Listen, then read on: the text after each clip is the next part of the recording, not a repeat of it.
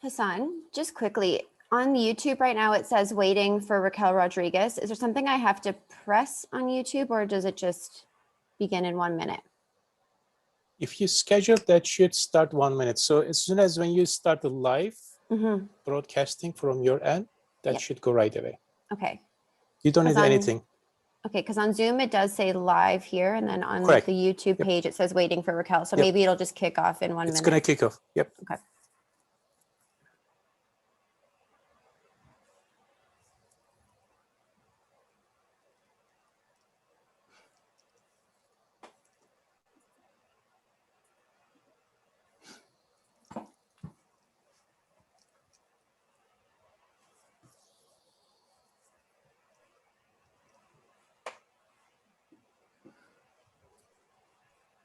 Raquel's still waiting for you, by the way. Yeah, it says you are broadcasting, right? Mm-hmm. Let me. Sorry about that.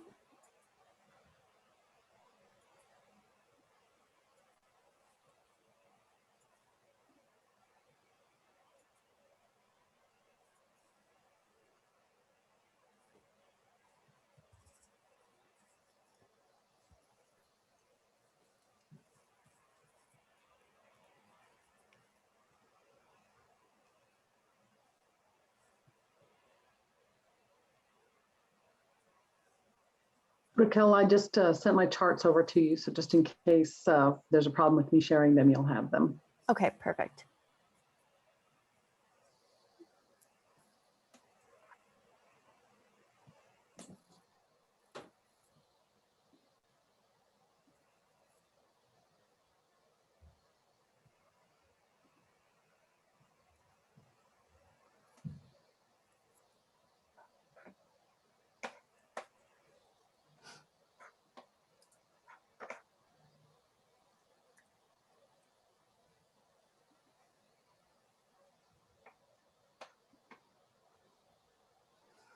Alrighty, well, good morning, everyone, and thank you so much for joining us today for Toronto's first official DevSecOps Days. My name is Raquel Rodriguez, the events manager here at Security Compass, and your host for today's event. I feel like I can speak for all of us when I say I wish we were doing this in person. And although we are coming up to the 1-year anniversary of working from home, I do see the light at the end of this tunnel. If this is your first time attending a DSO Days event, welcome. DSO Days began a global series of conferences that help educate, evolve, and explore concepts around developing security as code. And of course, if you are a returning attendee, welcome back. I wanted to say a big thank you to all of our speakers for being here today. We have a star-studded lineup, and I'm confident you will find all of these sessions insightful. I would also like to give a big thank you and shout out to our sponsors for today's event, Sonatype, Carnegie Mellon University Software Engineering Institute, and Security Compass. Without all of your help, we would not be sitting here today. Now, to kick off the day, I am pleased to present Hassan and Altaz. Hassan Yasser is the Technical Director of Continuous Deployment of Capability Group and Software Engineering Institute, CMU. Hassan leads an engineering group to enable, accelerate, and assure transformation at the speed of relevance by leveraging DevSecOps, Agile, Lean AI/ML, and other emerging technologies to create a smart software platform/pipeline. Hassan has more than 25 years experience as a senior security engineer, software architect, and manager in all phases of secure software development and information modeling processes. And joining Hassan is Altaz Villani. Altaz Villani is the research director at Security Compass, responsible for managing the overall research vision and team. Prior to joining Security Compass, Altaz was a senior research director at Infotech Research Group, providing CIOs, IT managers, directors, and senior managers with trusted advice and analysis around application development, including Agile, cloud, mobile, and the overall SDLC. Other past roles include senior manager at KPMG and various positions where he works side by side with senior level stakeholders to drive business value through software development. Hassan and Altaz, I will let you take it from here. Thank you, Raquel, and welcome everybody to this inaugural event. This is a great opportunity for us to assemble as a DevSecOps community, to encourage one another, to share practices and what we've learned.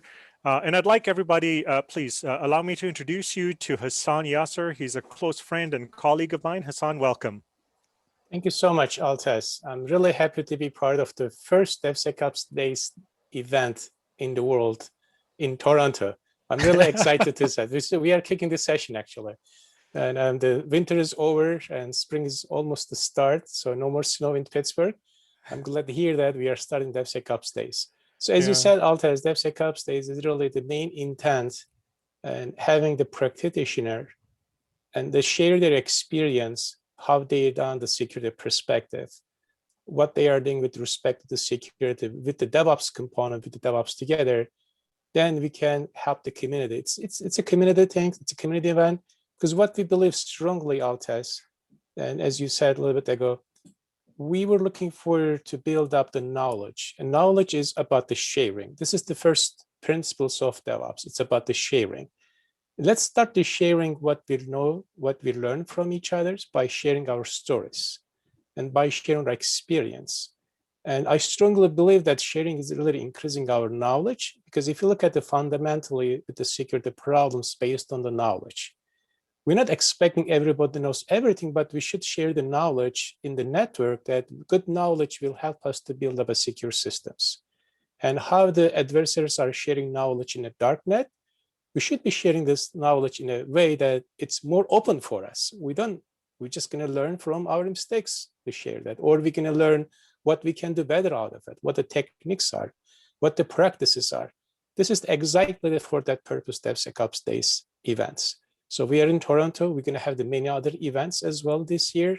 And next one is going to be Pittsburgh. The other one is going to be LA, and then probably Vienna, and then maybe going to be Toronto. So we have more events we are planning this year as the DevSecOps Days.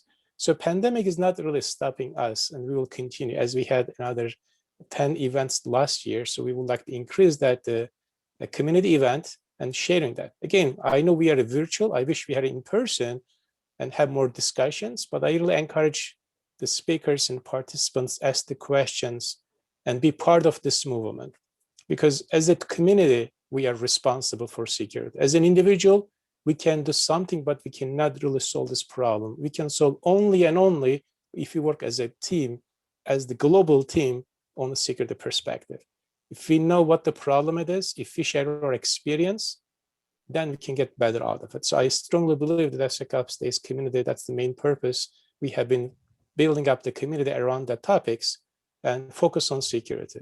A lot of thinking about the DevOps, but let's focus on the security as well. That's the reason we are saying DevSecOps, Altaz. Yeah, wonderful. That's great. So really, there are a couple of things that we're hoping will be achieved through this event. On the one hand, a sharing of good experiences, encouraging one another to just suggest that, hey, we are on the right track on this, or maybe there's something I haven't considered. And there may be others coming in and are looking at this and saying, I'd like to learn more about this space. Welcome. Please feel free, contribute, get engaged in chat. It is a community. So whatever we can do to help each other out, to talk to each other, to increase the dialogue, feel free, connect with one another as well, and have yourselves a wonderful time at this event. Raquel, back to you. Awesome. Well, our first speaker of the day is Glenn Notman, Associate Partner at City Hub Digital, and his session title is Blind Curves Ahead. Glenn is a strong leader with a demonstrated ability to provide compelling and practical advice to IT professionals responsible for the success of their firm's IT organization. He is an experienced program manager, combining common sense and practical solutions with ITSM, NIST, ISO, and COBIT practices to deliver mission-critical programs. Glenn, whenever you're ready, I'll let you take it from here. Thanks, Raquel. Just welcome everybody. Are you sharing the slides or am I? That's the only question I've got. So.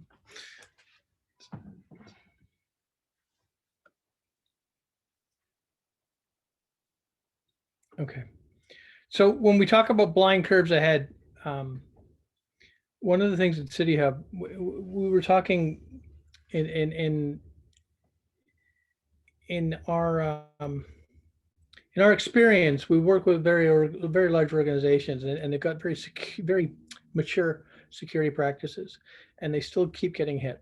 They still have issues, and we summarize it as even though you're good and you're trying to eliminate risk and threats within the environment, you're going to have blind curves, and a blind curve is really defined to us as a scenario where there's the likelihood of some unknown, unspecified risk happening.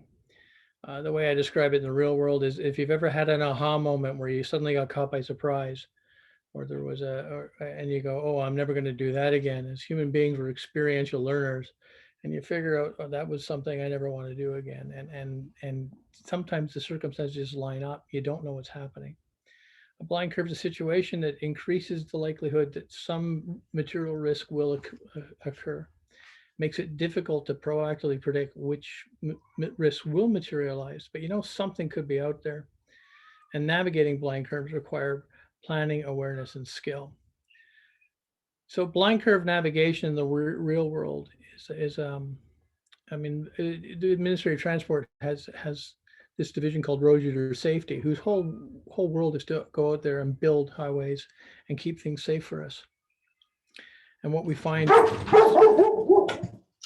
speaking of blind curves, my dog decided to help. So what we find is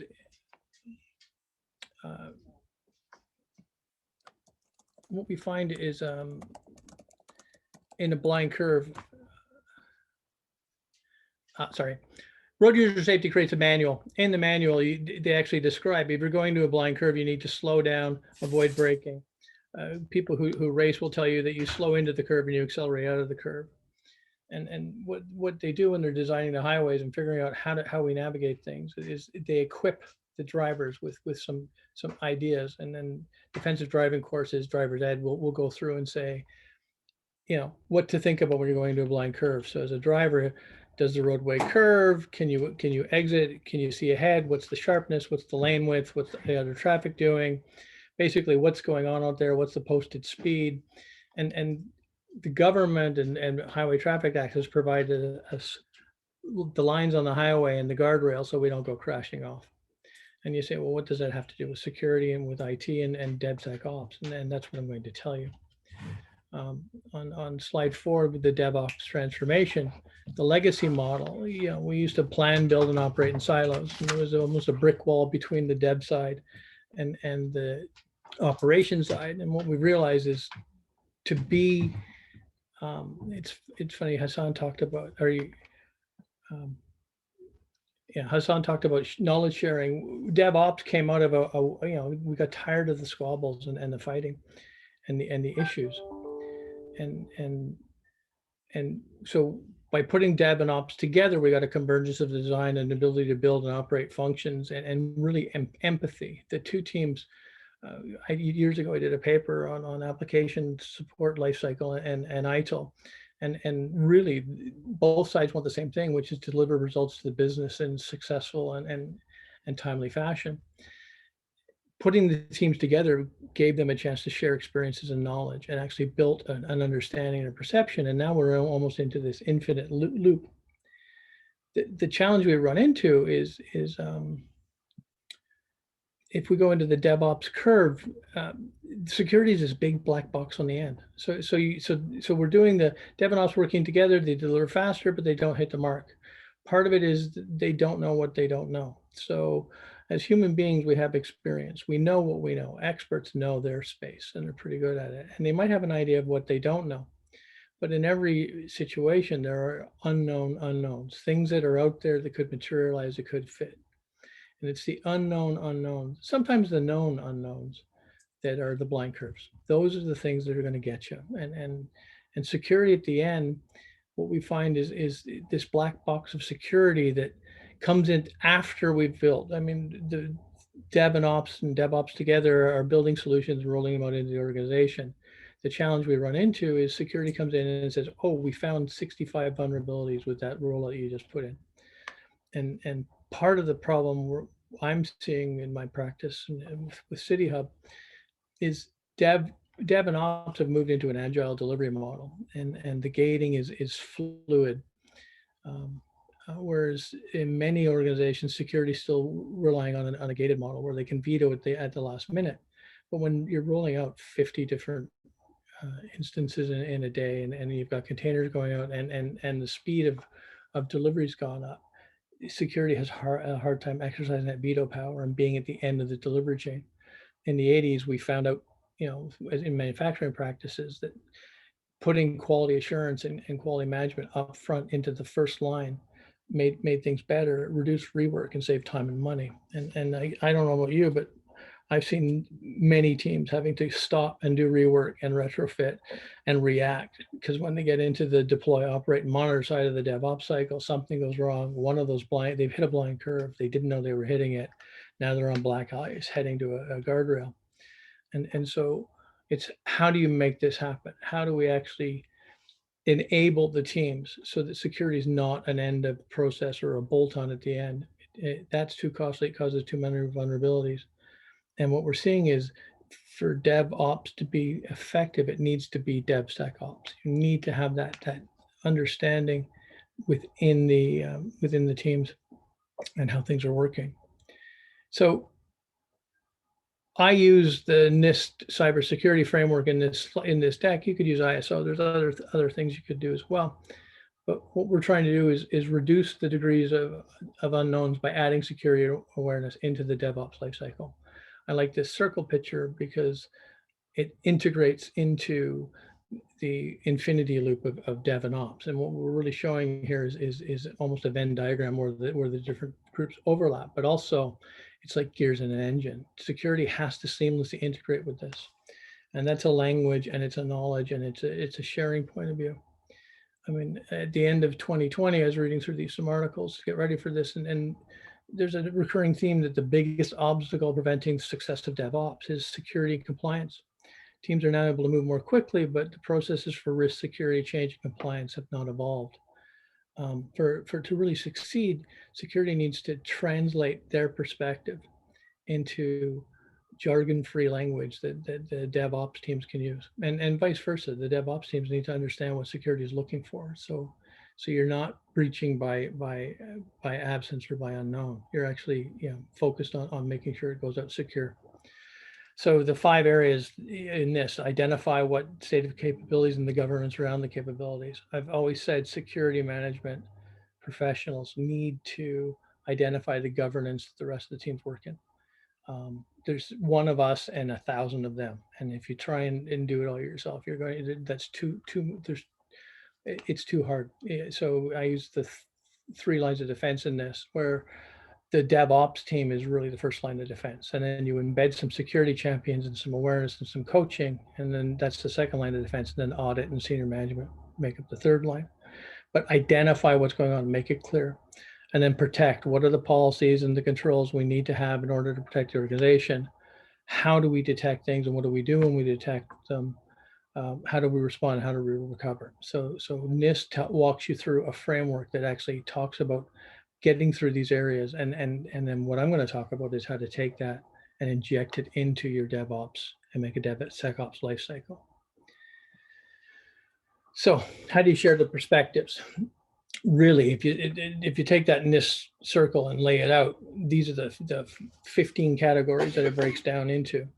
And what you see is a security professional or a group of security professionals. They're going to know this space. They're not going to have known a lot of unknowns about the security space. But you don't want to be that black box of security that's just something outside. You want to be invited into the room. And to get invited into the room, you have to break your knowledge into pieces that are digestible for the group you're working with. And they have to be able to report back to you what's working well, what's not working well. So this is a dialogue. It's communication, not information.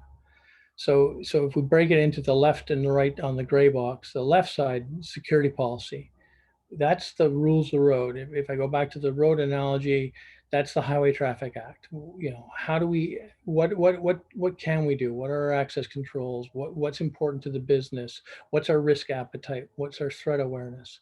How do we actually set the context for everything that's being worked on within the DevSecOps world? And then tied into that, in support of the security policy, what's the control framework? And one of the key things about this is start with where you're at. So what controls exist are required by your business in order to operate? There's always something along the lines of PIPEDA or GDPR or privacy.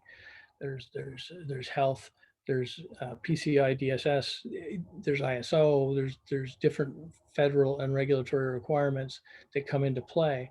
Each one of those have controls. And one of the things about what NIST will do is, if you get into the subcategories, they actually start to break out what kind of controls you look for.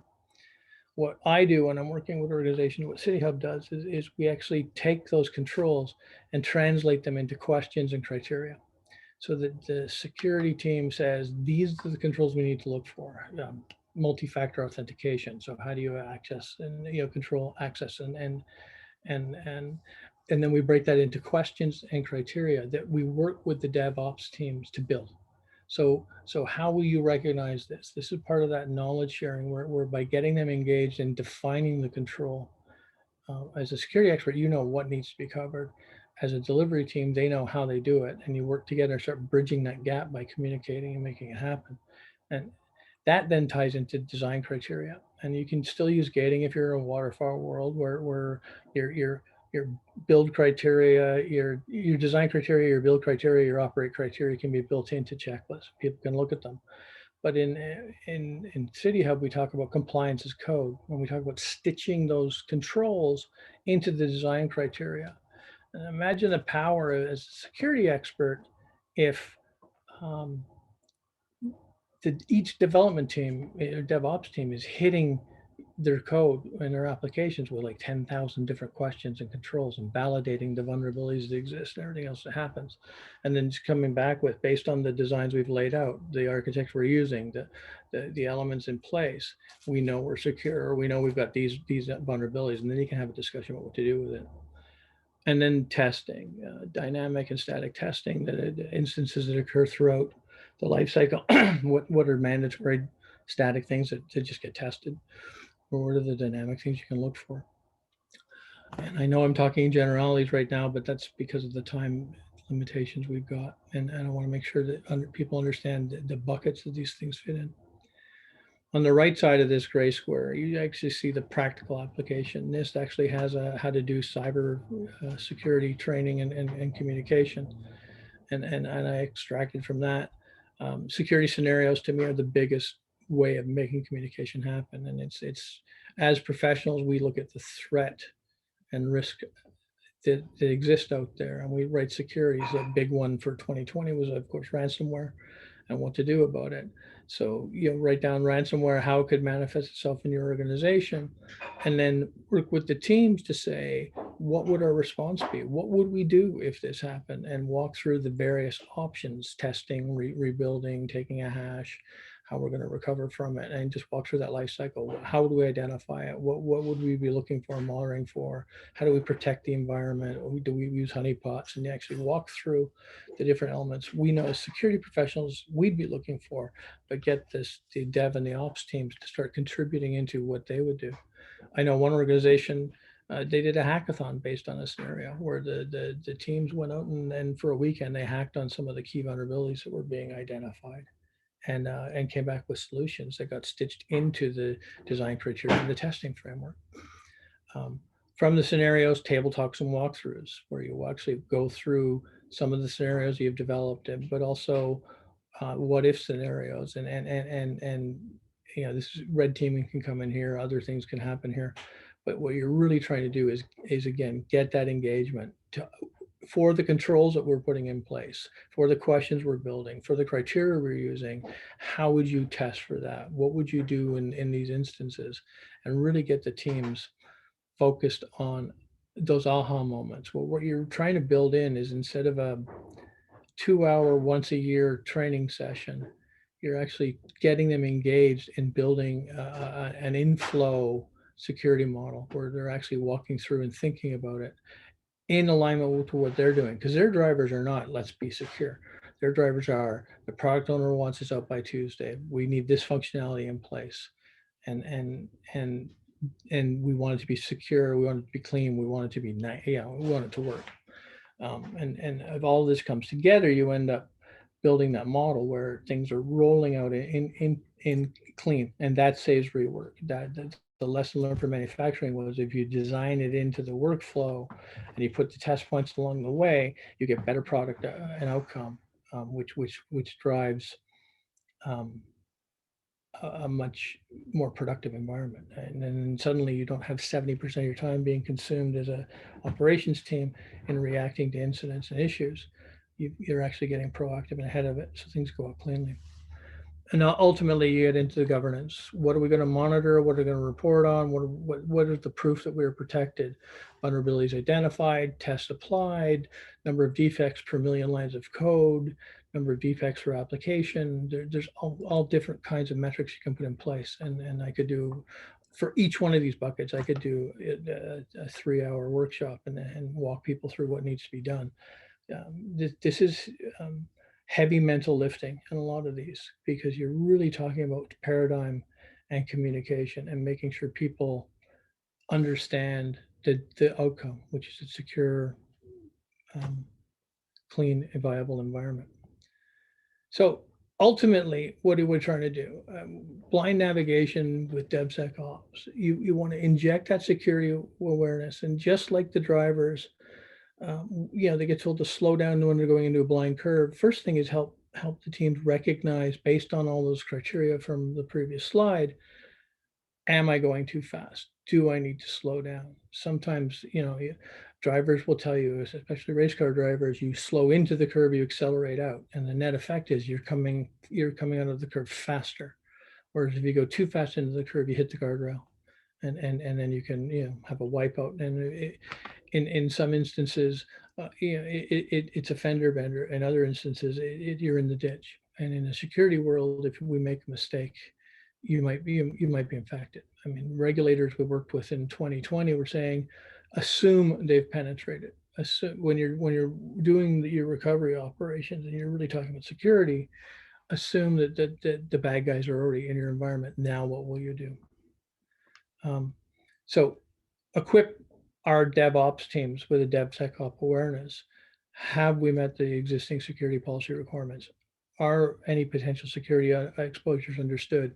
One of the things that drives me crazy about security, and there's always a risk reward here, is some of the best kept secrets in the company are the threats and the risks that are out there that we're facing.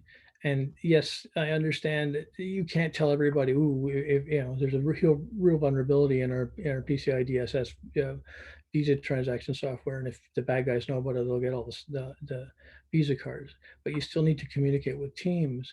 Hey, there's something out there we need to be aware of. The one that I saw this last month was 30,000 Mac computers have a piece of malware on them that just sits and just pings out once in a while. Nobody knows what it's doing. They just know that there's 30,000 instances out there, and that's the kind of thing that people need to know about. That is our potential security understood? Are the known risks, and what are the known risks and threats out there? And that's a big part of the communication. Watch for this stuff so you're not caught by surprise. It's not in your blind spot. Have we embedded new security requirements in our CI/CD test cases? Are we testing those things? Are they going out? What are the results of those tests?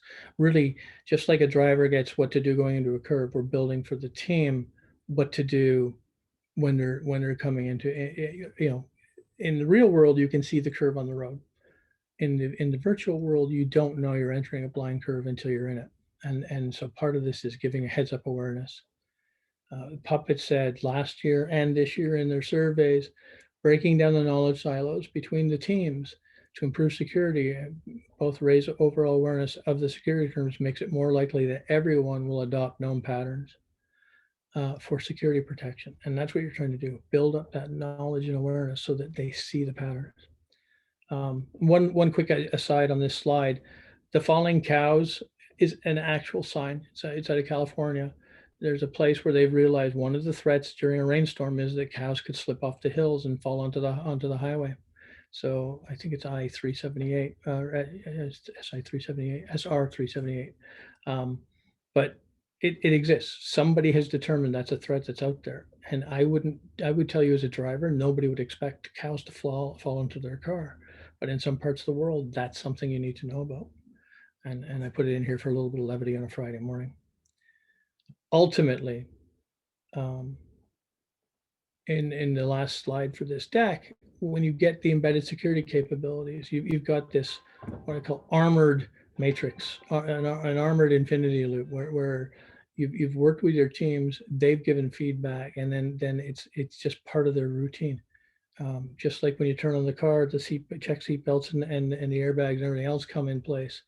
You're going through this, and if we start at design, you've got the shift left culture going on. You're empowering that frontline team to be the first line of support, which enables security to come back into a second level, be a coach and a mentor, and dive in when you need to.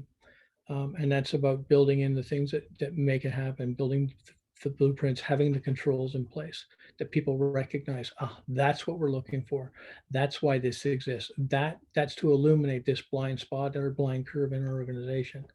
The continuous integration, where we're doing our coding, our scanning, we're making sure that things are happening, and we're embedding security champions within the DevSecOps world. So security is identifying people who can take on that role or participating themselves. It's still a 1 to 1,000 ratio. So you've got to think about where your resources are best deployed. But to make DevSecOps happen, it's raised the bar of their awareness. Continuous delivery, continuous improvement.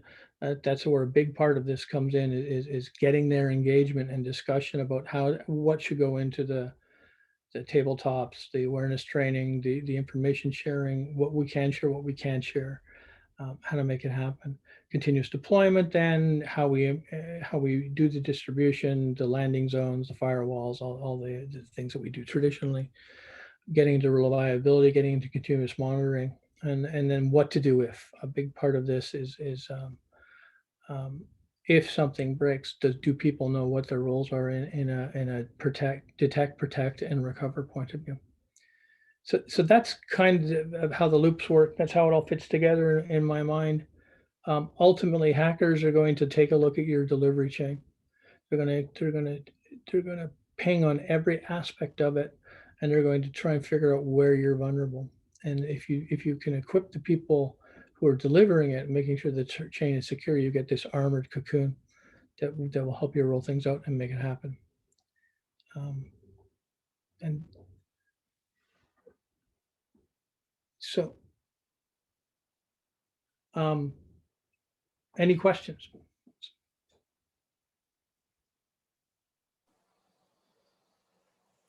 Glenn, that was an awesome session. Right now, we don't have any questions that came in from the YouTube chat, but if anything comes in while other sessions are going on, you can feel free to answer back to them directly on there. Also, for everyone, if you haven't had a chance to put any questions that you may have for Glenn, please do add them into the chat now. Oh, and as we speak, we got one. So Glenn, the question here for you is, where are the security champions coming from that get embedded with DevSecOps teams, security, PMO, org, or something else? Okay, I've never met a security team that says, "Ooh, we have excess people." To me, it goes back to any kind of process work you're doing. You need to identify champions within. I've seen Scrum Masters do it. I've seen developers do it. You're really looking for people who have an affinity for security and can take on representing that role within the agile meetings, the sprint meetings, the Scrum calls, those elements. So they emerge as you go through them. You find people who are passionate about it, and you're basically cultivating within the level 1 team those people who resonate. To me, if I go to the ITIL days, you're looking for the same thing with an incident management or a change management. processes or change enablement processes, the people who are already doing parts of that work, but are able to communicate what you're looking for. And so it's kind of building a matrix. It's making it happen. In the short term and in a smaller shop, the security professionals take on that role. In a bigger shop, you try and empower broad-based action by finding the people who are they're doing the work already. This is a big part of making this happen. They're testing. They're doing security checks. They're checking for vulnerabilities. No developer that I've ever met in my life is trying to roll out sloppy code. They're trying to roll out clean stuff. And if you tell them it's sloppy, it's like telling them your children are ugly. You run into some real problems. So the champions come from passionate people, and then you build that awareness and make it happen.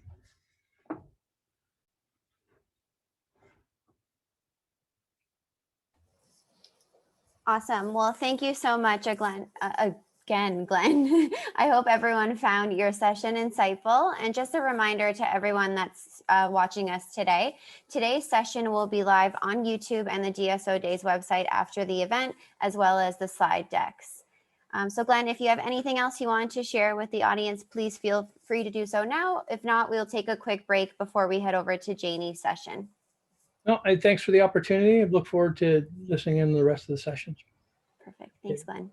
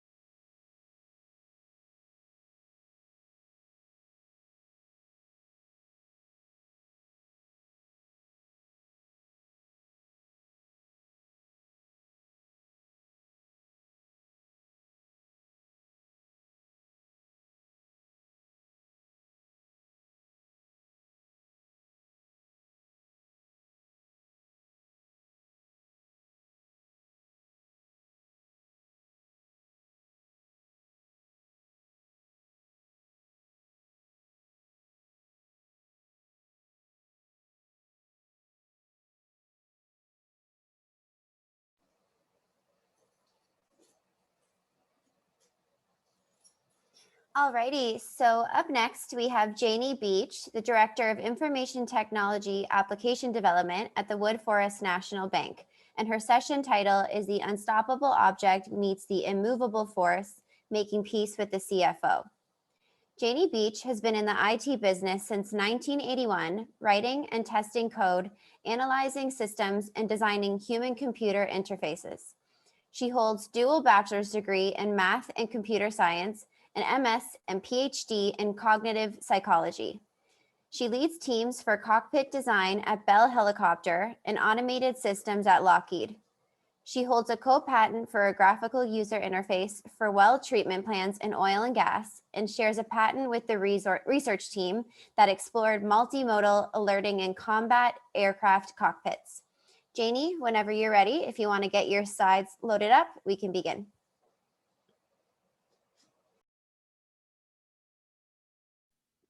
Excellent, thank you. Can everybody hear me okay? Yes, we can hear you. Awesome. All right, and then this should just come right to here, and let's begin. All right, I hope everybody can see my slides.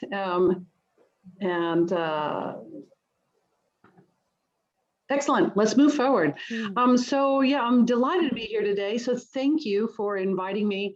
And today I want to talk a little bit about what happens. We tend to have a focus in our DevOps and our DevSecOps in development. Right now, I'm the Director of Application Development. I have a very strong, narrow development focus. However, as a lifetime of learning in IT, we realize that the work that we do there in that development space has tentacles and touches everywhere. And one of the places that I have found over all of the decades of being in this business is we tend to bump really hard into the C-suite, and specifically where the money gets spent. I found this even early on, before there was ever a DevOps, even before I got into security, even before I got into a lot of the systems analysis. Very early on with just usability and user interface. And that was my early, where I cut my teeth in this industry, was convincing the folks who wrote the checks to write a check to make it more usable and showing how that provided value. And so it's been a journey all along here to learn how to convince the folks that write the checks to spend the money. And so we end up coming to conferences like this with a lot of really great ideas around how we want to go back and do our jobs. And then we find ourselves stumped. And so I liken it to the old joke about the radio transmission exchange that takes place between this great big gigantic naval warship, and the captain sends out the ping, and it's foggy and it's dark, and he can see that there's something out there in his way, and he says, suggest you move 5 degrees to the south to avoid a collision. And the response comes back and says, we suggest you move 5 degrees to the south to avoid a collision. And the captain says, this is the captain of this big, wonderful warship, and I can basically, obliterate you, move. And the response back is, well, this is a lighthouse, so you decide. And so it's kind of the same thing what I have found in our corporations, no matter what industry I'm in. I'm in banking now, but I've been in aerospace, and I've been in oil and gas with some big industries. Same story. Over here, we're all about change. We want to upgrade the IT. We want to make it better. We want to make the security better. We want to do all of the things. But at the end of the day, the CFO looks at all of those items, no matter how they're characterized, and he says, how does that fit onto my balance sheet? The way I view the world is fixed and quantitative. Our CFO is the lighthouse. And basically, he's going to be the guy who says, we're not moving. So you will be the one who ends up adjusting. And so what I have found is that when we can learn how to engage in their space, look at the balance sheet, look at what gets measured, look at what's important to them, then we can start to fit and frame the things that we want to do into the framework and the language and the measurements with which they're familiar. So early on, even when we had, some of you will remember spiral development. Remember that way back? and then agile, and then we come into DevOps and then DevSecOps, and you've got your CFO sitting over here going, wait a minute, you're talking about something that just goes on and on and on. I want my project management office to tell me when the project starts, when it finishes, exactly how many dollars I'm going to spend, and exactly what I'm going to get for my dollars. What is my return on my investment? What is my return on the assets that we're going to be using? What is my return on the expenses that we're going to spend here? And they can't reconcile the idea of an infinite loop, a product that's going to exist for the entire life cycle. And when it does finally go away, it will have been replaced by a different product that continues on and on. There is no end state. And so for a CFO, that just puts them into fits. They need to see something, again, that's fixed and quantitative. Value to them is something that you can measure. And for them, because they are the lighthouse, they are sitting there amongst the rocks, they're not moving. They have regulatory compliance needs. They have generally accepted accounting principles needs. They report to, if they're a publicly owned company, they have reports back to the SEC. There are things that are fixed and immovable, and they cannot change. They are truly the lighthouse. And so it is on us that are on the ship to figure out how to change our heading and engage and interact without crashing ourselves on their rocks. So I want to just very quickly review. This is what I have found again over the years is that there are three kinds of value. And it's nice to understand that the first two kinds of value tend to be more qualitative. That is, we can look and see how much the people that utilize our technology are engaging with it. We can watch how well they adopt it. We can change the UI and the UX and see if that changes, for example, on a web application, how many times do people bounce out of the application versus how many times do they complete whatever the workflow was.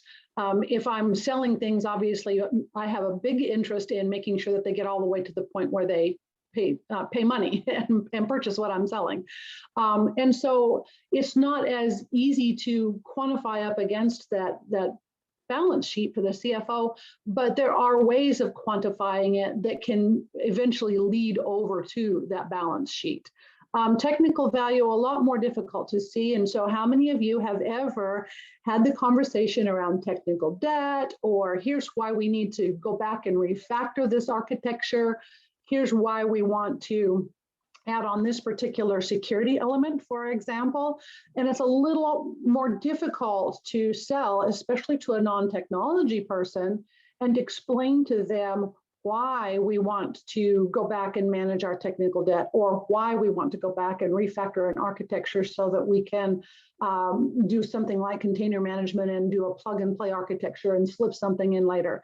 To the CFO, this just sounds like you're making excuses for spending more money and doesn't really give you an idea of exactly what you're going to get for your money. So the third kind of value, which is the only kind that actually translates directly to a balance sheet, is business value. And that is as a business, I'm looking at basically these things. I want to increase my revenue or gain market share or generate sales volume. Basically, I want to increase the likelihood that a customer, any customer, even an internal customer, is going to make money for my company or generate top line revenue. So that's what those first three bullets are. And simultaneously, I want to reduce costs and reduce risk. And ultimately, when you put all of those items together, the idea is that I'm going to reduce the expenses that are associated with changing the form, fit, or function of my product. And so that very raw definition of value comes from lean thinking that says true value is just this. It's a change in form, fit, and function, and somebody is willing to pay for that. So as a business, I want to reduce the expenses and risks that are associated with that change in form, fit, or function, and I simultaneously want to increase the likelihood that someone will be willing to pay for that product, service, or outcome. So these balance against one another to create shareholder value or business value. The value of my business basically is push up the top line, push down the bottom. And so when we focus on this in the past, the primary focus has been on those green items. What we're doing when we add a new top line feature, when we add a capability, when we say we're going to make it easier for our customers to hit a click, click on a one-click button, for example, per Amazon, make it easy for people to basically spend money. So we're going to get our product out there where people can see it. We're going to add new customers. We're going to entice additional sales volume, all of those things. And typically in a business, that has historically been the focus. So the tectonic shift that's happening, one of the tectonic shifts that's happening right now in business is in fact this increased awareness around the importance of reducing risk. And so just as Glenn mentioned previously in his talk earlier, that tends to right now for people just coming into this space, tends to still feel like a bolt-on. We're over here, we're engaging on that top line, we're doing these things that'll do these three green: increase revenue, gain market share, generate sales volume. Oh, yeah. And somewhere over here, we've got a CISO that's saying risk, risk, risk. And so we don't flow that in. It tends to be an add-on because it hasn't previously been folded in as part of the focus. And so again, this is a tectonic shift in the business that says, hold on, we're discovering that it is just as important for us to focus on that risk reduction element of it as it is for us to focus on new top line features. And in fact, if you go back and look at where people are going in the market these days, you'll see that this shift is taking place. So because of that, it makes this is our path then to be able to start to quantify the value. We've already learned how to quantify the value of those top line items. So when we quantify the value of the top line items, we're basically saying we're looking for a positive outcome: increase revenue, increase market share, increase sales volume. Those are the positive outcomes that we can basically sell to our C-suite when we're pitching to build out or purchase and provide a new technology or a new feature or a new capability. Because we can make this formula that says we are likely to have this positive outcome, and this is going to give us that return on our investment or our expense. And that's how we pitch new features today. And so then when you come into that overall strategic look and your tactical roadmap on as senior level management, you can make these kinds of decisions based on a quantifiable formula. So now that we've folded the reduce risk piece in, because our C-suite is now looking at those things, they're coming back from places where they look at things like the Marriott breach. They look at the Yahoo breach. They look at, well, there's a number of them out there. I can't name them right off the top of my head, but we're aware of them. They make the news when we see that those breaches take place. And so we can now go back and actually utilize the same expected value formula and quantify that in order to examine the other side of the balance sheet. What's the likelihood of a negative outcome, and what's the impact to us if that outcome happens? What also helps there is filling in the blanks on those two elements in that simple case. So when we're considering, for example, the likelihood of that negative outcome, and we're also considering the impact if that outcome happens, then we have to start folding in multiple factors into that simple case to examine things like the way our system contagion could take place, for example. How could we build out our back-end architecture such that if we did have a breach, that breach would be contained versus end up penetrating across the entire system. And so, or how do we ensure that if there's a breach and we don't know about it, we haven't detected it, but it has now reduced system integrity because of it sitting in there like a Trojan horse, for example. And so the risk model that I just had in the previous slide is a very simplified one. But if we look at the different factors that fold into it, it is still an approachable one. The key here being that as we go to address our CFO, we acknowledge and recognize that he's the lighthouse, he or she is the lighthouse. They can't move, they are fixed. They are looking for fixed and quantifiable factors. And so even if we quantify with a certain amount of variability around it, probability, we don't have to say system contagion is X, we can say it's X with a probability range of X minus this and X plus that. So we can look at those data ranges, but we still have a quantifiable model versus just a hand-wavy model. And again, the important part here is the tectonic shift toward being willing to look at those red items and not only just focus on top line features. When we have our strategy meetings for business strategy going forward as a bank, and considering we're in banking, we're in finance, we have a very, very conservative risk profile, obviously, as a bank. So something very small can have a huge impact for us. And so because of that, we are able to sit there in our strategic planning and lay out our top line proposed features side by side with our proposed risk reduction features, if you will, that we're willing to say, we're not going to provide our customers with this brand new, shiny new top line capability this year. It's more important to us to provide our bank with this security element instead, or we look at how we trade off those two pieces. But they are given equal time at the table, and in order to be given equal time at the table, they need to be equally quantifiable. That's the language your CFO speaks. Okay, and so we say, well, how does this fit onto the balance sheet? We still haven't overcome the shift in learning how to speak, go from tech speak over to CFO speak. So when we talk about risk and we talk about that versus building out a top line feature that we can relatively easily say, if we put this capability out there, we can expect to increase that revenue by X. Or if we put this feature out there, we can expect to increase market share by X. And now we're saying, if we don't do this risk item, then we are likely to lose or have this kind of a breach or this kind of cost.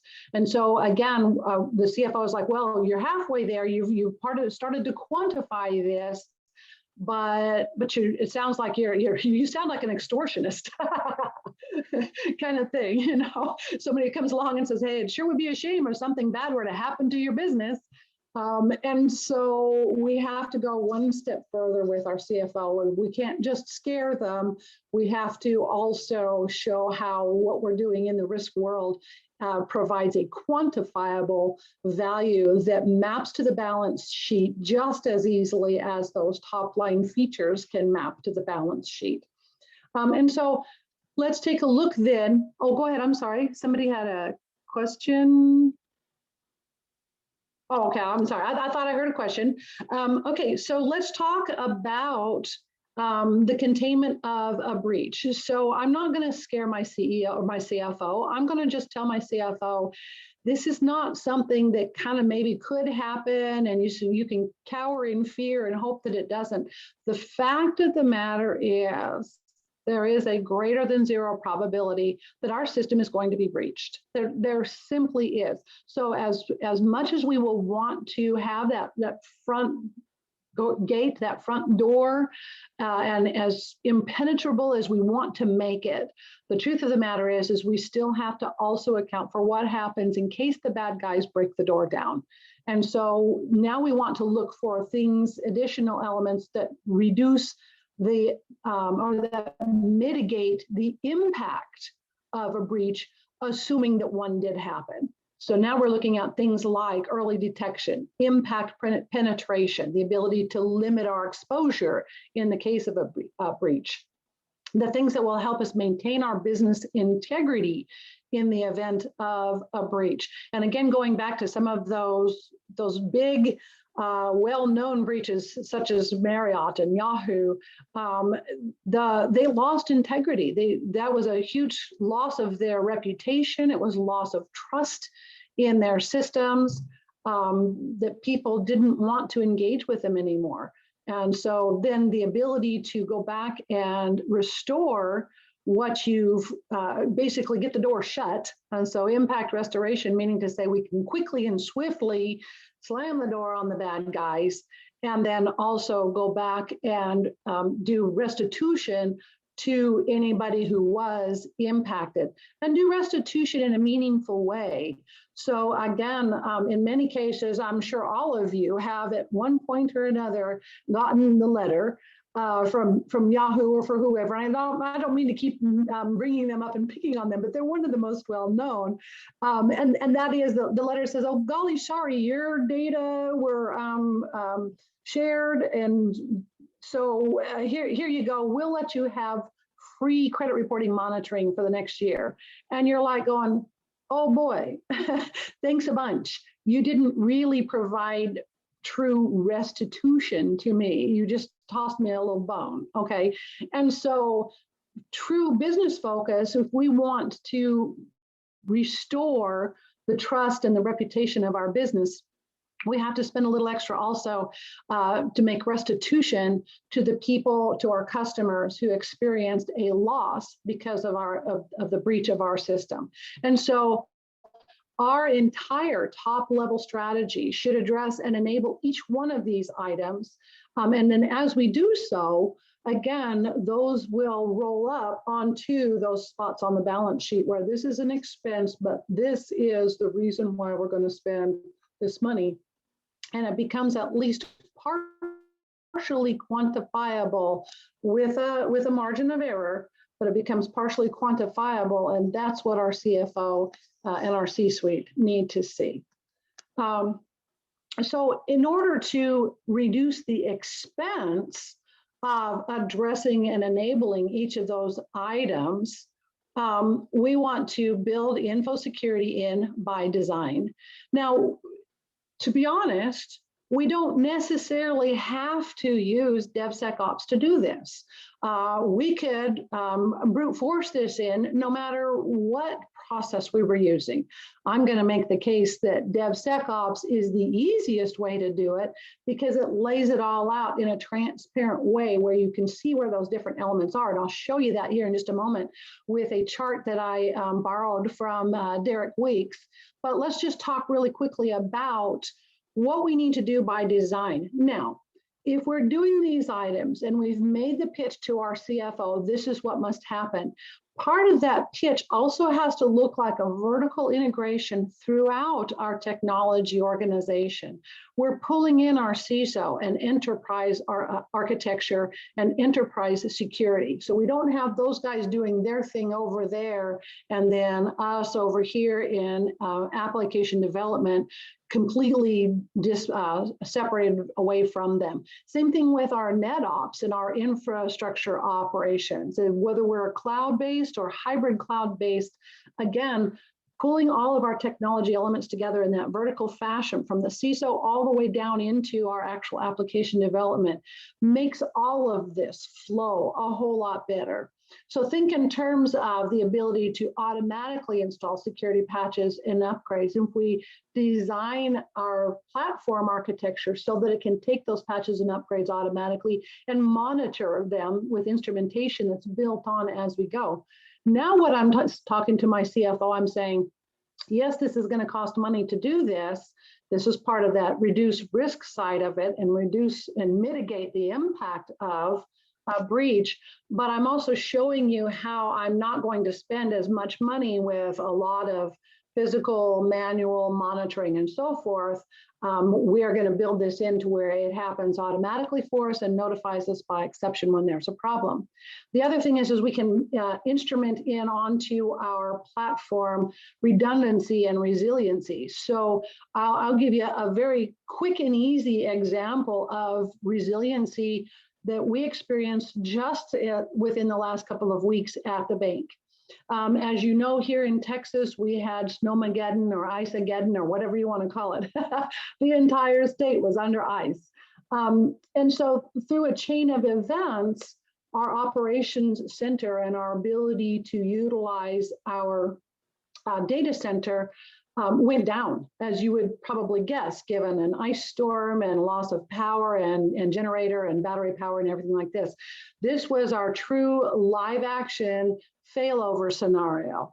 And because we had already practiced that with information security in place via our business continuity practices, this was the first time we ever had to do it for real, but we did it. And it was actually kind of cool to have practiced it all the times we've practiced and gone in and addressed our business continuity all the times we've addressed it. And now it was showtime for us. And we were able to be resilient enough to let our bank still continue to be a bank with only just a tiny period of time in there where it felt a little bit glitchy. But apart from that, our customers were able to continue to access their banking services without interruption because of the resiliency that we had designed into our platform, and our ability to recover from an incident was very rapid. We want that same recovery response regarding a breach or any other kind of information security element to be just as strong and just as resilient. The same thing happens with where we have control and monitoring, anomaly alerting. Like I said, we manage by exception. So we manage by anomaly alerting. And again, that is part of your expense reduction on the reduction side. And then finally, where we have transparency across our network and our data mapping and everything, all those pieces, again, are built into the platform so that when there is a breach happening, you can see it, you can watch and see, and you can also test for recovery. So again, by design, but this is what I borrowed very strongly from Derek Weeks, and I think Derek actually borrowed it from Hassan. I know the two of you collaborated on it, but basically what this looks at then is InfoSec by design. This is the view that shows how we can reduce risk and mitigate risk at every step along the way. And we have those elements that are built into that flow at every step along the way. And again, to make peace with our CFO, we can show a cost benefit analysis with every one of those steps. Now we're talking his language. His or her language. Let me talk to you very quickly. Again, I've mentioned the tectonic shift a couple of times. This is the way business has changed just over the course of my career in IT. So the first one is just the shift in the technology consumer and the number of channels available. When I first started in IT, your technology consumer was pretty much other technologists. That was it. And the channel was very limited. You know, you had to be a geek to even just go into the big cool room and mount the big gigantic tapes from one to another. And so there was such a narrow access, and it was basically built into narrow access, right? But now we see that our technology consumer is virtually everyone, and not necessarily our consumer doesn't want to know or care what we've done behind the scenes to protect them and their data. They just want to make sure that we did it. And plus the channels also are have widened out. So again, we have to protect multiple sources of or surfaces of potential breach. The second tectonic shift is the availability and the use of data. The third tectonic shift is the percent of business assets that are intangible. Businesses now, we don't have big factories and lots of materials and supplies. We have huge databases, and that is one of our largest assets, is our database. And then finally, as I've mentioned before, the next shift is the reduction of risk versus top line features. The idea that even at the C-suite, as we're making our business strategy, we are looking more at the importance of reducing risk. We are willing to forego building that next new fancy capability if we feel like we need instead to focus our resources on reducing risks and reducing the likelihood or impact of a breach. And I just put this over here just kind of as comparison. You can see just a multi-decade comparison to the top companies. I pulled that off of Forbes, but you can kind of get an idea of where we've gone with what businesses value and the role of technology in it. All right, and so because we have a new risk profile, we have to have a new view of what we consider value. So technology, again, is now universal. That first line of defense is missing. And we have the range of technical sophistication is increasing. We still have to guard against low-tech threats as well as high-tech threats. And high-tech also increases the volume of the bad guys. We suffer botnet attacks constantly now. They used to be kind of I would say a not so frequently experienced event. Now they are almost continual. But we also defend against them quite easily as well. Here's the point. Your CFO can now look and say risk reduction and mitigation outcomes can be measured, just like the market outcomes can be. So now I still get to calculate my ROI and my ROE. I can quantify, I can lay this on a balance sheet. And that's how we make that transition from being the ship out there, trying to convince everybody that we want to roll with it and go on forever and ever, but still acknowledging that we've got a lighthouse on some rocks that cannot move. And now we have a way of basically coming and bringing our ship up to the rocks, connecting, and still able to get our CFO to write checks to allow us to build the kind of DevSecOps systems that we know are going to provide value to our business. That's all I've got for today, and thank you very much. I appreciate the opportunity to be here and participate in our conference. So Raquel, back to you. Thank you. Yes, awesome. Thank you so much, Janie. That was great. We do have one question that came in here from the audience, and it is, are there any guidance on KPIs that relate to DevSecOps that better resonate with CFOs and provide tangible ROI? Yes, and so again, I think your KPIs are going to look at comparing the ability to withstand a breach and more importantly, the ability to recover from a breach. And so it's going to be an estimate. Obviously, you hope you never have to actually have a live event. But you want to be able to go back and quantify for example, your mean time to recovery. That's a great KPI that you can have in there. You're going to model it, but there are modeling capabilities out there that will allow you to do that. But yes, that's a mean time to recovery is a great KPI to aim for. Awesome. Well, that's the only question we had that came in right now. If anything else pops up, you can feel free to respond to them on the YouTube chat. But we are going to take another quick break just to allow our next speaker, Purnima Bahari, to get everything set up. So we'll be with you very shortly.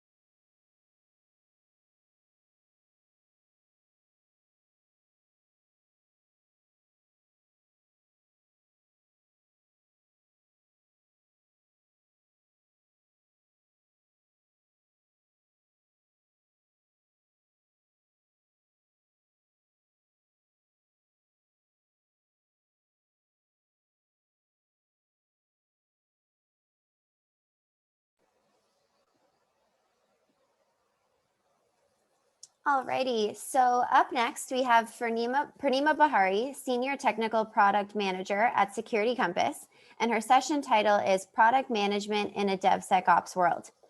Purnima is a technical product manager at Security Compass who specializes in combining the best of technology, data, and design to execute a successful product vision. She describes herself as a creative technology disruptor, and her passion lies in building a self-sustaining Canadian technology ecosystem and making it the next hub of global innovation and social change. Purnima, whenever you're ready, you can take it away. Thank you, Raquel. I'll quickly share my screen because I have slides. Perfect. Good morning, everybody. As Raquel mentioned, what I wanted to talk about is how product management can, as a whole, as a function, can help in the adoption and actual successful implementation of the DevSecOps stack. So what does it look like? Even before we start, I think I wanted to spend some time talking about how we got here, right? So in traditional software development, security was treated as an afterthought. So it was like one of the later phases, like, okay, you're good to launch, but now you're good to launch. Let's get some kind of security check done and we're good to go. But with the evolution of DevOps, you finally wanted to meet the market's request really fast. So you had like all these really giant amount of tool sets that were ensuring that you had shorter development cycles, higher velocity. So you were having frequent feature push outs, but you also had frequent fixes. So what did this do? One, your IT infrastructure was way more complicated than when we started. As the IT infrastructure grew, your attack surface grew. Then the concerns around like, oh, what's going to happen if this particular thing, this vulnerability is not fixed? So there were a lot more security and compliance requirements, right? And when COVID hit, essentially the whole world went remote. So this big giant hole of like, okay, the attack surface and attack frequency and intensity and what this whole landscape looked like was way bigger than anybody had ever imagined. So what happened? What is the solution to this big giant problem, right? It's DevSecOps. DevSecOps essentially in principle is the blanket that kind of protects all your development processes. It's essentially incorporating security into each step of your development process versus waiting till the end. So if you're in this infinite loop, DevOps loop of like, okay, building, coding, testing, planning, releasing, security is essentially ingrained into each of these phases. Everybody who's involved in any of these phases and beyond is responsible for your security. DevSecOps prioritizes security. So what does it look like? If I had to look like at a sample DevSecOps software lifecycle, I'm talking about a lot of new processes, which I didn't have to care about in the past, right? So, but now because security is the blanket, I have to think like, okay, does my application need threat modeling to be done? What are the different secure coding principles I should be looking at? Do I need dynamic scanning? Do I need like static scanning? What kind of analysis am I looking at? What do my audits look like? Do I have to make sure my production? So a lot of these things fell on the plate of product management when the software lifecycle evolved, right? So how did it impact? Now I found these words on a blog and I loved them. It was like data is your new currency. APIs are your new ATMs. That's how most of your customers will be interacting with with your tool. You will be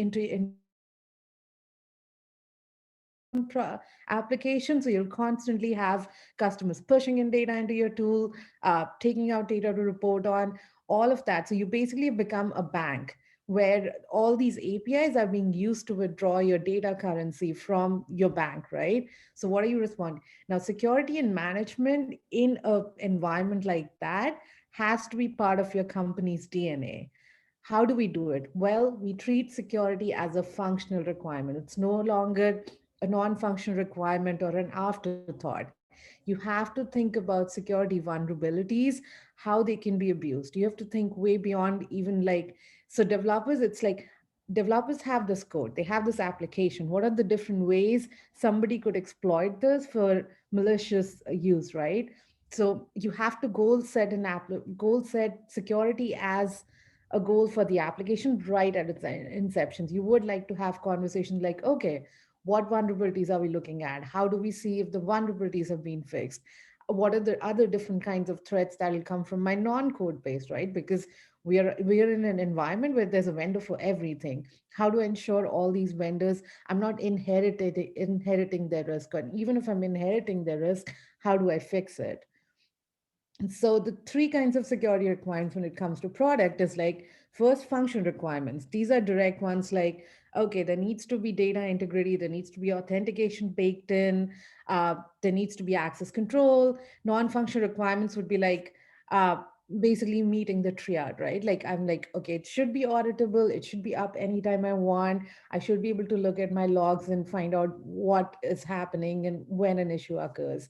And derived requirements, which is essentially, derived requirement is like kind of what makes functional requirements, non-functional requirements meet in the middle. So it's like, what do I have to support? Well, I'm saying all of this will be auditable, but I have to make sure that all things that are auditable are uh, essentially preserve the integrity of the data that goes out of my system, right?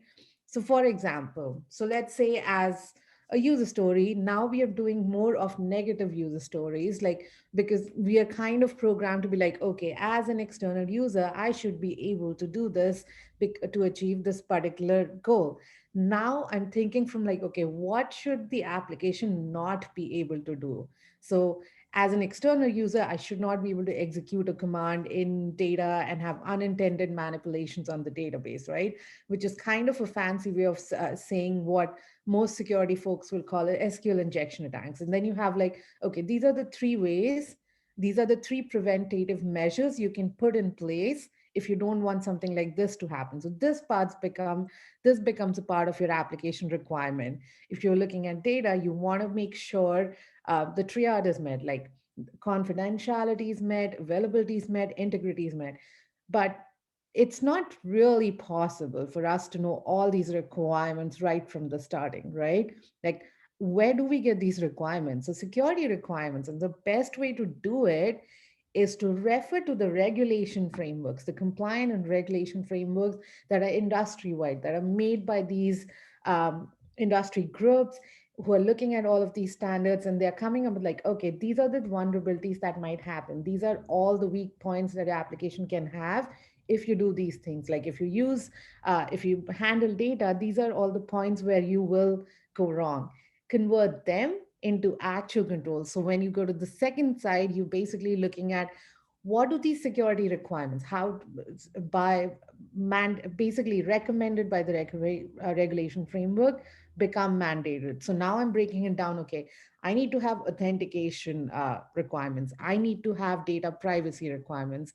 I need to make sure these physical controls are in place. I need to make sure my business processes are a certain way that they're compliant with these things. So you're basically tailoring the guidance that you receive from these best practices and frameworks to meet your specific application requirements. How does it impact on a larger basis? So when, uh, as a product manager, you're basically responsible for product readiness, operational readiness, is the organization ready? So you have all these things like, okay, was the testing done, or were all the function requirements done? Is user acceptance test completed? Now your security readiness is a new thing that you're responsible and accountable for. And you don't have to do the work, but you have to make sure that all the cross-functional teams which are involved in this process are well informed, you're coordinating, you're prioritizing for them. So when do I do my production environment audit? What is the frequency of it? How do I identify all the vulnerabilities? How do I identify all of them have been fixed, or which one haven't been fixed, and what's my inherent risk on it? So it becomes like a larger set of responsibilities, right? the so it'll be hard for any team to meet all these requirements at once, and then you need to find kind of a way to automate some of these security processes. So one way to do it is if you adopt like a balanced development automation framework, and you have your proactive processes and your reactive processes. Reactive is like, I know I have to do my pen testing, I have to get my code scanning done. make them closer to the go-to-market launch date, right? But like proactive process, like how do I bake in the security? Like how do I know I have to do threat modeling? How do I bake in privacy by design, right? So then we come to like these specific cases like threat modeling. Well, first I have to find out which assets and applications that I'm developing even need. Like, do I do it on a feature to feature basis, which is rare because threat modeling is a decently expensive process, right? So you want to be able to do it on an asset and application level. You identify your crown jewels, you identify what your platform and API security, how does the attack surface look, and then you go into requirement design, implementation. You bake in threat modeling into all these phases. When it comes to risk assessment, well, one of the biggest cases would be the vendor risk assessment. You want to look at like who owns the shared responsibility around compliance. What controls do you inherit from the vendor? What controls are you responsible for? Basically you're ensuring who ensures a failure doesn't happen and who is responsible for fixing it if the failure does happen. Then if you are dealing with a lot of data, especially like if a lot of applications now have to be GDPR compliant, right? What does that mean? It basically means you have to have privacy baked into your design. How is it? Well, first, when you're starting, you have to, on the design side, limit your data collection. If you don't need the data, do not even make a storage of that, right? Privacy should be your default setting. It shouldn't be something that customers can opt. It should be something that customers can opt in, but basically by default, they should be opted out of it. Make sure all your security and access controls are in place. Make sure you're monitoring all your processes and you're doing a continuous evaluation. Okay, what are the risks? So how do you do this continuous evaluation process? It sounds like so much work, right? Thankfully, in the industry, we actually have a lot of tools. So they're called privacy impact assessment tools. It's a proactive way of dealing with this. So you do your privacy impact assessment at a regular frequency. You measure your compliance, you identify and reduce your privacy risk, and you basically have a way to track like, okay, where was this assigned? Who was fixing it? You should be able to audit all of the stuff. There should be logs, there should be evidence of everything that you're doing. In our current environment, a lot of our applications are microservice based, right? Because now we have like, okay, we have all these isolated services which interact with each other.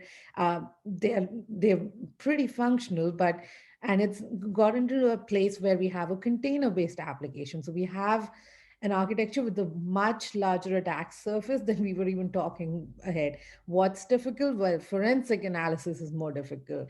This makes sure that you have proactive measures more in place. You can also invest more in like real-time monitoring, log analytics. You have to make sure that wherever you're getting these container images from, they're from a trusted registry. You have to make sure you're reducing your potential attack surface in an incremental way as you go on. Use other vulnerability assessment runs, use scanners, use libraries. Also try to detach your access control system from your actual application. Like that's an independent service, which is it's basically like a vault that nobody can get in, and that powers everything else.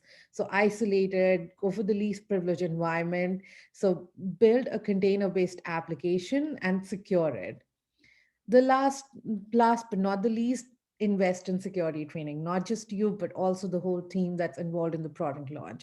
Everybody should have at least a fundamental understanding of what these secure coding principles are. They should have familiarity with like, okay, this framework's relevant to the industry we're working in. Try as much knowledge as you have as an organization, the better you will do at this place. So what happens? So basically the conclusion of what I said is like bake in security, treat security as an application requirement, train and build as often as you can, use regulation frameworks, familiarize yourself and get into the process of using these regulation frameworks to define your application security requirements and identify and automate security processes. So that was a quick conclusion. Any questions? Thank you so much, Purnima. At the time, we don't have any questions that came in from the YouTube chat, but if you haven't had a chance to do so, please go ahead and enter those in now. Pranima, if there's anything else that you wanted to add, you can feel free to do so now. If not, we can just jump to our break and wait until our next session, which will be with Wayne Howell Jr. Perfect. Yeah. I think I said quite a bit really fast, so I'm good for now. Thank you. Awesome. Oh, wait, we did get one question that just came in. The question is, will you share these slides with the group? And I can answer that one for you. And that is yes, all of the slides will be added to the DSO Days website as well. You'll be able to rewatch this stream on YouTube as well, also on the DSO Days website. Perfect. Thank you so much, Pranima. Thank you. Have a good day, guys.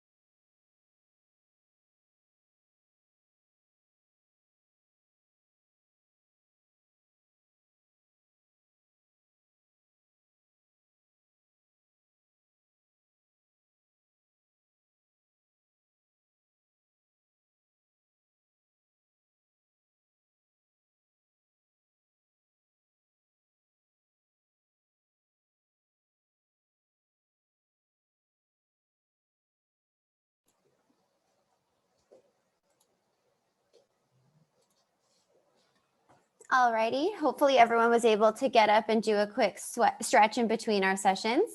Next, we are joined by Wayne Howell Jr., Cybersecurity Product Manager at Apple, and his session is called Shifting Left with Security in DevOps.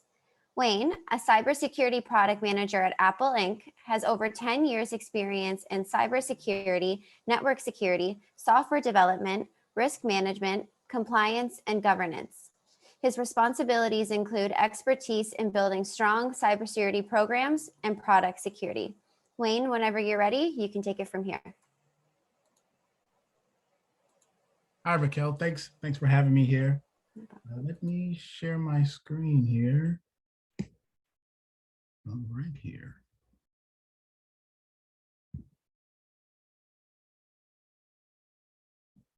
All right, hope everyone can see my screen here. I'll go ahead and start this here.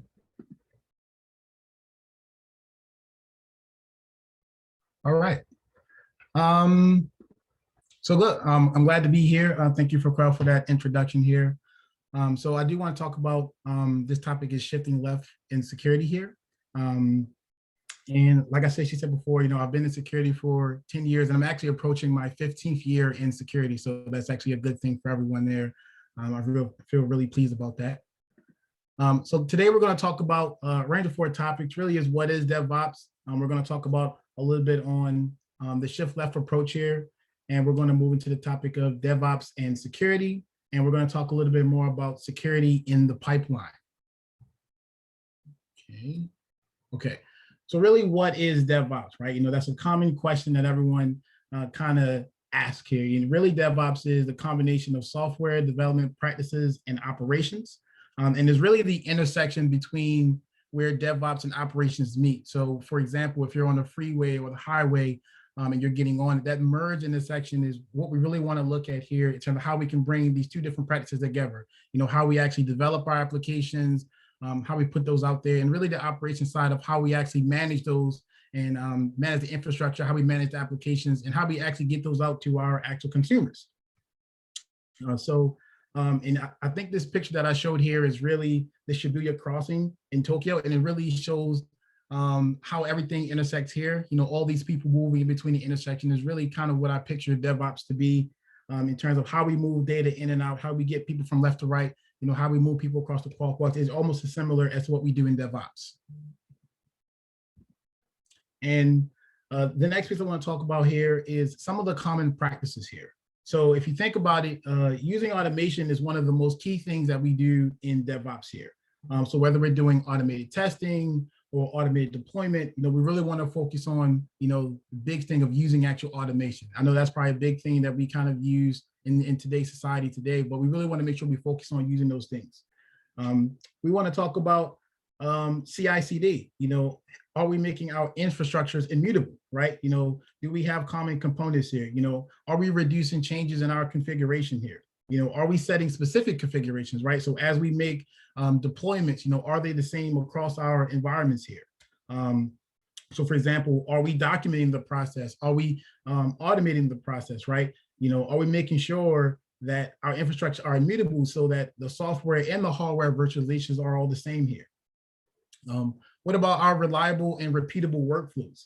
So as we go through the process of making our infrastructure reliable, we also want to make sure that it's repeatable. We don't want to keep building new things to do things that we've already done. So we really want to make sure that all the workflows that we compete are easy to digest, are things that we can do on a regular basis. And like I said before, that they're reliable. We want to make sure that all the practices that we do, they're consistent, they're standardized, they're things that we can repeat. And so that if we have new people coming into our environment or new people trying to understand what our process is or what our pipeline looks like, they're able to reproduce those things and get the same output.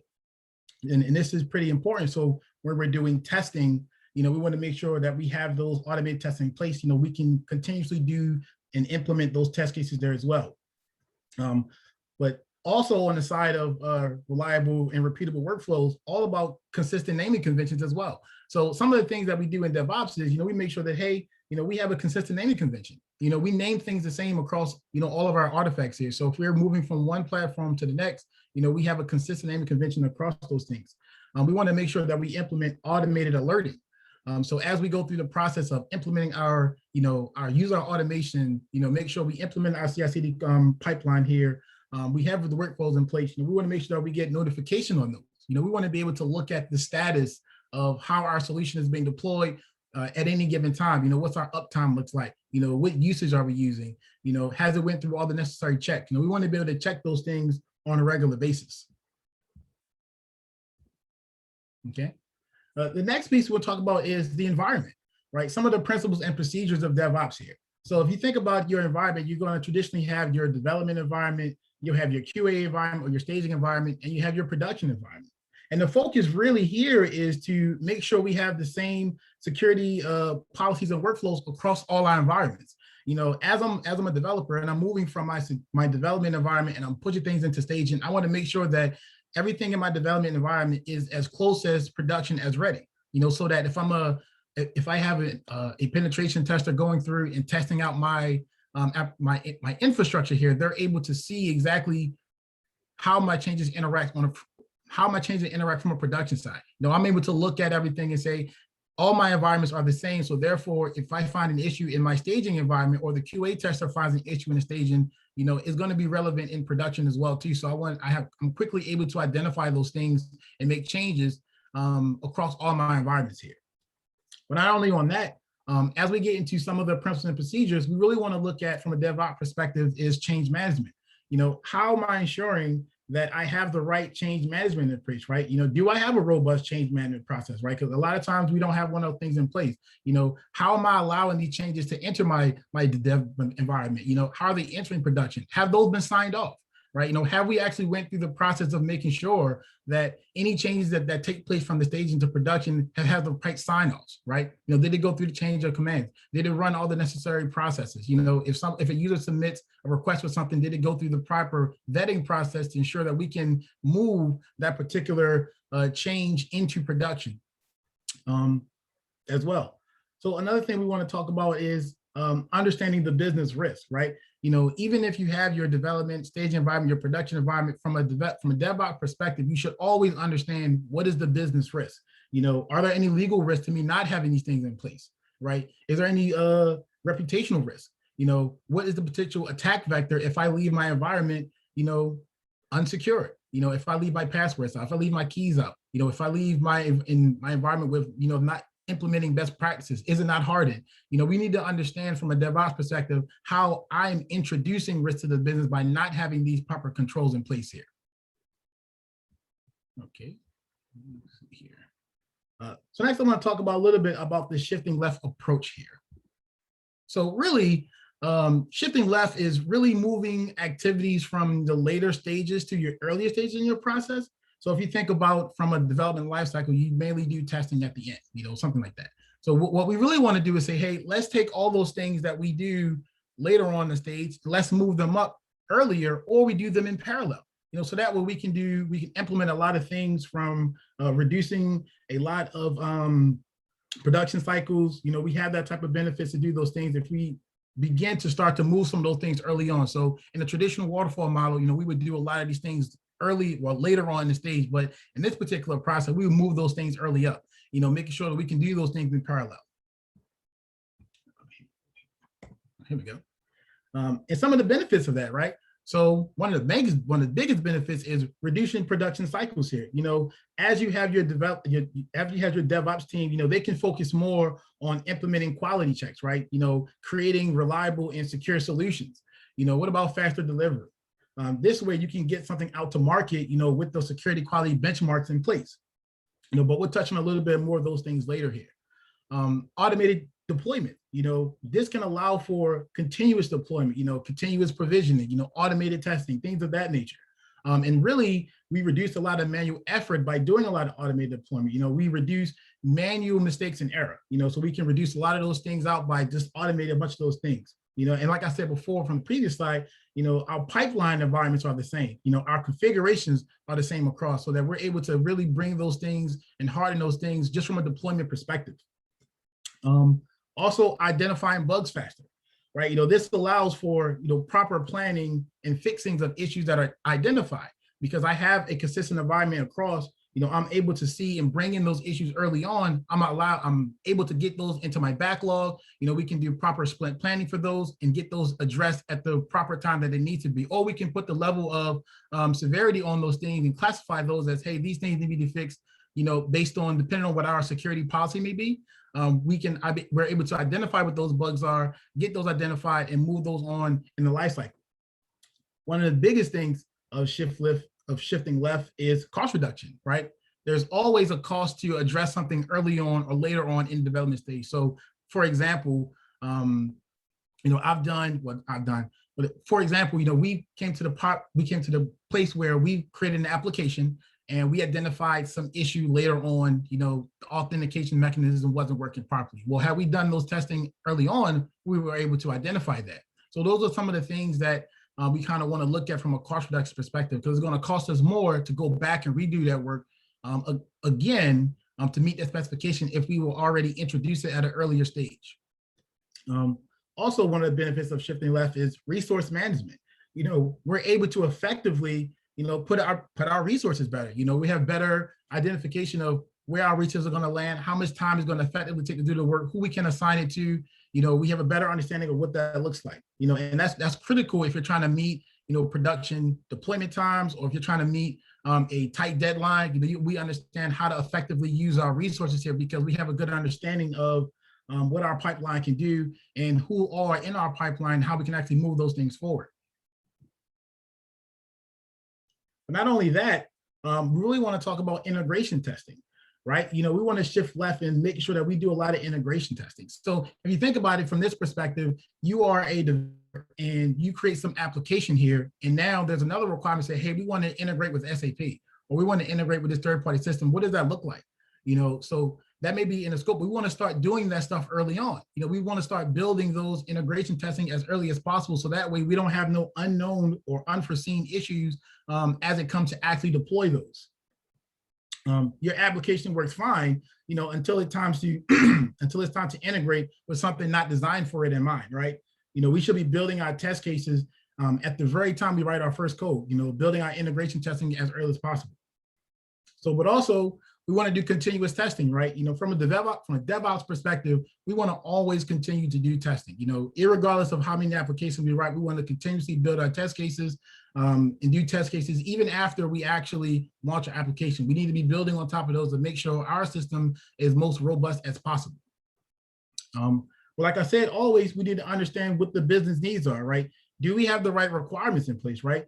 If we keep refactoring our core requirements, we need to make sure that we understand exactly what those are, because there may be additional requirements, right? There may be compliance requirements, there may be regulatory compliance, there may be some business specific requirements that need to be in place, right? We may have a strategic direction that says you need to implement these requirements for every solution you do, no matter what happens. So we want to make sure we understand what those are and get those into the pipeline so we can build. So whether we're building something for PCI or HIPAA, or we're building something for the federal government, we want to make sure we understand what those requirements are, get those into the pipeline, build our test cases for those, and make sure that we can talk and make sure that those are implemented. But also we want to understand our build pipeline, right? From a DevOps perspective, we need to understand, we want to be able to speed things up here. So we need to have approved templates, right? So that way, let's say, for example, you have a new solution that comes up that can utilize your pipeline. Hey, we already have this infrastructure in place. Let's reuse this already. There may be a few tweaks here for different use cases, but at the same time, this speeds up the DevOps process because we already have a pipeline in place. Templates that allow a new developer to come in and establish a new pipeline, something that's already built with things in place, test cases already in place, and those test cases and this pipeline is going to be consistent across your development, your staging, and your production environments here. So we really want to make sure that we kind of get those things in place, because that allows you to shift left at a tremendous speed. So let's talk about DevOps and security now. And really, this is kind of how security is perceived. I'm not sure if everyone has seen this meme before, but it's really the guy here. He's looking back at the lady here with his lady on the side here. And if you think about where we stand from a security perspective, we're the lady in the blue looking at the guy saying, "Hey, stop going to production so quick. What about me?" And that's really how we kind of see how everyone kind of sees security. And that's just really not the case, right? We really are the ones working with you guys to kind of move these things forward. So one of the things that I want to make sure that we kind of understand is that, you know, security, we really can't keep up with the speed of DevOps. You know, DevOps is moving faster than we can actually keep up. So we have to make sure that we understand exactly what's going on. You know, we need to make sure that we're always, well, from a security perspective, we're always in a reactive state, right? And we really need to be in an active state. You know, we want to make sure that DevOps have the proper oversight in place so you guys can move forward at the speed at which you want. And that really involved with introducing the culture of security, right? A lot of times in a lot of organizations, you know, they have a slow place of introducing security as a culture. So we really need to start to build the culture up to understand that, you know, it's not just DevOps, it's really DevSecOps, and really bringing this to the forefront, because that way we all benefit from doing those things here. Because a lot of times you'll see changes come into the environment, well, into your organization that don't include security. Now you have to go through all these things that kind of break people out of their particular ways and moving forward. But that's where we really want to move as an industry, you know, really building things and working collaborative. But also security is traditionally seen as a gate. You know, it's our job to ensure that people within our organization or applications are being adherent to all the strategies, the policies, you know, and the technology, you know, to really reduce the risk to the business, right? You know, so we want to ensure, you know, security by design. You know, we want to ensure that we improve collaboration and engage our developers to share the responsibility of owning the security around your application and your environment. So that's one of the things that we talk about from building a culture here, is really making sure that developers or in operations understand that if you have an application, you ultimately are responsible for owning that environment here, not only from the business risk, but for your own risk. You know, let's make sure we understand that we have the right security controls in place. We've done our thorough analysis. We've done our due diligence in making sure that our environment is secure, our application is secure, and we own the overall life cycle of that particular application.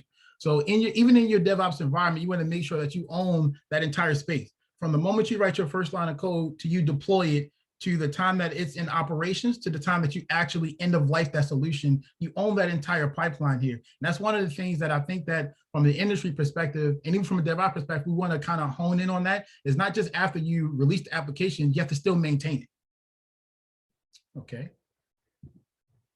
So really, this is how I kind of see security. I'm a terrible bowler, so I use the guardrails here. And I think of security as the actual guardrail. You know, we're not going to tell you how fast to throw the ball. We're not going to tell you which way to throw the ball. We're going to tell you, as long as you stay within the rails of security, you should be okay to move forward. So if you think about, we give you a security quality score based on if you're doing penetration testing, right? Or if you're doing some software analysis, some composition analysis, you know, if you're doing some of those things, we're going to tell you, here's the range that you need to be in. As long as you can meet these guidelines and stay within this frame, we want you to move as fast as possible, because you're already automating your pipeline, you're automating your deployment, you're doing continuous testing. We just want to make sure that you stay within all the security regulations and compliances that you have in place here. So this is really where we want to be. And this is really how security should look. You know, this is really how DevSecOps should look in context. You know, we're not going to tell you, you know, how fast you can go. You know, we're going to say, hey, here are the guidelines for you to actually move forward.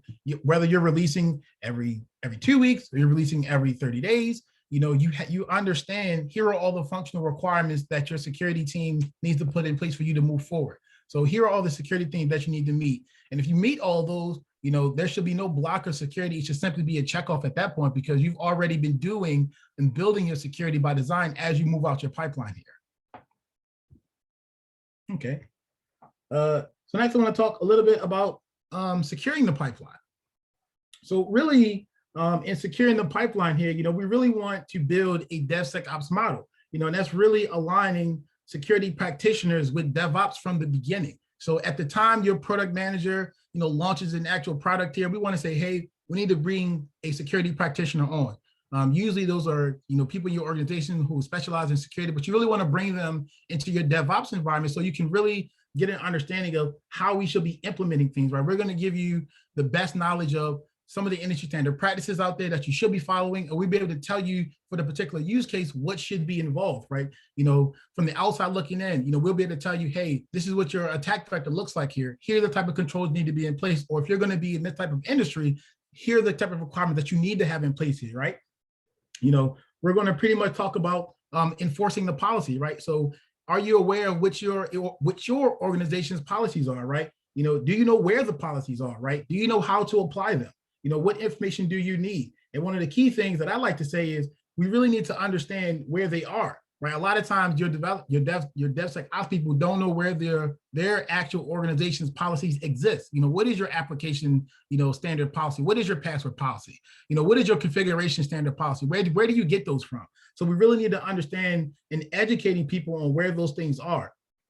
But not only that, you know, it's really educating people on the terminology here. You know, here are some of the terminology that we use across the industry that you should be familiar with so you can talk apples to apples. So if we're walking in and we're talking about, hey, your application has some CVEs, you should at minimum understand what that is and the context behind it. Or if we're talking about, you know, did you perform your analysis here? You know, we're referring to specific things here. So we want to make sure that we understand that we enforce the policy and really help you guys guide, like I said, guide the guardrails of what you need to be automating here. But also automating security tools in the pipeline here. I think this is one of the most critical things that we kind of want to focus on, because we really want to be introducing, you know, things like configuration management, you know, things like secrets management. You know, we want to kind of automate patching. You know, we want to automate vulnerability scanning. You know, what about code signing?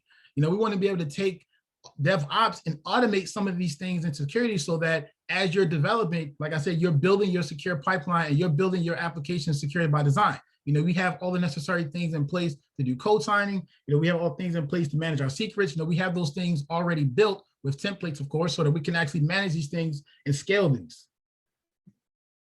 Here we go.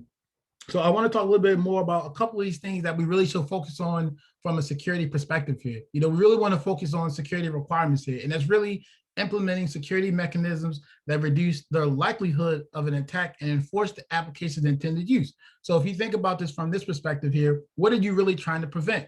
You know, authentication, authorization, what are we really trying to prevent here? You know, can we test the security requirement? You know, can we measure it, right? Is it something that we can actually measure the security quality across our applications and across our environment?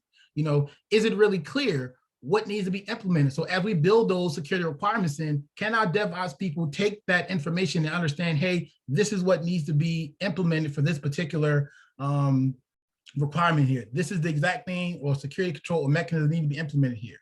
The next thing is this control consistent across the ecosystem? Like we mentioned before, you have your staging environment, your development environment, your production environment. Is this control consistent across all of these? Can this requirement be applied across all those systems? We want to make sure we kind of bring those in to kind of move those forward.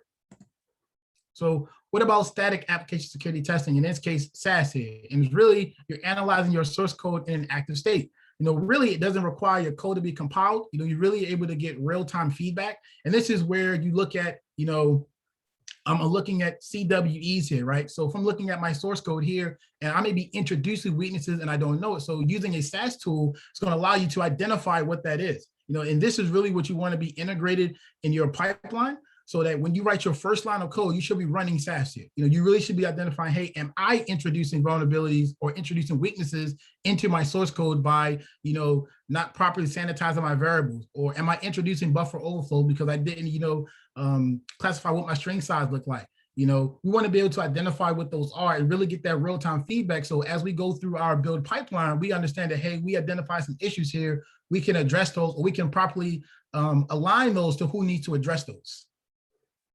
That go back to resource management. We want to implement DAS, you know, dynamic application security testing into our pipeline. And really, we want to identify the weaknesses in running applications. You know, we want to get a real-time feedback of how our application is running.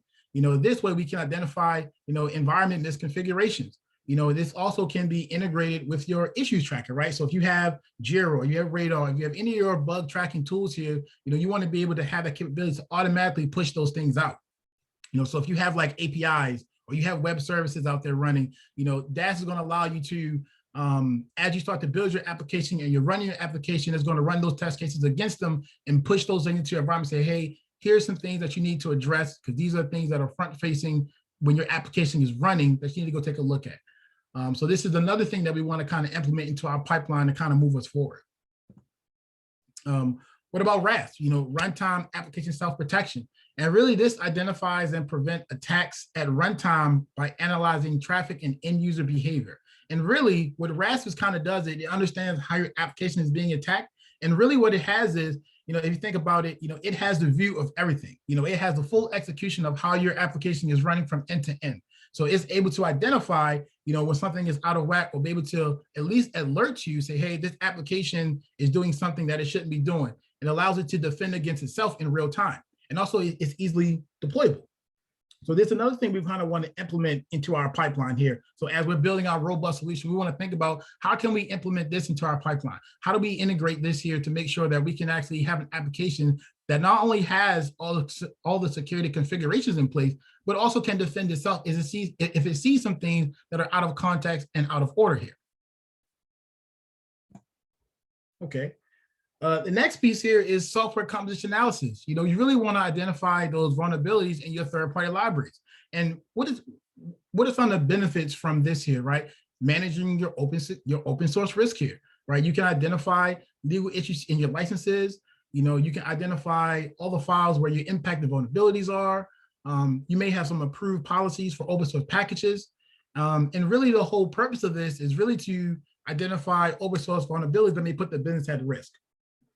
So if you think about this perspective, in today's day and age, we're using, open source packages the most. We're all building these applications to be faster. So we're using these pre-built already packages. So we want to be able to say, hey, I'm using this package. Here are some of the vulnerabilities in those packages. Because if you think about it from this perspective, I may be building a web application. I may decide to use a web framework for to do authorization, right? Let's say that for example. So I may not have no vulnerabilities in my code, but that package may have vulnerabilities in it that are inherently introduced in my application. So I need to understand from a security perspective what those are. And you should understand from a DevOps perspective what those are as well too, so you can understand what type of controls that you need to put in place to mitigate those, right?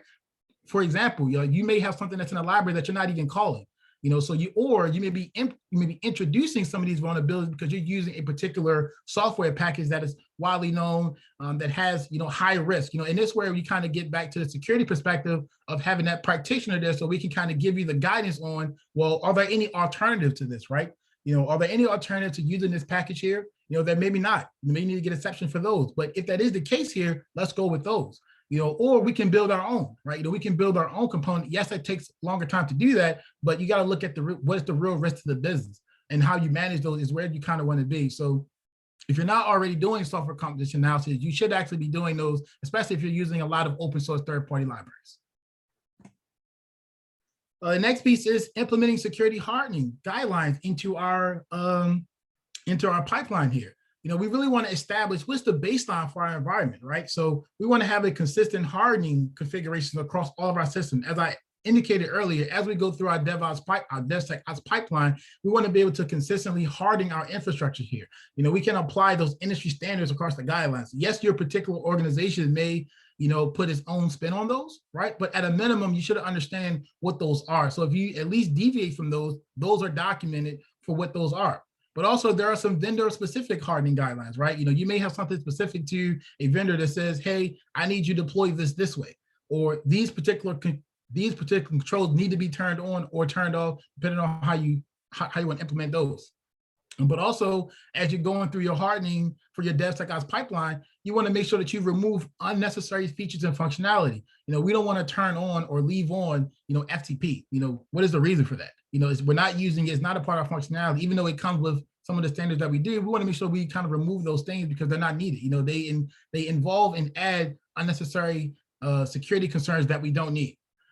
We also want to be able to document these standards here, right? We want to make sure that anytime we have our security hardening guidelines in place, and I mentioned earlier, we want to be able to share them with the people who need them. So as we build these hardening guidelines, our DevSecOps teams need to go where to get them. So you may have heard of getting your hardening guidelines, right? Or your golden images, right? Where can I find them in my organization? What do those standards look like? What do I actually need to go do to get this in place? Do I just download it? Do I got to submit a request for it? I want to be able to understand what those standards look like and how I bring those in. Which goes back to my part about these things being easily available. From a security perspective here, in the DevOps perspective, we need to make sure that these hardening guidelines are available for everyone in the industry to follow best practice. So if you have these things in order here, we can really make these the same across our whole entire pipeline. So if we look at how we're actually building our DevSecOps pipeline here, we have our configurations in place. We have our software composition analysis in place that's looking at all of our open source packages. We have our static application in place embedded in our DevSecOps pipeline. That way we're able to identify issues that we're introducing or weaknesses that we're introducing in our code base here. We have our DAS capabilities here. We have our security requirements that we identify, and we're able to incorporate that all in our DevOps pipeline, our DevSecOps pipeline here. So this is where we look at when it comes to terms of integrating and shifting left with security. We're really bringing in a lot of the things that we would say do at the end. We're saying, no, let's include them into the pipeline. So when we get to the end, we've already established those guardrails of what you need to meet at. So let's say, for example, you're running a SaaS tool, it's going to spit out, hey, you have 7 vulnerabilities or 10 vulnerabilities listed on the OWASP top 25 or the OWASP top 10, right? So let's say you have that list here. You run your scan, you see there's 10 there. Now, as a developer, I see that, I say, okay, I see that there are some issues here. I need to go address those. But from a security perspective, we're going to give you the guidelines. I said, hey, if you run your SaaS here, and there are the minimum is 0, then if you show 1 there, I should be addressing those, right? It's really that simple. We want to make sure that we give you the guidelines to meet and move at the pace at which you want if you bring all these things in. So now I'm able to identify what my quality score looks like. I'm able to identify some of the things that I have in common across the infrastructure here. I'm able to look at my risk holistically and look at my entire portfolio to see, hey, how are my other applications dealing? But not only that, this allows for continuous identification of these risks, right? Because they're embedded in my pipeline, I'm continuously running them, right? I'm continuously testing them. I'm constantly getting new updates for my open source packages that come in. They're constantly showcasing me what needs to be happening because the threat landscape changes. Most of the time from a DevSecOps perspective, we think that once we put an application out there to the into the production, that's it, we're done. No, the threat landscape changes every day. So there are new attacks that come up, new ways to break into your system, new 0 days that come up every day that we need to be understanding how we want to change and implement those. So we want to make sure that we kind of build these things across our entire portfolio, make sure that we bring things into scope here, make sure we integrate with DevOps, make sure that we're building a relationship with our security practitioners so that they can actually educate the DevSecOps community on how to securely do these things. And even if you can, you want to bring them into your actual bring them into your agile team. They should be a part of your team so that they can be looked at as a resource if you have questions to go to, or if you need to get some industry standards here, or maybe you just want to understand exactly how the security mechanism should be deployed, right? We will give you the context and the background of where you can go to get those, what type of security configuration you should follow, who you should reach out to if you see any issues here from a legal perspective. We can give you the type of guidance that you need to move forward into establishing a good pipeline. I'm here for questions. I thank everyone for that. Yes, thank you so much, Wayne. That was very insightful, and there's tons of engagement in the chat box here for you. So a few questions that came up. The first one here is, in your opinion, who is supposed to integrate security tools / DAST in the pipeline? Traditional DevOps engineers or security specialists? Okay, so in my opinion, it really should be the DevSecOps, the DevOps team. And because I think I mentioned earlier that as a part of the DevSecOps team, you should be the one integrating all of these for the entire pipeline. So you should be the ones, it's your application. So you should manage it all throughout. Instead of coming back to us telling you, you need to meet these specifications here, we really should be the ones integrated, because you're going to have the industry knowledge on how to integrate it with your application. You're going to have your build engineers that say, hey, this is what it looks like in the pipeline. So you're the best fit to actually integrate those. What we're going to do is give you the guidance of, this is what you need to integrate, and here are the configurations that you'll need for if they're not already standardized. So it really should be the DevOps people integrating those with security oversight in terms of, here are the guidelines that you need to follow through with it. And a lot of those things are already set up. If you have a mature organization, they've already set up and configured your security tooling to already run where it needs to be. And the only thing that you need to do from a DevOps perspective is integrate it with your DevOps pipeline and run it. Awesome. And the next question we have here is, do we need DevOps security gates to ensure we are compliant, or will it affect speed and agility with delivery? Okay, yes. Yes and no. So I don't think that we need DevOps security gates here. I think from our perspective, what we really need is to everyone understand what is the business risk here. Because once we understand what are all the pipelines here, and we understand what exactly are we trying to accomplish here, I mean, the risk is the risk, right? So we need to understand how we actually manage those here. So whether you have a security pipeline that says at the end of every particular release, we need to be at this level of risk here, you know, I think we need to be in a space where we don't necessarily need the gate. As long as we maintain what the security posture is, that should be enough for us to do sign off. Just as like you have everything, you know, you have a change management gate, you have a marketing gate, you have a financial gate that you're going to do, a product gate. You know, when you user acceptance testing, you still need those things in place. But from a security perspective, these things should be integrated with your pipeline so they're already visible. So nothing that you see from a security perspective should be new to you.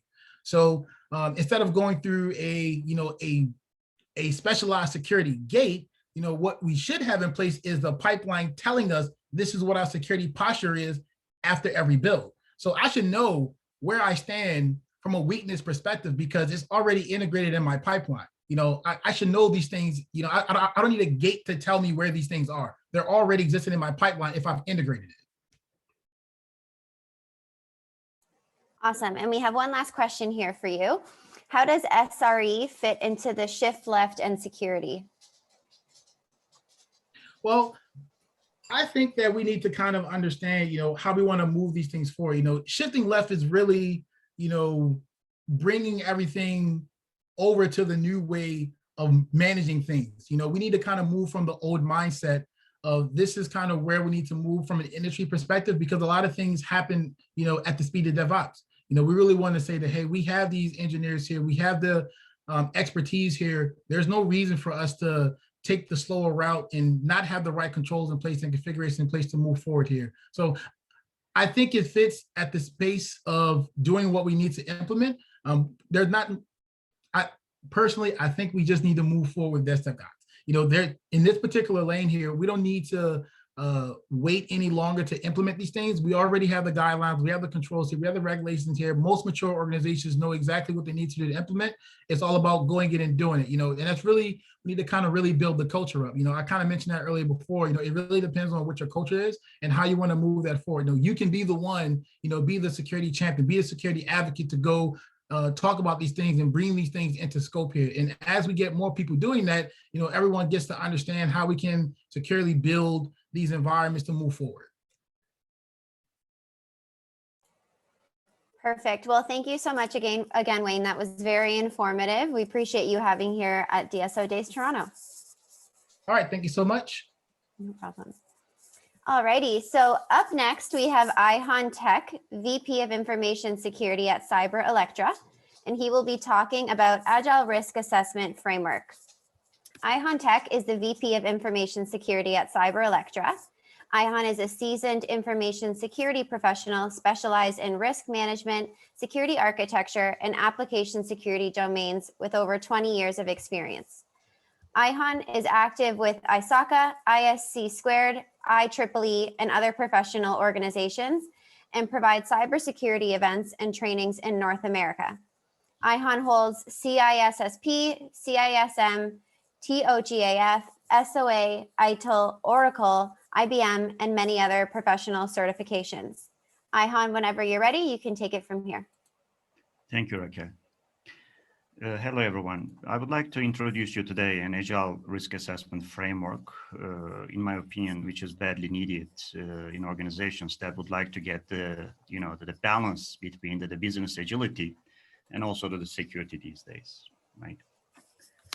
When we look at the risk from business perspective, I'm sure you heard many of the quotes or the kind of just the expressions such as no risk means no business, or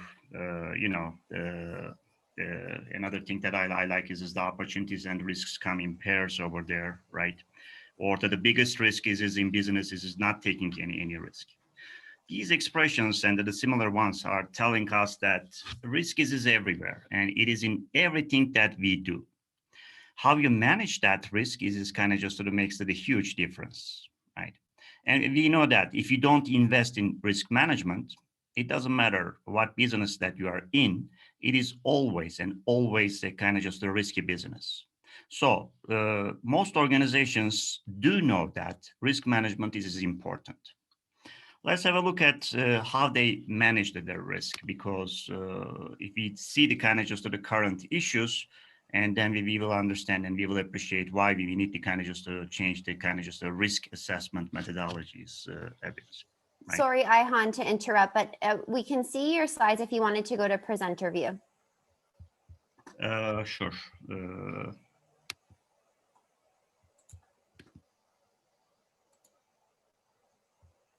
Is it okay now? Let me just Did you double check. verify? No, these are your speaker notes.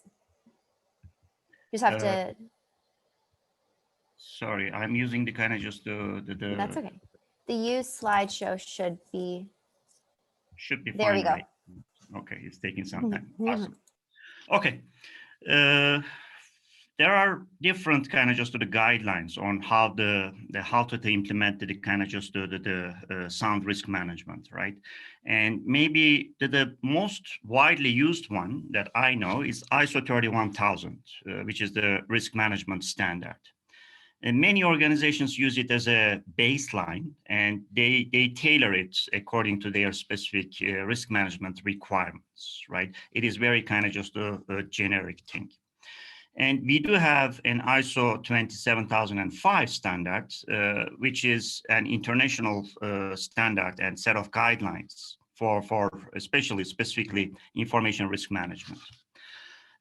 However, it does not prescribe a specific risk assessment technique. And of course, it does not address the risk assessment that should be done in a fast-paced environments, right? Such as the kind of just the DevOps and agile methodologies over there, right? So let's have a look at why the organizations should do effective risk assessments, right? The first thing is the security posture.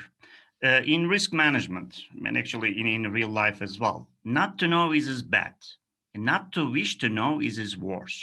So in order to know your organization's security posture, there's no better tool than the risk assessments, right?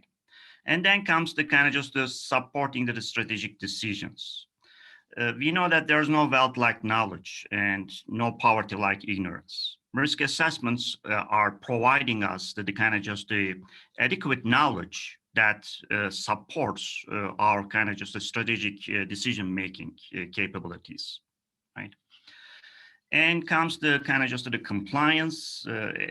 As you know that all regulatory standards these days require organizations to understand and also apply to the risk assessment methodologies in their systems, right? And from resourcing perspective, without a thorough risk assessment, a security program's priorities are nothing but only the kind of just the guesswork. And risk assessments are kind of just helping organizations in this regard so that they can allocate technology resources where they are needed the most, right? The last but not the least is the competitive advantage. If it is done right, risk management can actually give organizations a strong competitive advantage. In order to win and maintain the trust of our customers, the organizations, of course, should demonstrate some kind of just a dedication to the risk assessments, right? And if I was able to convince you that the risk assessments are important, let's have a look at right now how the organizations perform the risk assessments over there. These are kind of just in general, but trust me, 80% of the kind of just organizations are kind of just following these methodologies these days. First, we have to identify the assets, right? Assets within the established scope should be identified first. And as you know that an asset is anything that has a value to the organization. And so it requires the kind of just a protection. Once we know which assets will be in scope of the risk assessments, then we identify the threats. And as you know that vulnerabilities can be exploited by threats to cause harms to the assets. So we need to identify the vulnerabilities as well. And the previous speaker, I think he did kind of talk about how we can identify the vulnerabilities by using different kind of just tools. And once we have the kind of just the vulnerabilities and we identified the controls, a list of existing and planned controls should be identified. Once we have this information, then finally we calculate the residual risk and we kind of just report this risk as well, right? And depending on the kind of just organization's risk appetite, different risk mitigation and or this different risk acceptance kind of just strategy can be applied. For example, if the risk has a high probability and kind of just a low impact, then you may want to kind of just take the risk and so that you can pursue your organization's goals and objectives, even though the road might not be the kind of just the even road, right? It's a rough road, right? So let's have a look at the traditional risk assessment activities, if it's how it is being done, right? Usually the risk management team presents risk assessment and artifacts. Most probably it's just a kind of just the boring 100 questions over there, and the business team gets this one, and the artifacts are again in the form of the kind of just an Excel spreadsheet or whatever the document that they are using, and this is being sent to the project team. They usually kind of just send this via emails, or I don't know, there are other kind of just the means as well, or maybe they are presenting some of the organizations during the meetings. And then the project team provides answers to those questions and sends back to them to the answers. And the risk management team gets these answers. Probably most of them does not make sense because it depends on the questions that they asked. And they usually kind of just require more information. And back and forth, it goes like this. I call it, this is kind of just a chicken dance over there, right? Finally, they got all the kind of just the artifacts and they completed the risk assessment. And another tango starts over there. Do they agree on the kind of the risk that has been kind of reported? Lots of kind of just sort of things happen there as well. And the kind of just the short story is it takes forever, right? It takes weeks, if not months, right? Also, with this kind of just the traditional risk assessment activities, one thing that I would like to draw your attention is when the risk activity starts and ends. Most of the organizations start the risk activities at the initiation or plan stages of the SDLC, right? Although it is good to start the risk assessment activities as early as possible, however, it is not good to complete the risk assessment activities prematurely, right? That's we usually do over there, right? Because we at the earlier stages after the project, the information is limited. By using this limited information, that would be very, very challenging to identify all the risks over there. So it is highly recommended that the risk assessment activities take place throughout all stages of SDLC and continuously get updated. That we are going to kind of see how to kind of just accomplish this. Let's have a look at the kind of just some of the drivers, challenges, and expectations from risk assessment perspective. Many organizations today have been going through a digital transformation. Right, the transformation usually involves in dealing, with many kind of just disruptive technologies and methodologies, such as cloud, DevOps, IoTs is there, APIs, containers, you name it, right? However, when we look at how we handle the risk assessment for these new technologies, we see that many organizations still use one-size-fits kind of just a type of assessment activities or artifacts. In the old good days, 2 or 3 kind of just tier web applications were common. I see most of the organizations are still using those web application kind of just the assessment questionnaires, right? No matter what they are trying to assess, whether they do have an IoT that they're trying to assess or the cloud kind of just initiative that they are trying to assess, they keep kind of just presenting those old artifacts, right? Then we have the kind of just the DevOps and Agile, because there's a huge time to market pressure for the business. And we have these crazy DevOps or Agile people out there, hilarious people. I love them. they have a magical kind of just a mechanism that they call it the CI/CD pipeline over there, right? And with a shiny button, they push that button and poof, they are in the production in minutes. And as if this is not enough, they do this every week. And some of the organizations, they do this every day as well. If you are using, on the other hand, from the risk assessment perspective, the traditional risk assessment methodologies in the kind of just to the fast-paced environment, such as the DevOps, right? The only button that you can push is your belly button and say that, I'm sorry, you guys have to wait 6 weeks so that I can kind of complete my, the risk assessment over there, right? This is not scalable, or this is not helpful at all, right? That's why most of the security teams are being perceived as a kind of just the inhibitors, as opposed to enablers to the business, right? Another thing is, when we look at the risk assessments, we realize that the most of the assessments are static. It means that we perform the risk assessment at the point in time, of course, and it's a snapshot of the risk at the specific time.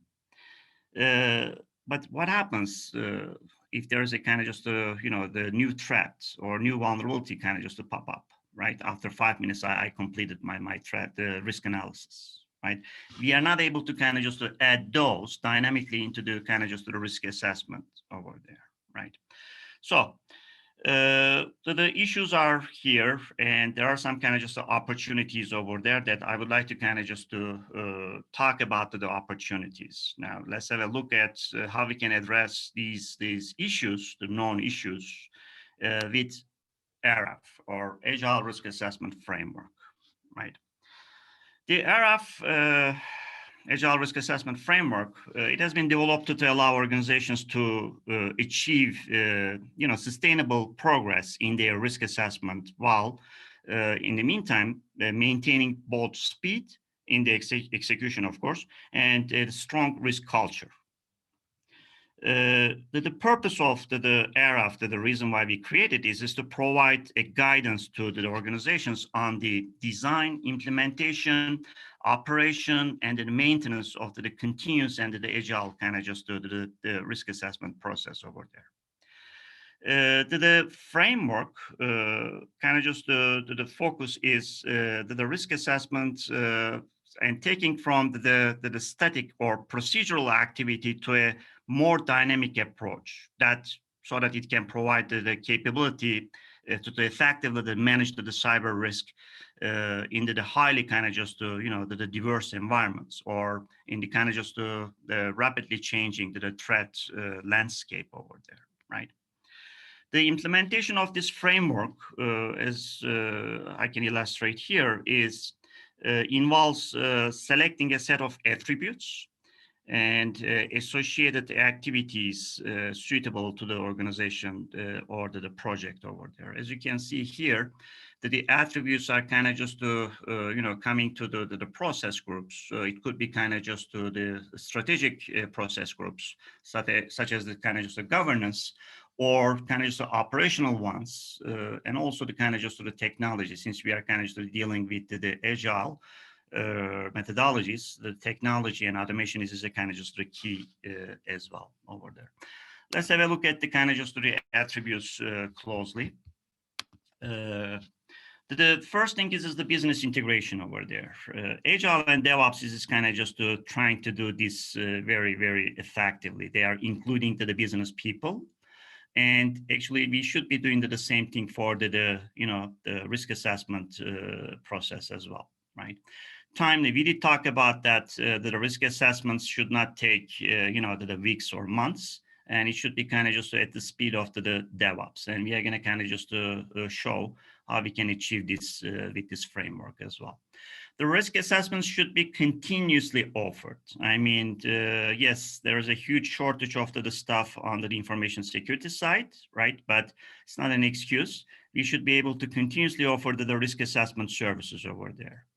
And it should be, of course, compliant for not only the external compliance requirements, but also the internal kind of just the policies and standards that organizations have as well, right? And from operational perspective, it should be consistent. We see lots of kind of just the risk assessments, and if you give this one to two different assessors, you're going to get two different results on the risk assessment. We need to kind of just preserve or maintain the consistency in the risk assessments. And we will talk about how we can manage those. It should be measured. I mean, if you cannot measure something, it means that you cannot manage it, right? And the metrics come into the play here that we are going to kind of sort of discuss those. And the auditable and confidential parts needs to be there as well, because ultimately we are dealing with the risk, and that should be kind of just handled, properly over there. From the kind of just a technology perspective, it should be up to date, right? I mean, we see lots of kind of just outdated information on the risk assessment kind of just side. We need to kind of just sharpen the saw, and we have to provide up-to-date information all the time.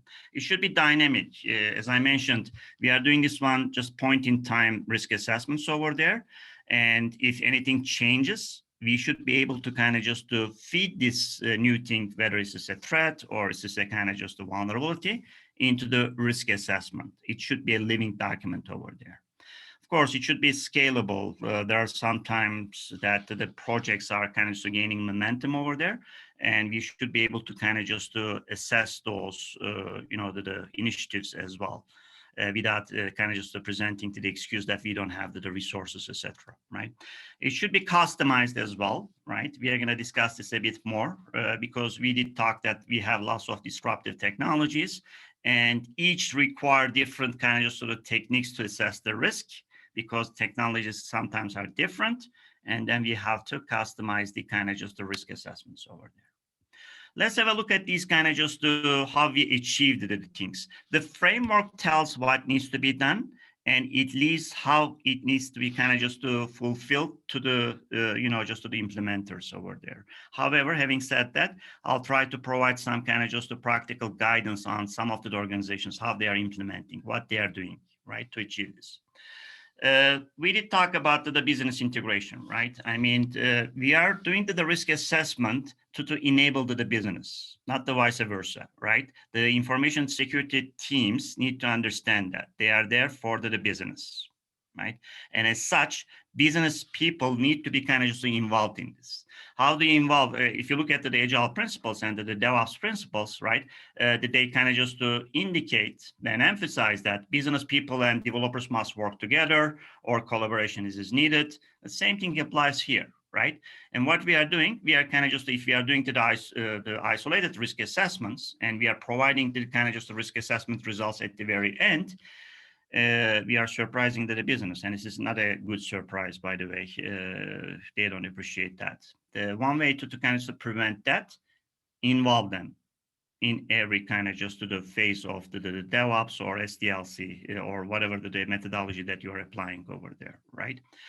And also, why they may not kind of just to get involved is maybe they don't understand the process over there. You have to kind of just to translate the technical risk to a language that they can understand. We call it kind of just translating technical risk to the business risk, right? And these comes from the kind of just to the top. As I mentioned, there are some organizations out there in practical terms. What they are doing is they are trying to kind of just to change their risk appetites and making it available to everyone. And they are kind of governing this with their, risk management policies and standards over there, right? And this is highly recommended if you are trying to get your business people involved. You got to change some kind of just governance related practices. Timely. We did talk about this, right? We have to kind of just to complete the risk assessments within appropriate time frame, which is kind of just palatable to the business. But there's, don't forget this, please. I mean, yes, speed is kind of just an extremely good thing, but if you're going into the wrong direction, it is irrelevant, right? Yes, time is money, but there needs to be kind of just the balance between the speed and the security as well, right? And how do you kind of just achieve this timeliness in risk assessment, right? There are tons of kind of just the things that needs to be done. And this is not only kind of just from the strategic perspective, but also the operational and also the technology side as well, that we will touch base, right? Maybe the most important thing is you have to kind of just define and communicate the external risk and internal risk assessment context and boundaries, right?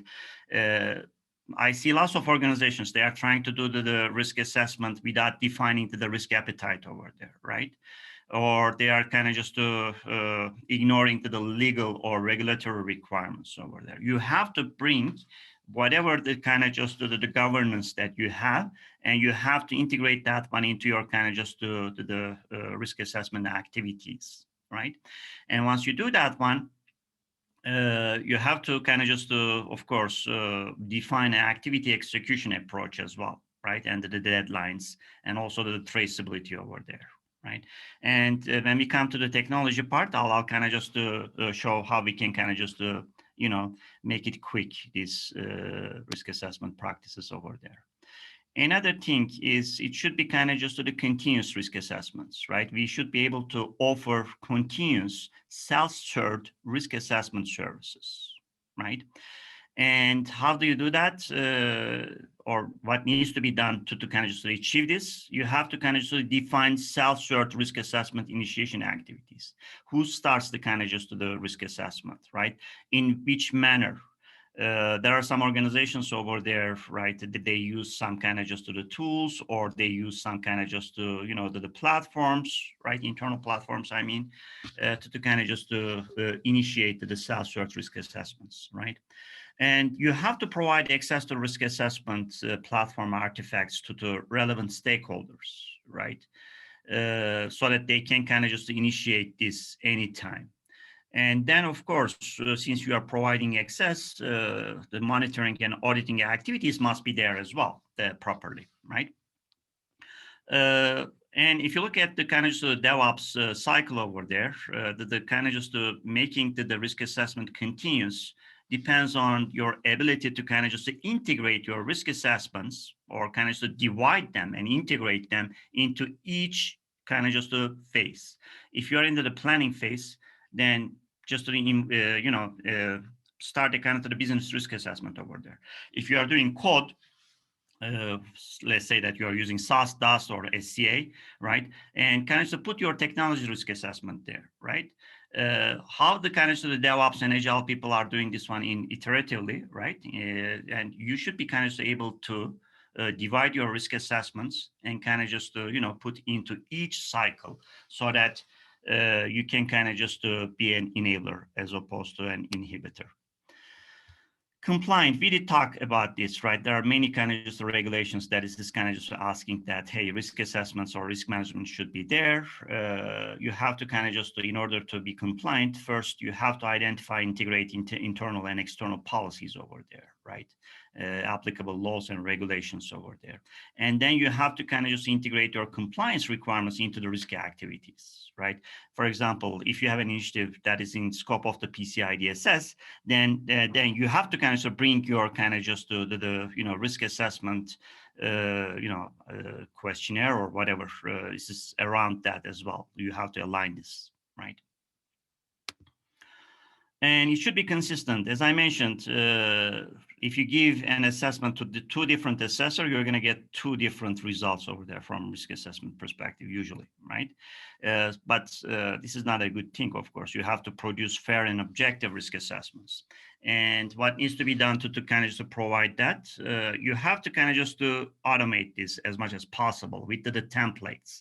And those templates should kind of just have well-defined assessment questions, right, for each technology. If you're asking this one to, for example, the cloud, and if you know that you have internal and external kind of just you know, regulations or standards that you need to kind of please, you have to kind of just include these into your input process. And once you get to the output, which is kind of outside of what is expected, then you can kind of just put a consistent risk, you know, the label on top of this, right?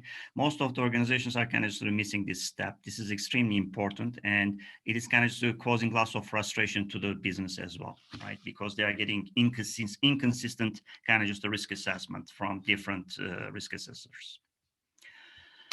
Measured, as we mentioned, I mean, if you cannot measure something, it means that you are not managing it.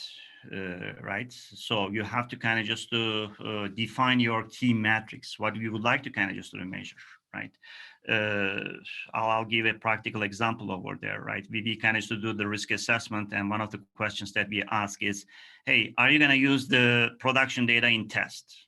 And the project team always says, no, of course no, right? But in reality, we see those things over there, right?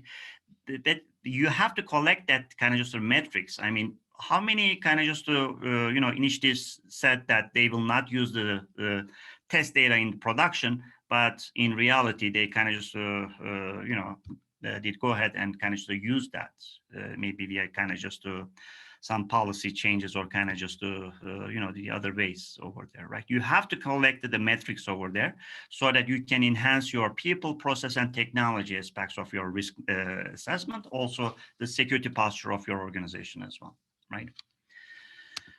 So we did talk about auditable and confidential. Since you are kind of involving more people outside of your information security trusted inner circle, then you have to kind of just enable the confidentiality and auditability as well over there, right?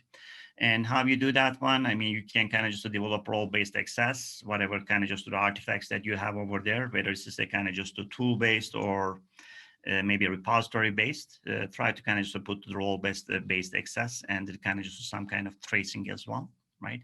And also, as always, practical kind of just to define the roles and responsibilities as well, right? And the risk assessments should be current, up to date, and also it should be dynamic as well, right? As I mentioned, if we are kind of using some documents that is dating, maybe it's just older than myself, and we are not be able to giving the kind of just a proper, the risk assessment guidance to the business and DevOps people, right? And it should be dynamic. We need to kind of just find a way. If anything changes, even if I'm done with the risk assessment, if anything changes on the regulations, on the kind of threats or vulnerabilities, I should be able to feed this one into the risk assessment. And I should be able to kind of just notify those teams that, hey, something's changed over there, right? You got to do this. You have a new risk. Or remember, there was an XYZ risk over there. Since the kind of just the technology changed, maybe they fixed that vulnerability and we eliminated that risk over there, or we reduced that risk. You'll be able to kind of just tell this dynamically, right? And it should be scalable and customized. As we kind of just mentioned, there are some kind of the peak times under the projects and initiatives that we need to kind of just, and we are short of the information security resources. You need to kind of use the automate and self-cert kind of just the risk assessment techniques so that your risk assessments will be scalable. And it is extremely important that you need to kind of customize your risk assessments. If you are dealing with IoT devices, ask questions with the IoT technologies, not the web technologies over there that you have, right? And Agile and DevOps kind of just that emphasizes those as well over there. How do we kind of just recommend the Agile risk assessment workout? Business is going to kind of just start the risk assessment. It's going to be self-served, right? They're going to provide the kind of just the information on what they are trying to achieve, whether they are the DevOps or kind of Agile teams, right? And this is going to kind of just come to a Agile risk assessment intelligence platform. These days, there are lots of AI, ML there. You can utilize those, right? And there are some organizations that they are kind of just doing this manually, and there are some organizations that are kind of just using the automated tools. But whatever is kind of just your choice, make this one kind of just to the smart, this platform, and so that they can kind of do the assessments on the spot instantly, right? And once they do it, for example, I'll give one example. This is very kind of just thorough. Let's say that your cryptography kind of just standard dictates to use the TLS version 1.2. And one of the kind of just the business is trying to use the previous versions, right? Immediately, right? Once they kind of just to fill that questionnaire or whatever the mechanism that you are using, they should be getting the kind of just it is a no, and this is the risk, right? And we kind of just recommend you use the kind of just version 1.2 over there. They should be able to get this notification immediately without waiting for a risk assessor to complete that one after 6 weeks and kind of just present to them. This is extremely important, right? And okay, in this case, what is the role for the risk team? They're going to do the sanity check over there, and they're going to kind of just create the new templates, right? Because technology is kind of just increasing, and we have different technologies and kind of the different threats over there. They have to kind of just do the maintenance things over there a bit, right? Thank you very much for your time. I do appreciate. I can give more practical examples. Feel free to kind of just contact me, and we will take from there as well. Raquel, back to you. Awesome. Thank you so much, Ayhan. We did have a few questions that came into the chat for you. So the first question here is, we need it to be short but tactical and still support business value. What timeframes are we looking at to conduct these activities? Again, it depends on kind of just the criticality, the risk of the kind of just the initiative. But the thing is, if you automate that one, it doesn't matter, right? Because it's going to be instant. If you ask me, it shouldn't be taking more than kind of just 10 minutes, right? If you can kind of just establish that thresholds over there and establish your process and procedures and integrate your kind of just internal, external kind of just the requirements into the risk assessment, it's going to be instant. If someone is asking me, hey, should I be using this kind of just XYZ technology? And if you have the kind of just the database or kind of just the intelligence over there, it tells this instantly, you shouldn't be waiting more than 10 minutes for the risk assessments. Awesome. And the next question we have here is, which entity or new risk entity in the organization will manage this governance risk assessment? My question to that question owner is, who is managing the kind of just the DevOps and the agile over there, right? Security is a cross-cutting concern. It is everyone's business. This is not the information security's business, right? Information security, as I mentioned and emphasized, that is there to support the business. So business own that. However, the responsibility and accountability kind of just falls under everyone's area. Perfect. And the last question that we have here is the self-service risk assessment or agile risk assessment intelligence platform available on the market as a SaaS solution? Yes, there are some platforms available over there. However, each organizations are different. There needs to be customization that needs to be done over there as well, right? Feel free to contact me and I can kind of just walk you through on some of the kind of just readily available platforms out there. But having said that, feel free to kind of just, build your own platform as well, right? Because this is kind of just a knowledge base, right? If you have a kind of just a knowledge base, if you are kind of just, getting the threat intelligence and the vulnerability kind of just the intelligence from somewhere, right? Utilize that. So, information is there. The most important thing is to know how to utilize that properly. Awesome. Well, thank you so much again, Ayhan. That was very informative.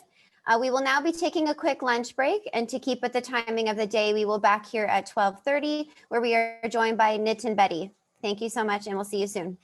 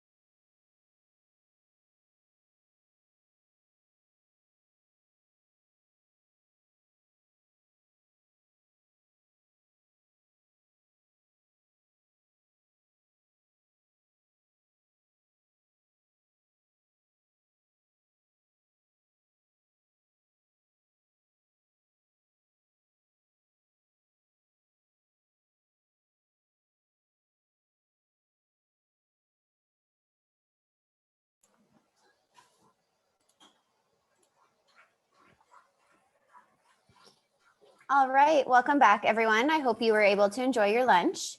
Next with us, we have Nitin Bedi, Director, Cybersecurity, BettyNet Consulting, Inc., and his session title is Why Bother with Standards?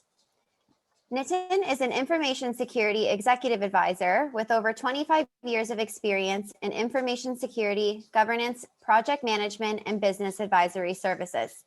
He started his own security consulting practice, BettyNet Consulting, Inc., 7 years ago, and specializes in security program development, vCISO services, and information security strategy. His educational background includes a BSc in electrical engineering and MBA in finance from 2 universities in New York State. In addition, he holds various professional certifications, including CISA, CISSP, CGEIT, CIPT, and CRICS. Nitin has spent over 15 years in the Big Four professional services firms and has provided leadership on various types of information security and information technology engagements. He has also been responsible for various practice development initiatives, practice leadership, and conducted internal and external training sessions in North America and Africa. Nitin, whenever you're ready, you can take it from here. Okay, thank you so much, and good afternoon to everybody. I'm just gonna share my slides. I guess everybody can see this right now. So I'm pretty honored to be here today to be able to talk to you about some of my experiences in the DevSecOps world. And one of the areas that's near and dear to my heart is standards, and why do we need to work with standards? Because a lot of clients come back and say, we need some kind of consistent method of how we do things and what makes sense. There's so many standards out there. How do we apply them, et cetera, and so on, right? So what we're going to do today is, we'll talk a little bit about what DevSecOps means, right? Just to level set where we are.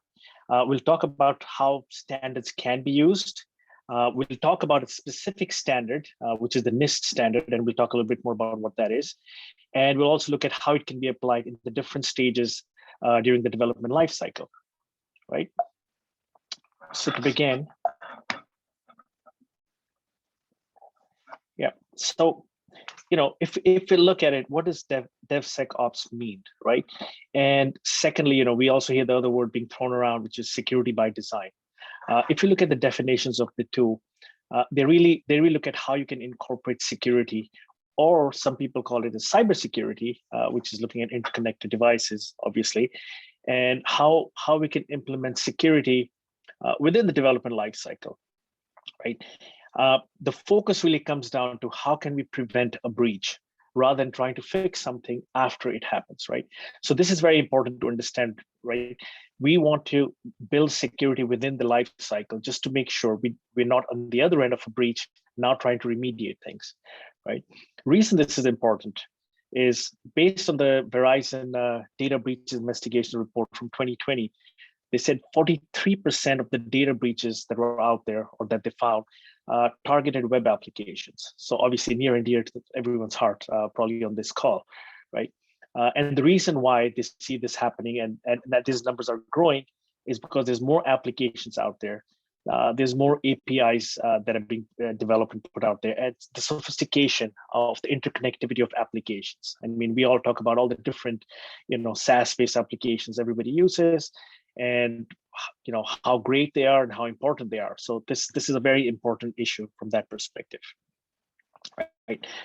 If you look at the DevOps versus DevSecOps, how are they similar, or how do they work in tandem, right? So when I look at this, I see it as this 8 key stages of the DevOps methodology, right? You plan, you code, you build, and you test at the development part. And from an operational part, you go into the release, deploy, operate, and monitor, right? And then the cycle repeats itself again. If you look at the bottom right-hand corner, you can use the same model and include different components of security and inbuilt security within your environment, just as an example, right? So you can look at, threat modeling as, part of your initial work.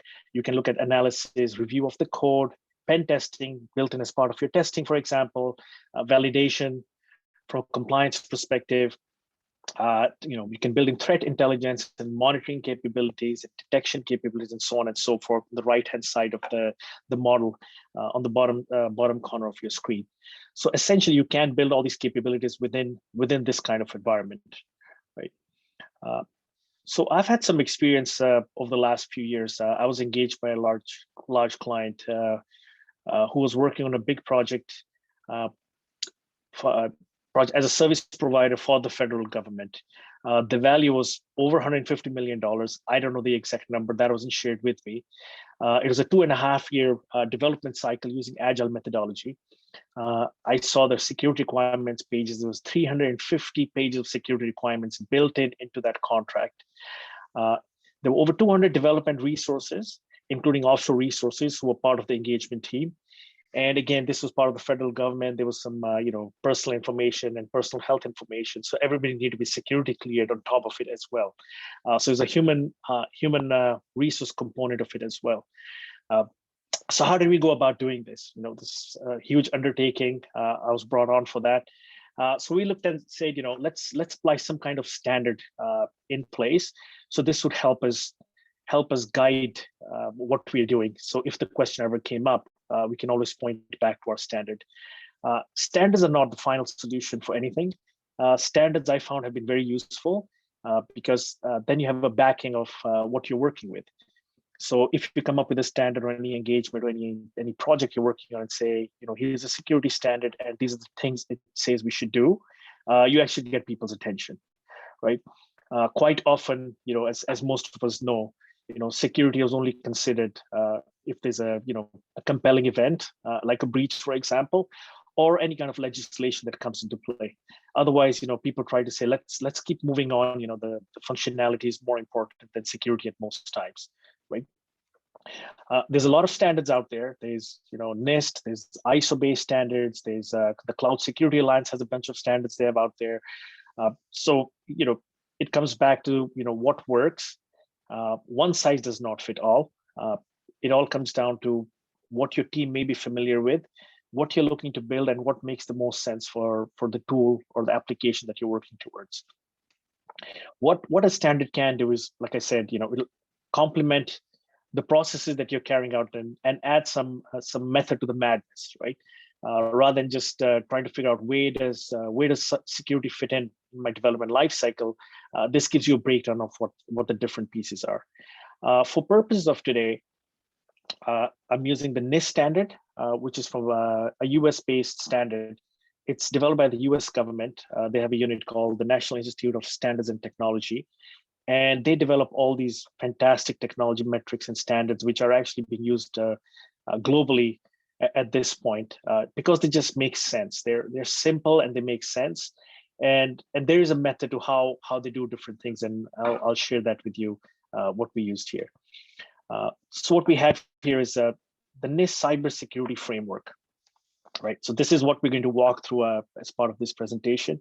And what I'm also going to do is within the presentation, give you a sample of the different types of controls or different types of things you can think of as part of your development lifecycle. It's not the final list. It's not the perfect list. There may be things missing, but just to give you an idea that how standard can be applied if take a step back and think about it.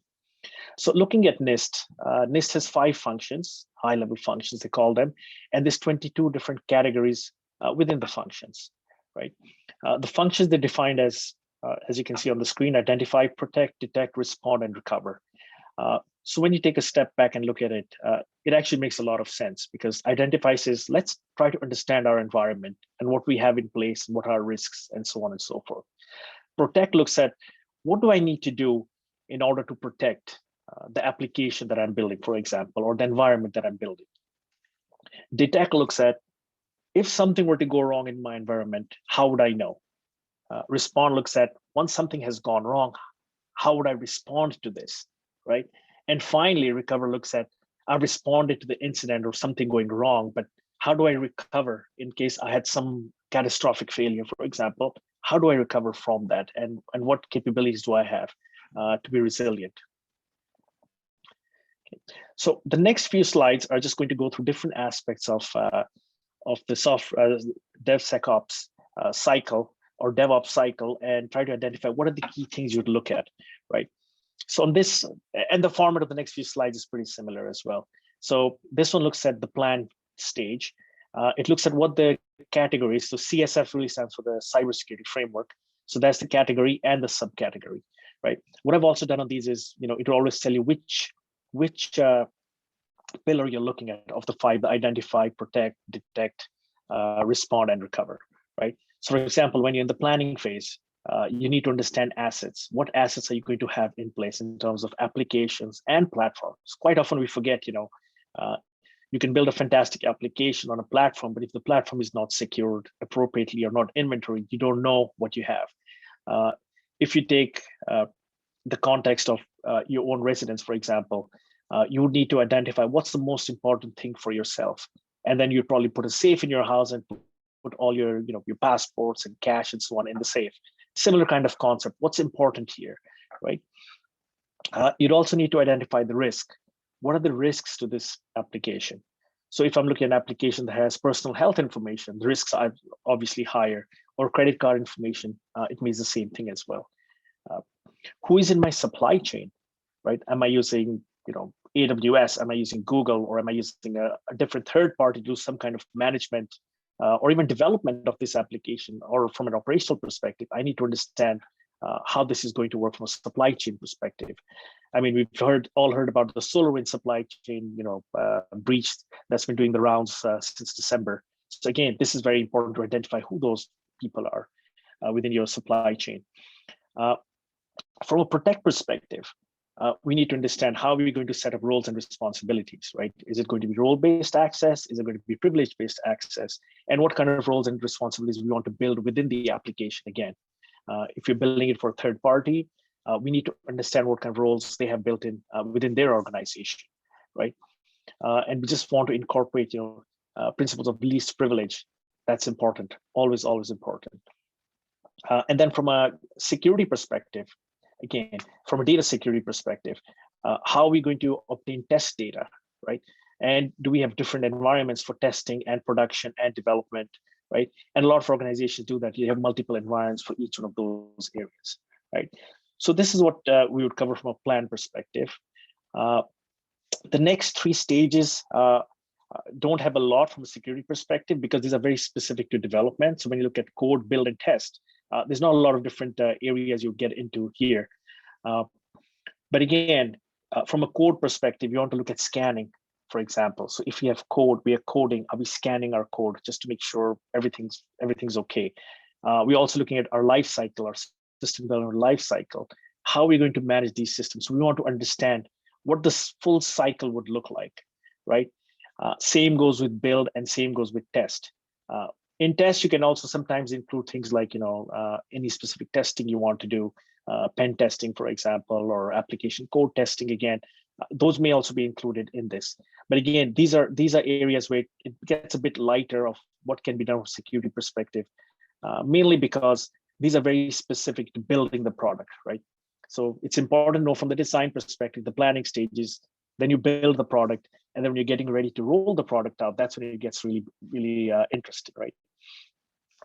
So again, when you go to release and deploy, the next 2 phases, these also don't have as much, or wouldn't have as much inbuilt security in them.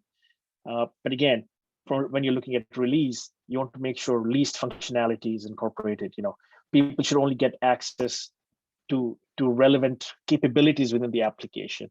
And also, how have you set the application up from an architectural perspective, right?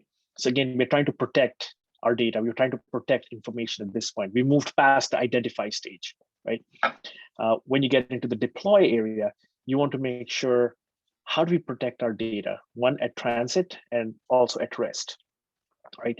And also, how are we managing assets during this deploy phase, right? Are we sending equipment out to different people? Are we sending, a little app to everybody's phone or device or what may be?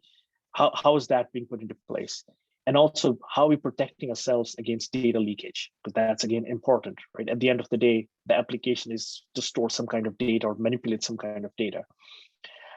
Again, from a deploy perspective, we also want to look at how we are protecting the overall environment. right? You're looking at fail safes, load balancing, resilience requirements, business continuity, all those things also come into place, right? Just to make sure we continue operating as required. So that's on the deploy side. If we move on to the next, operate. Now is when you see a lot of the security components come into play. But if we don't build them or consider them during the planning processes, we get to this stage and we don't know how to deal with it, right? So these are, again, things that need to be considered as part of your planning process, right? So things like capability or capacity planning. You want to make sure availability is maintained at all times, right? Security looks at the three key things: confidentiality, integrity, and availability, right? How do you keep my data confidential so it doesn't share with the wrong person? How do you make sure my data does not change and the integrity of the data is maintained where it's what it's supposed to be? And availability, will my data be available or will the app be available, right? So when you get to these stages, this is where a lot more things can be done, right? So if you're looking again from the operating perspective, you want to make sure you have some kind of change controls in place. So what happens when you have a patch coming in and so on and so forth? How do I manage that? Backups are important as well, right? Destruction of data. Again, you may be bound to a contract like the project I was working in. They want to see what the data destruction policy is going to look like. So if they say data older than 5 years must be deleted, there has to be a plan in place to be able to extract data that's over 5 years and delete it and get a certificate and so on and so forth, whatever the requirements are, right? So that all has to be built in, but that capability has to be built in within the application. Otherwise, how do we make that work, right? Also, you want to look at vulnerability management at this stage. Is there a plan in place? You need to do continuous testing. You need to do continuous scanning of the tools and so on. Right, that's very, very important, right? We talked about 43% of breaches related to applications. Again, we want to avoid that, right? And then, sorry, did I jump too fast? Yeah, and then you go into the monitor stage, right? Which is probably where you find most of the controls actually tie into. But again, they fall into this stage, but they need to be considered and built in earlier on. It's just that they fall within this stage when we get into the operational aspect, right? So if you don't build in these controls, we can't do a lot of these things, right? So here you look at things like integrity checking. Are there any mechanism to make sure, are you using the right version of the app? Are you running on the right browser, for example, and so on and so forth? Those are the different things that need to be checked. Maintenance is important. How do you maintain the different components within the application? Audit logs. I think this is probably one of the key important things in order to find out what went wrong where.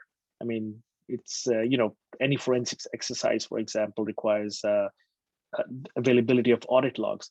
So to have these available as you're building your application, you need to make sure you're building that capability for the application to be able to create and obviously extract those audit logs, right? And then once you have the audit logs, what do you want to do with them? You want to be able to identify events, right? Or detect events and detect anomalies and see what's gone wrong and where, and how do we know what to do with this? A lot of applications these days, do have hook-ins with good solutions, which can be used for, logging and monitoring, and those are things to be considered. But again, it all comes back to, the planning stage. If you don't plan it appropriately, you might miss that out, right? You also need to, put in some kind of incident response plan and build in from an application perspective. What happens if we have an incident? What do we do at that point? So we've detected an incident. Do we sit and wait? Do we escalate? Do we know what to do with the application, for example? Then again, detecting anomalous events is one component. The second component is continuous monitoring. You want to monitor things on a regular basis. You monitor your network, activity of people, any code, scanning, just to make sure things are in the clear. If you move on to the next, again, you're looking at when you're looking at detection processes, we need to identify who's going to be responsible for this area. Again, if I've developed the software application, I can have an infrastructure guy being responsible for response because he may not understand the application completely. So we need to identify roles and responsibilities in there. and any other processes and so on that we need. Response planning is pretty clear. You need to have some kind of response plan in place. From a communications and analysis perspective, we need to be able to communicate to different people. So this gets into more your security incident response plan. How do you respond to an incident? How do you get all the different people together? How do you share information with the stakeholders internally and externally? You know, how often have we received some kind of letter, you know, from any institution, a banking institution, or any other kind of institution telling us about a potential data breach, and some of our data may have been lost, or we need to rechange your credit card because your credit card may have been compromised because of a breach, and so on, right? So how do we share that kind of information? And then just some kind of process for analyzing. So we've had an incident, we've communicated, how do we analyze this and make sure it doesn't happen again in the past, right? So as you can see, monitor is probably one of the key areas where we need to build all the different capabilities in, right? And we continue with monitoring again. And now's the mitigation aspect. How do we contain that incident? How do we mitigate the incident? So if we find out there's a breach, do we just disconnect the application from the internet, for example? You know, if we hear something new out in the wild, you know, the last few days, we've been hearing a lot of different, there's been a lot of different press on Microsoft Exchange, right? There's 4 or 5 vulnerabilities identified. So what do we do now? We just identify it. Do we take them as risks, or do we say, let's patch? So it could be the same with our application, could be an Oracle-based or a you know, SQL-based concern. What do we do with that, right? And how do we recover from this, right? So that's very important, right? If we don't recover, we're out of business. So we've had a breach, we haven't recovered properly, we're out of business. So that's always a challenge. And how do we use this as a lessons learned? And how do we update our recovery strategy? We find out what worked, what didn't work. So again, you probably need to do some kind of exercises, you know, simulation exercise to see if something does go wrong. How does the organization work, and what do they do to recover appropriately?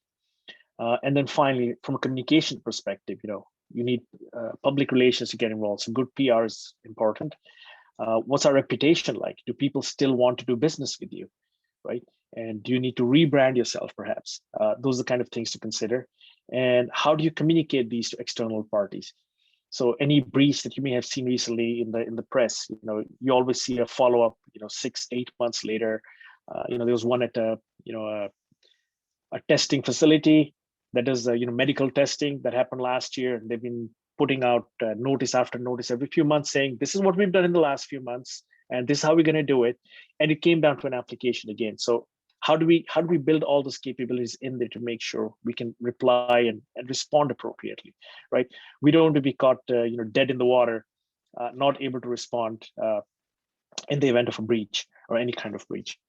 So these are the main slides that will talk about, you know, how NIST can be applied in the different phases of software development, in the development life cycle, right? And how this would fit in. You know, in a nutshell, or in conclusion, what I would say is, you know, there's no quick fix. You know, you can't just wake up one day and say, I'm going to do this. Having said that, there are tools out there that you can use that can help you through the life cycle and automate parts of your life cycle. So that's really good. You should use security standards or frameworks, but don't take them, you know, as gospel. Use them as appropriate for your organization, your fit, what you're trying to achieve. You will need to spend a lot of time just in educating people, just to try to understand how this would work. Pen testing exercises are very important. Again, I mean, this is something people forget till the end, but if you can do them on a regular basis, that's key to know, because here you are thinking like a hacker, using a tool that simulates a hacker and is trying to break into your environment. There's also bug bounty programs if you're external facing, which can be pretty interesting. Not the best answer for every organization, but those can be something else that can be used. And then DevSecOps can be very, very successful, but you need the right level of education and collaboration. You know, developers and security teams can be good friends, and that's what I learned in my project. You know, over time they got to rely on me. Until today, I'm still working with that organization. They're working on some other projects, and they call me every so often. You know, we have this data warehouse issue. How do we implement the right parts of security within it, and what do we need to do? So, you know, start early, Don't wait till the end, because it's really, really hard to retrofit security in the software development lifecycle. It's easier if you're building it as you go along. Right? I hope this helps. I think we can open the floor for questions. We have about 5 minutes. Yes, awesome. So thank you so much, Nitin. I have a few questions here for you. The first one is, are some standards easier than others?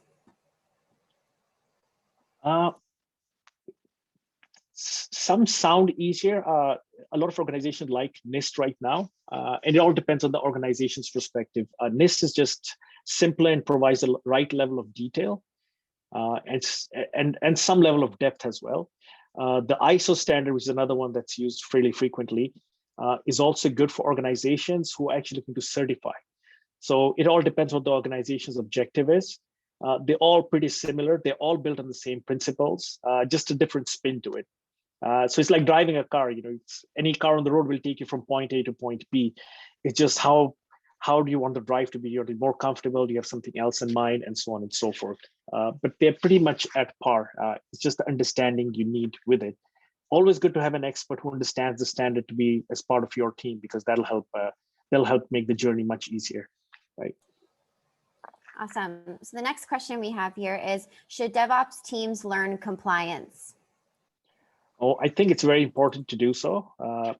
Reason being, and when I say compliance, it's what's more relevant to your environment, because just so that you can understand why the security team or your internal audit team is asking for certain things.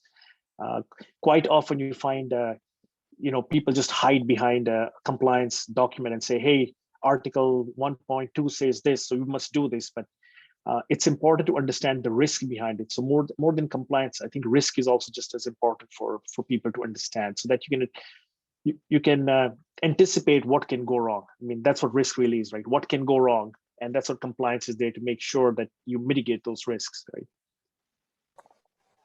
Awesome. We have another one here. How challenging is it to comply with multiple standards? It can be challenging. What I've been successful at doing over the last few months on a couple of clients I've worked at, they wanted to see a mix of different standards. But like I said, a lot of them are very similar. So what we did for them is we took the ISO security standard, we took the NIST standard, we took the Cloud Security Alliance standard, and kind of created one standard and called it the control objective framework. But what you need to do there is you need to map them to each other. There's some tools out there, and there's some articles out there which actually map them for you, and certain organizations have access to those, or can provide you access to those capabilities. So you can say, here's NIST and here's ISO, and these are the controls that map to each other, and then these are the ones that are left out. So you find out that, say if NIST has 150 controls and ISO has 200 controls, you actually don't need to do 350 controls. You probably need to maybe in the range of 275 or 300. They'll sound like a lot more, but a lot of them interact with each other. So it's pretty much the same control, just different spin to it.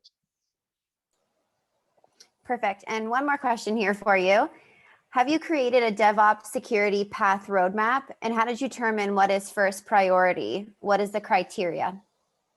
Right. So what I was trying to do in my presentation is try to create that roadmap.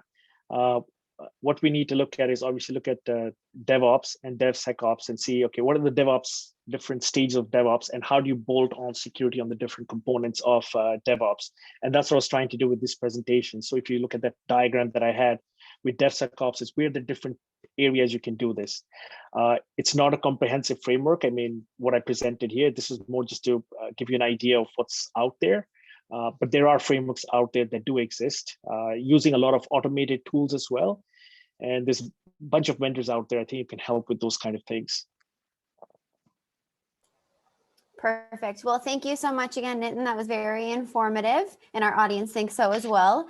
We are going to take a quick 5-minute break, and we'll be right back with Andy Weisman. All right. Thank you, everyone. Have a good day.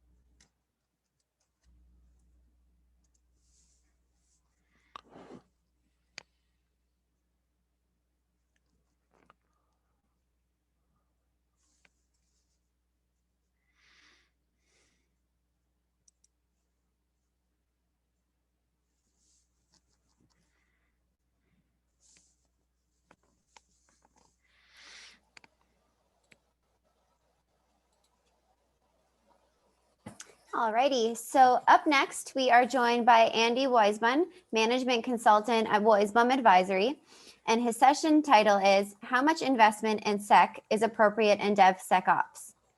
Andy has over 51 years of experience in various technical, management, and executive IT roles. He has worked in a broad variety of industries, including computer services, government consulting services, financial services, and telecommunications. With over 15 years of experience in executive roles, he developed deep experience in the business impact of technology during his tenure as executive in charge of lending services for Royal Trust, and as executive in charge of marketing, operations, and systems for North American Trust. Andy, whenever you're ready, if you wanted to share your presentation and start, you can go. Thank you.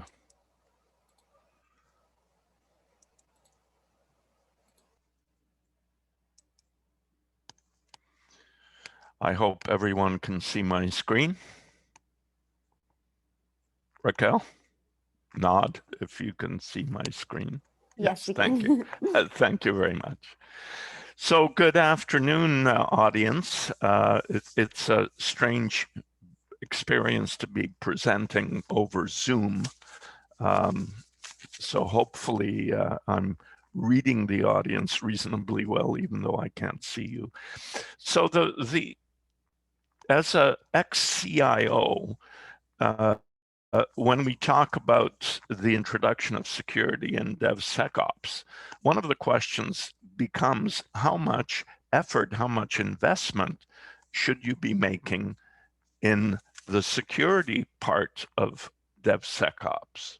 So what I want to be able to do today is to talk about three things. One of which is to talk about the security situation and DevSecOps, what's happening from my perspective, to focus on one of the key challenges, which is budget and resource availability. And thirdly, if you do have a budget and resource constraint, which I would assume that virtually every one of you faces, what is it that you can do to maintain an appropriate balance between security readiness and the constraints of budgets and resources? So let's talk about what happens when you add security to DevSecOps. And obviously on the good side, you're more tightly integrating security with the development and the readiness for operations process. But the question really becomes, within the context of overall security expenditure in the organization, how much of that security allocation should be actually spent on individual projects? Most of us don't experience the kind of situation that the previous speaker presented, which is hundreds of pages of requirements and presumably millions of dollars spent on security. The other issue, in addition to allocating overall security dollars, is if you are looking at the cost of a project and you're proposing to spend X dollars on a project, how much of that budget should be allocated to security? The challenge for management then is to balance this situation when you have multiple you have multiple security goals. So I'll talk a little bit about that. So let's talk first of all about the budget challenge. So if you're looking at DevOps as opposed to waterfall, you're talking about frequent security validation. And frequent security validation is good news in terms of quality, but it's bad news in terms of cost. So the challenge here becomes, how much additional project budget are you going to spend on security? And how much of your overall security budget are you going to allocate to a particular project. Now, management tends to be focused on total project cost, and the allocation of some of that cost to security needs to be negotiated with the team and with management. And you got to recognize that when you look at standards and all of the things that you could potentially be doing about security, it's a very big bill, and you're highly unlikely to get everything that you want funded. So you're going to be faced with a situation in which you're going to be given less dollars, budget dollars, security dollars for sec in a OPSEC or DevSecOps environment than you'd like. So the question then really becomes, how do you use that constrained budget to get the job done? The second challenge that you have is, notwithstanding budget, the developers are focused on functionality and tend to have relatively little emphasis in their own minds on security. And therefore, you need security expertise. And that security expertise is usually in short supply in most organizations, excluding, of course, the big budget ones that we just saw in the previous presentation. But typically, most organizations have limited access to knowledgeable security expertise. And even where that security expertise exists, there's competition with other security concerns.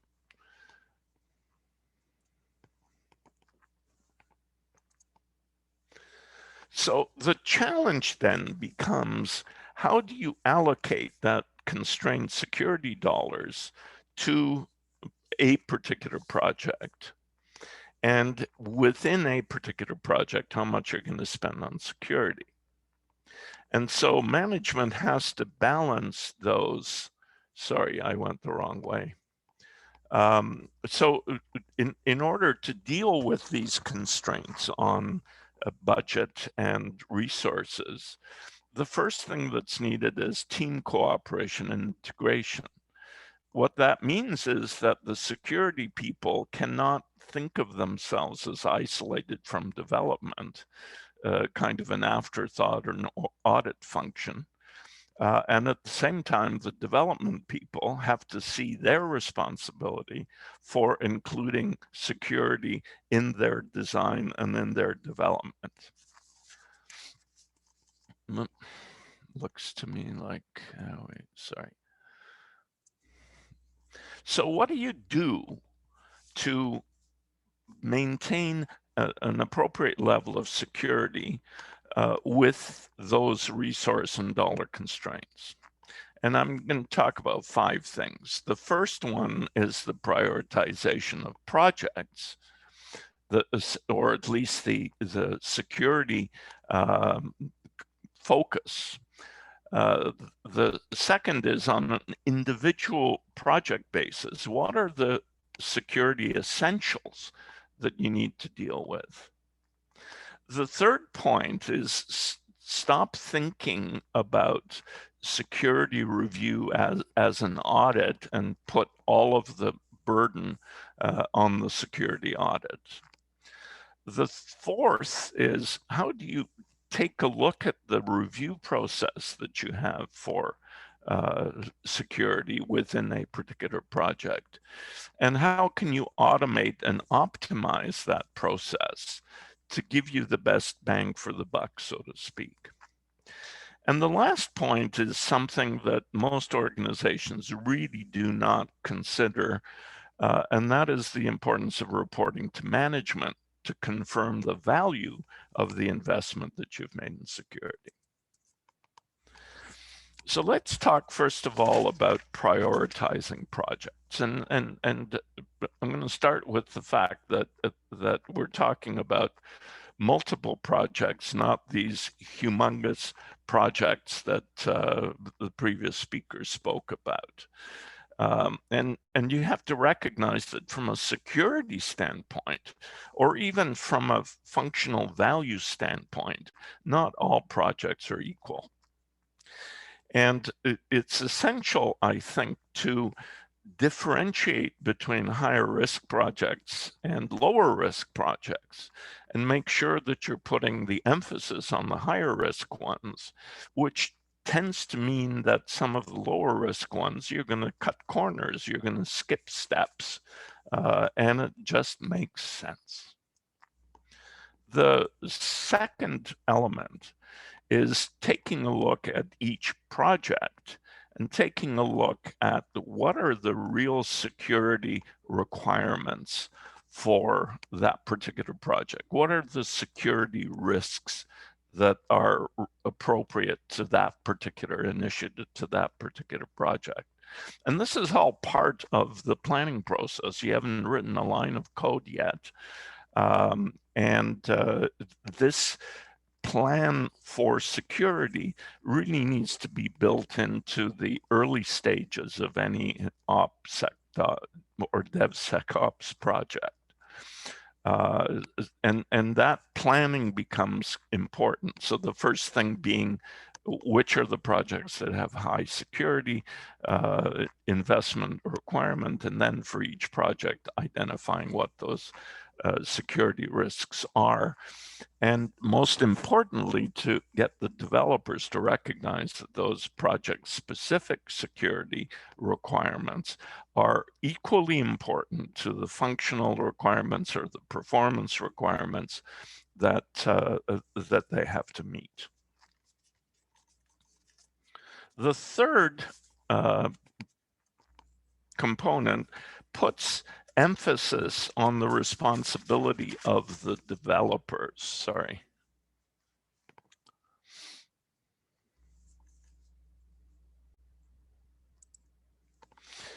And this is extremely important, is that you need to build the security in during the development process. Regardless of how thoroughly you audit, if the work is not built into the application by the developers, then that means that any variation in the audit is going to require rework. And we don't like rework. And so security is no different than any other requirement. It's going to be met to the degree that the developers think about it and include it in their design and their code. This process of building the security into the development will reduce project delay and cost, but more importantly, it will improve the security quality of the application that you're building.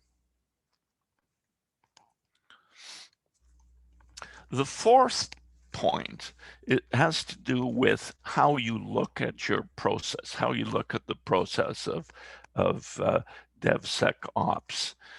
And especially two things here. One is automation, to the degree that you have software and to the degree that that software helps automate certain checks with regard to the audit of the security readiness.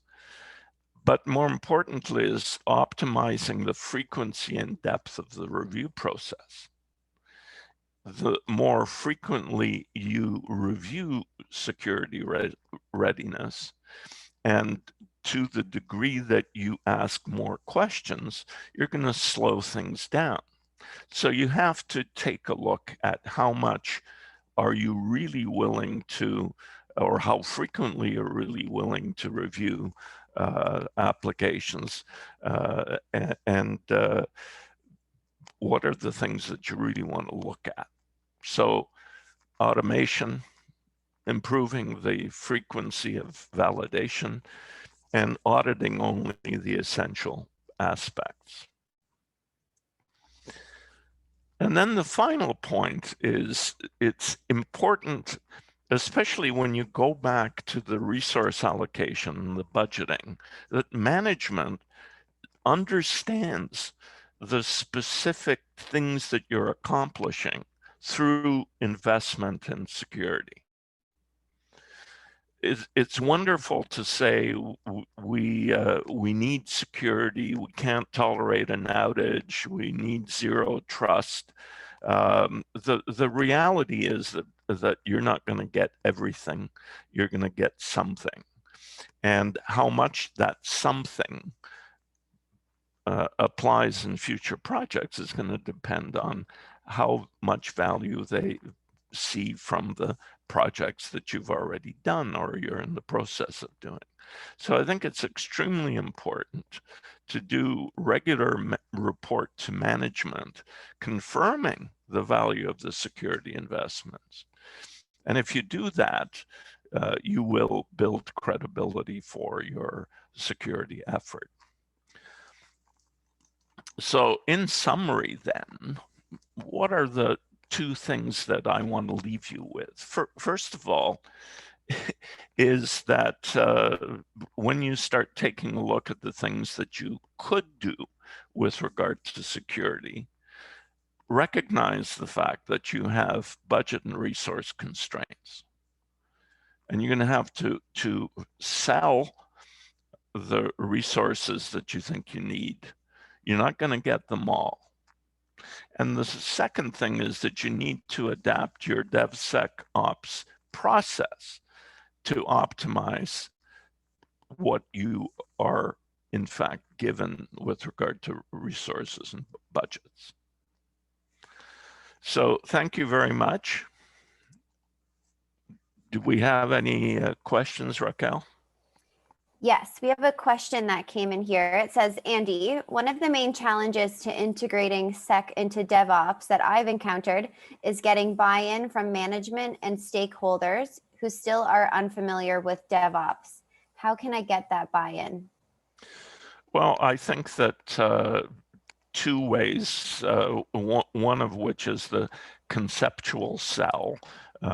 You use the general arguments that exist to favor the inclusion of security into DevOps. But I think the other thing is that you need to be able to demonstrate to management that this can work, just like you needed to at some point sell the idea of DevOps or in fact non-waterfall development to start with. So it's I'm a very strong believer that if you can demonstrate what you've done, that you know how to do it, that it's positively impacted the value of a particular project, that's the best thing. And of course, there's the theoretical sell, which you need to do as well. Awesome. So another question I have here for you is, auditors seem to keep blocking dev teams, yet the business wants speed. In your experience, is there a disconnect between the auditors and business leaders? I think that auditors want to be perfect. Management is tolerant of some degree of gap. I think it requires a discussion on an ongoing basis with each audit. With management needs to control the amount of audit work that's being done if they believe that it's excessive. And audit is going to have to just adjust the scale of what they're doing.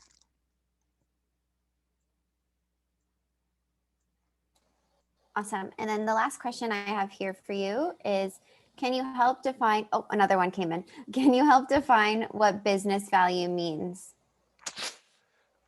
Ultimately, business value relates to the purpose of a particular application. So if an application is intended to increase revenue, to increase customer retention, operational efficiency, if you take a look at the objective of a particular application. If you achieve that result, then you're achieving business value. So it really, in my view, becomes a question of being able to match outcomes with intent. Awesome. And then we have here, what do you think about business teams now leading dev teams, essentially IT being rolled into the business? It's kind of a mixed bag there. I think that to the degree that the business is tech savvy, they can work in partnership with technicians. If they're not tech savvy, if they have no understanding about the challenges that development teams have or technical teams have, then it can be a disaster because they'll set requirements or targets or objectives which are totally impractical. Awesome. Well, thank you so much again, Andy, for being here with us today. And I agree, I wish this was done in person, but we do what we can. So we will be back at 1:40, maybe a little bit sooner. And our next session will be with Rob and Sean. So thank you again, Andy. Thank you.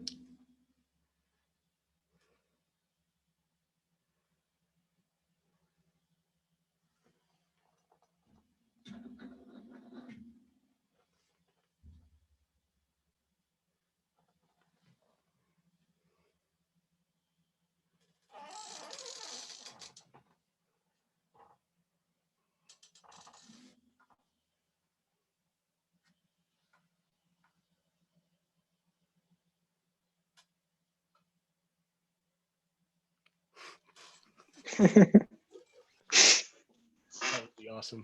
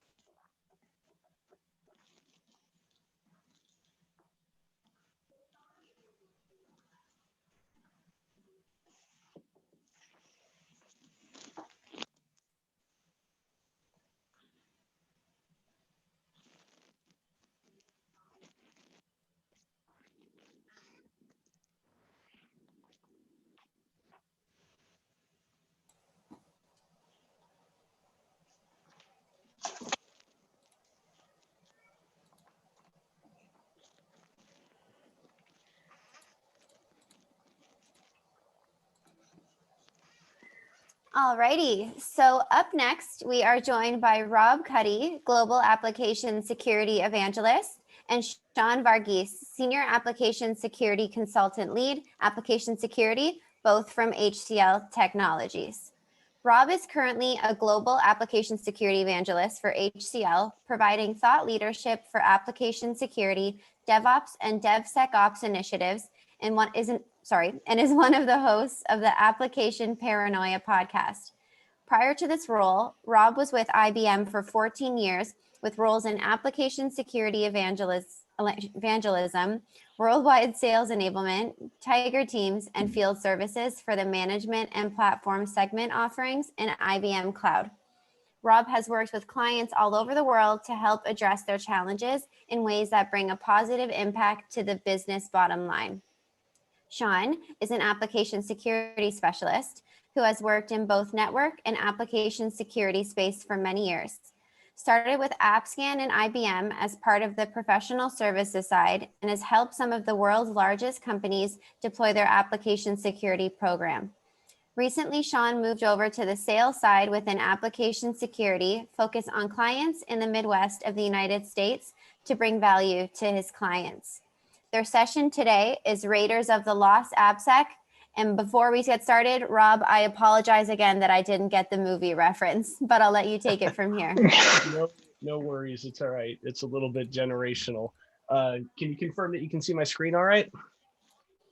Yes, we can. Excellent. Well, hey guys, like I said, I'm Rob Cuddy, Global Application Security Evangelist. And what we wanted to talk about today was really getting into kind of the application security side and fitting into DevSecOps and getting into this movement, right? It's been really an exciting time for us seeing the increase in the interest and stuff, but wanted to do it with a little bit of a fun way and kind of use that great DevSecOps professional, Indiana Jones, for some of you who have grown up with him like I have. So what we're gonna do, I want you to watch this 1-minute clip here and we'll talk about as we get into this. So, give me 1 second. And come on.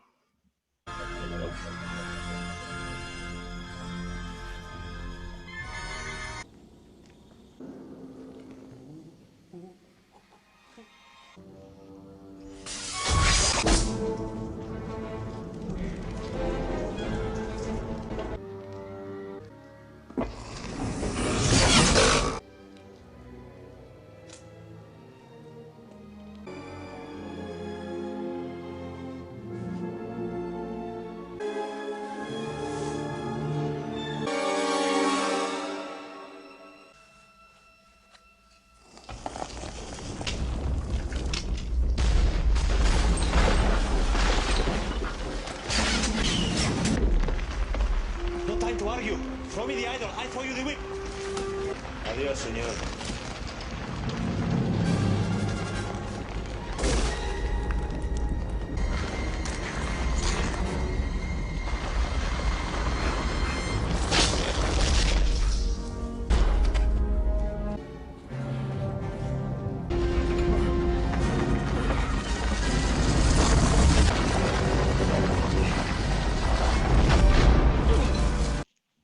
All right, so what in the world did we just see? Well, to me, when I watched that scene, and I at first obviously saw it when I was probably about 9 or 10 years old, so that'll give you an idea of where I am.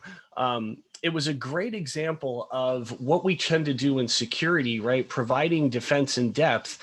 But this is a classic example of why defense in depth isn't enough. And if you think about what we just saw, right, as we went on the way in to where that idol was, you had kind of the hidden entrance that had to be found. You had some spiders that were in the beginning. You had a light trap with some spikes that shot out of the wall. There was a pit to go over. There was a floor trap. And the idol itself had a pressure plate. And then on the way out, right, kind of the reverse, you had the pressure plate. You then had the ceiling start to crumble when it went down. You have darts shooting out of the wall as you're going through. And then, surprise, you have an insider threat that you weren't expecting, right, when he drops the whip and says, adios, senor. Then you have the wall closing, you have spikes coming out of the wall again, and then you have a huge boulder that's rolling after you, right? You would think this would be enough, but he still gets out with the treasure. And so when we think about application security and we think about fitting into DevSecOps and incorporating development teams and all of the different things that are going on today, right? The point is having something at the application itself that's protecting it. And when I thought about that, maybe you've seen this before, and if you've had packages delivered to you, maybe you'll recognize this, but imagine if the idol had this, right?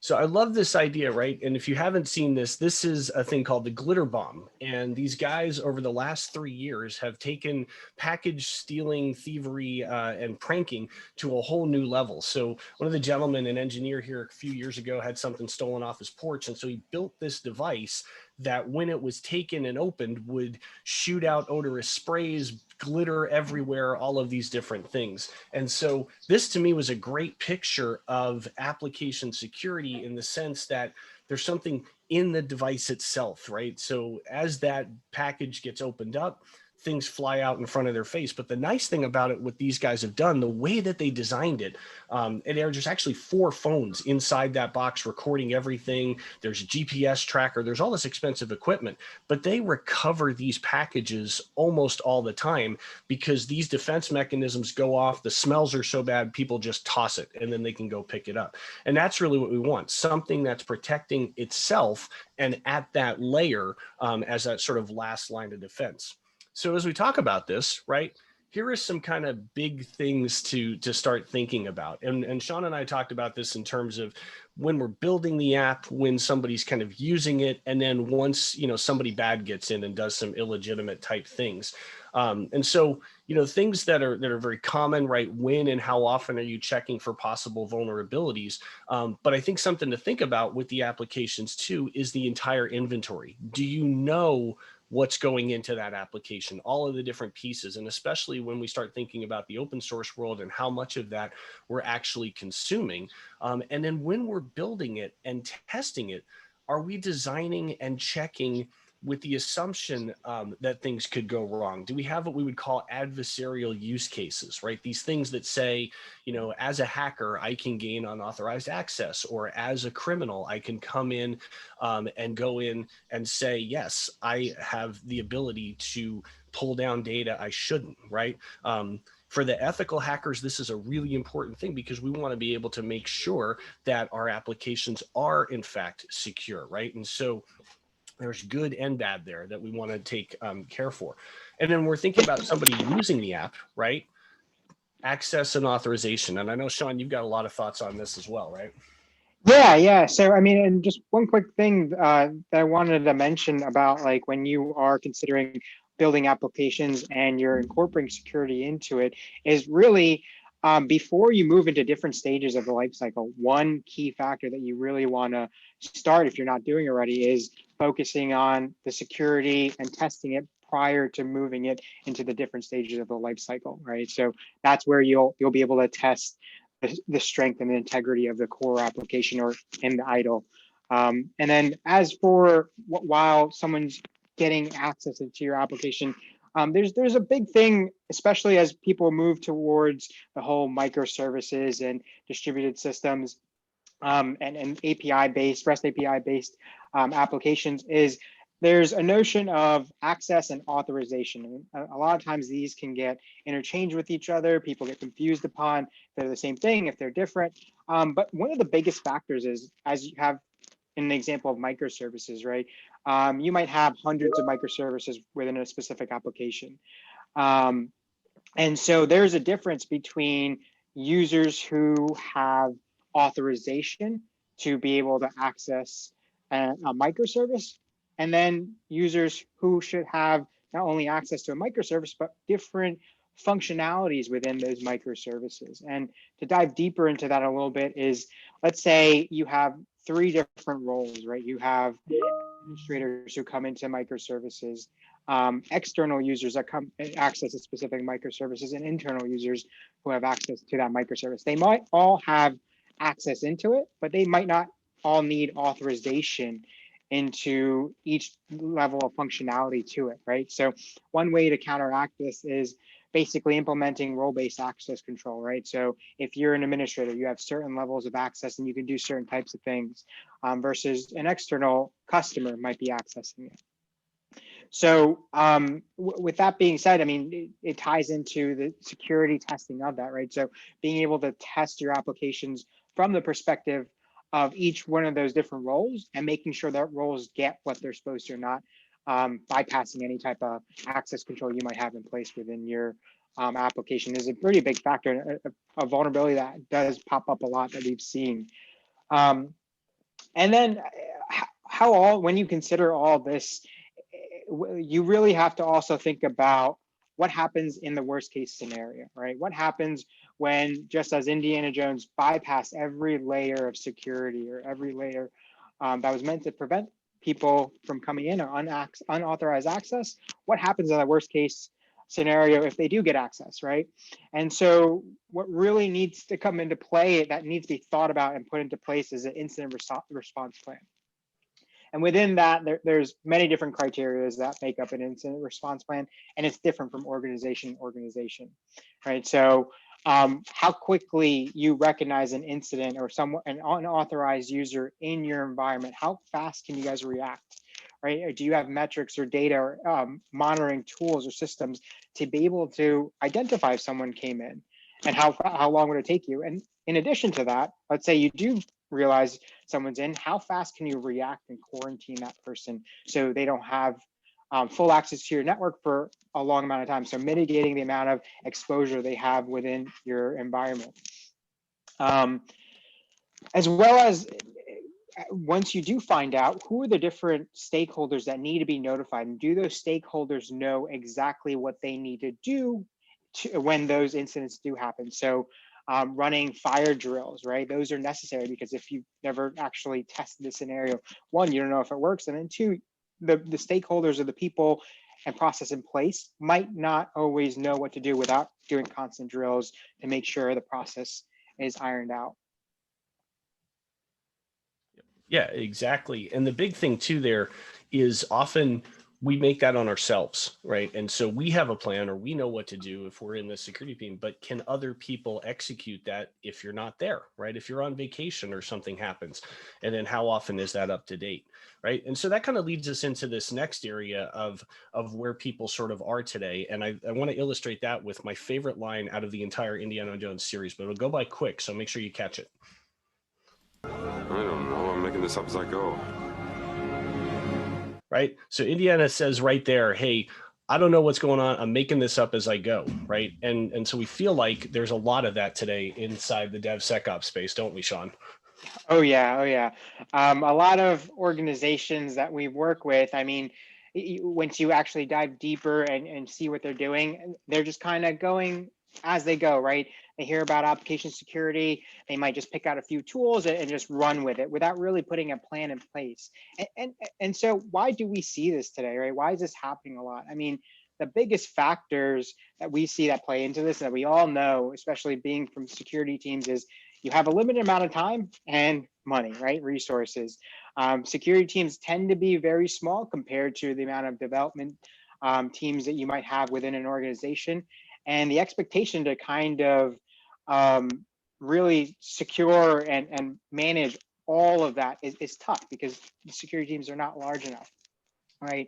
And especially in this world of all DevSecOps and application security, there's so many different facets and areas that you can focus in on and dive deeper into that you don't have enough time, right? So there's static application security testing, dynamic application security testing, interactive, web application firewalls, open source, real-time analysis, all these different tools that it takes a long time to dive deep into, figure out exactly how to put it into place and do it properly, right? So that's why we see a lot of people just running by the seat of their pants, figuring it out as they go, because there's just not enough time to figure this all out.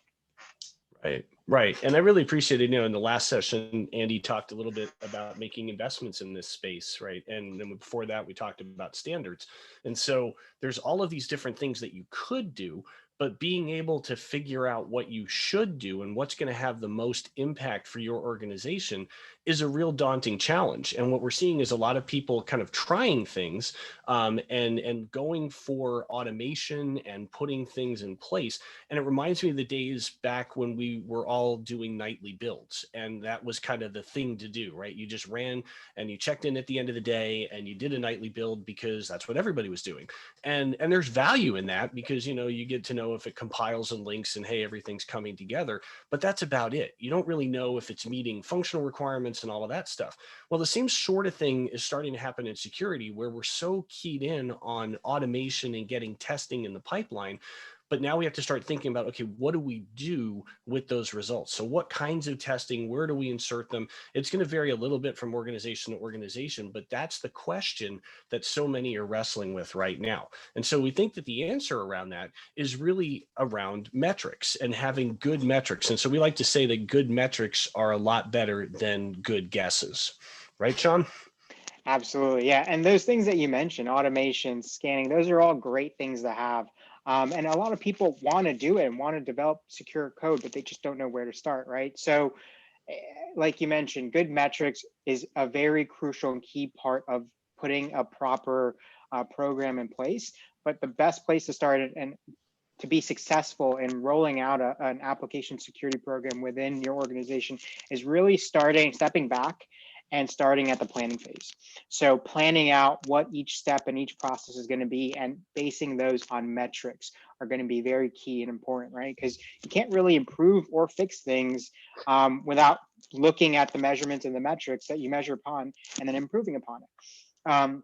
And with all metrics, there's good and bad metrics, right? And so some of the good metrics that we see in collecting when you start planning and putting a program in place are things like application inventory, right? So as an organization, especially if you're a security group, do you know how many applications your organization has total, right? Do you know the difference between the applications that are external facing or internal facing? Do you know different risk exposures to each application, right? Is there a certain set of applications that are business critical that if were breached would cause a lot more havoc into your organizations, right? So you might want to shift your priorities on where you want to start first, but this all starts with collecting an inventory of your total organization's applications and basing on different factors and how you want to prioritize things.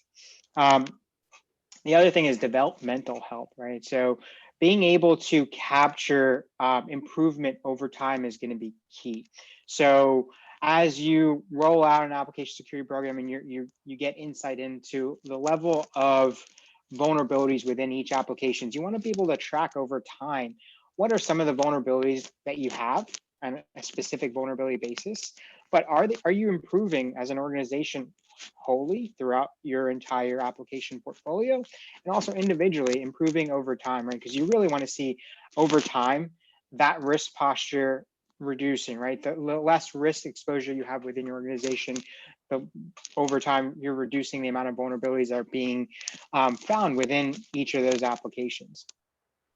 Vulnerability management, right? So this ties in very similarly to the other two, as in taking a holistic approach and seeing application trends, right? Are the issues being remediated over time? Are the severity levels of issues being reduced over time? Are you managing backlog in a proper way and planning those within your different sprint life cycles? Are you tracking common vulnerabilities within your organization as a whole, right? And that's a pretty key insight, because you might notice when you start collecting this data, there is a specific type of vulnerability that you see over and over and over again, right? This might indicate like a skills gap, where specific trainings can be put into place for your development team to help reduce that. And the whole feedback cycle is that as developers start engaging more within security and become more security conscious, and there's a quicker feedback loop from the time that they're developing code, pushing it up and getting that security feedback, the whole thought process will start to kick in more, where they'll be security conscious once they start developing, as they're developing. So you'll see a trend line over time of the amount of vulnerabilities introduced by developers will reduce over time once those key education points and the feedback loop of security gets put into place. And then coverage model. This is very important that you want to be tracking, is being able to track, not only are you scanning, but are you covering all your applications? What's the percent coverage of testing within all your applications? Are you getting to the 90%, 100%? It might be impossible to get there, but 90% high levels of coverage within your organization, because it's great to start scanning and get something started, but you also want to make sure you're getting a full scope and breadth of your application as well. Yep. Yeah, exactly. And there's so much around this, because remember, the whole point of having a program like this is you want to drive down risk. And so being able to know what the things are that are going to impact that risk and provide the visibility become really important. So that's why we talk about understanding what are the common vulnerabilities that are particular in your organization, you know, and if you think about it, right, there was a little bit of a fallacy in the thinking over the last couple of years, where with a lot of the security testing, the assumption was that if we pointed out a vulnerability to someone, they would know how to fix it. That's just not true, right? There isn't a huge amount of secure coding training that's being done at university levels or people coming out with those skills. And so a lot of times secure coding has to be taught, and it has to be done in the context of dealing with vulnerabilities and those kinds of things. And so that partnership between security teams and development teams that we're hearing so much more about, if you're focusing on development health and thinking about the trends more than things like we just scanned or we found all these CVEs, then that's going to, over time, drive that risk down, because people are going to get better. The other thing to think about too, when Sean just talked about the coverage model, is it's the portfolio, right? How many of our applications are we getting? But it's also within those applications. So as you change frameworks, as you pull in open source components, are you adjusting your policies and your test criteria to account for those things and make sure that we're actually assessing risk the right way? And I really had this driven home for me yesterday in a conversation I had with someone, where they were talking about how when we typically look at risk, we end up talking about controls. And his example was, you know, if I go out and I have a report that says I have 20,000 unpatched servers, and somebody goes, that's the biggest risk we've ever had.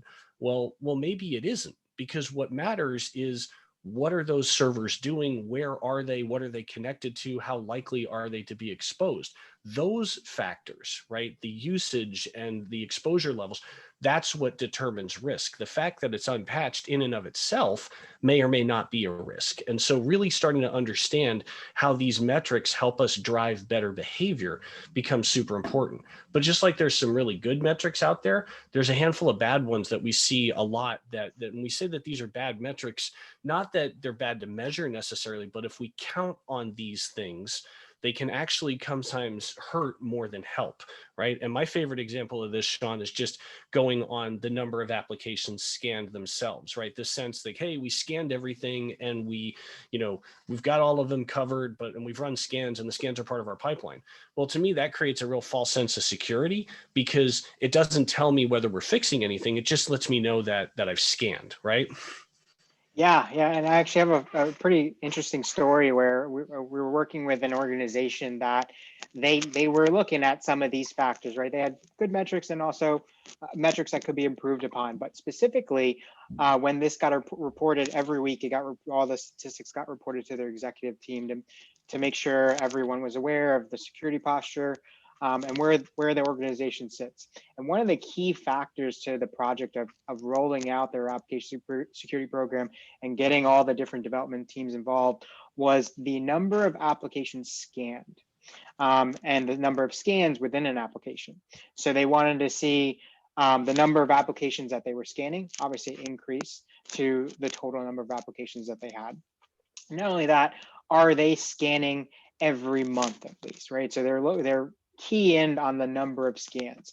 And they were very happy with the rate of where the different development teams were onboarding onto the platform and really growing out this application security program. And then what happened was they do every quarter there's a security audit. So they'll pick a handful of applications and do a full-on manual pen test. And they ended up doing that security audit, and what do you know?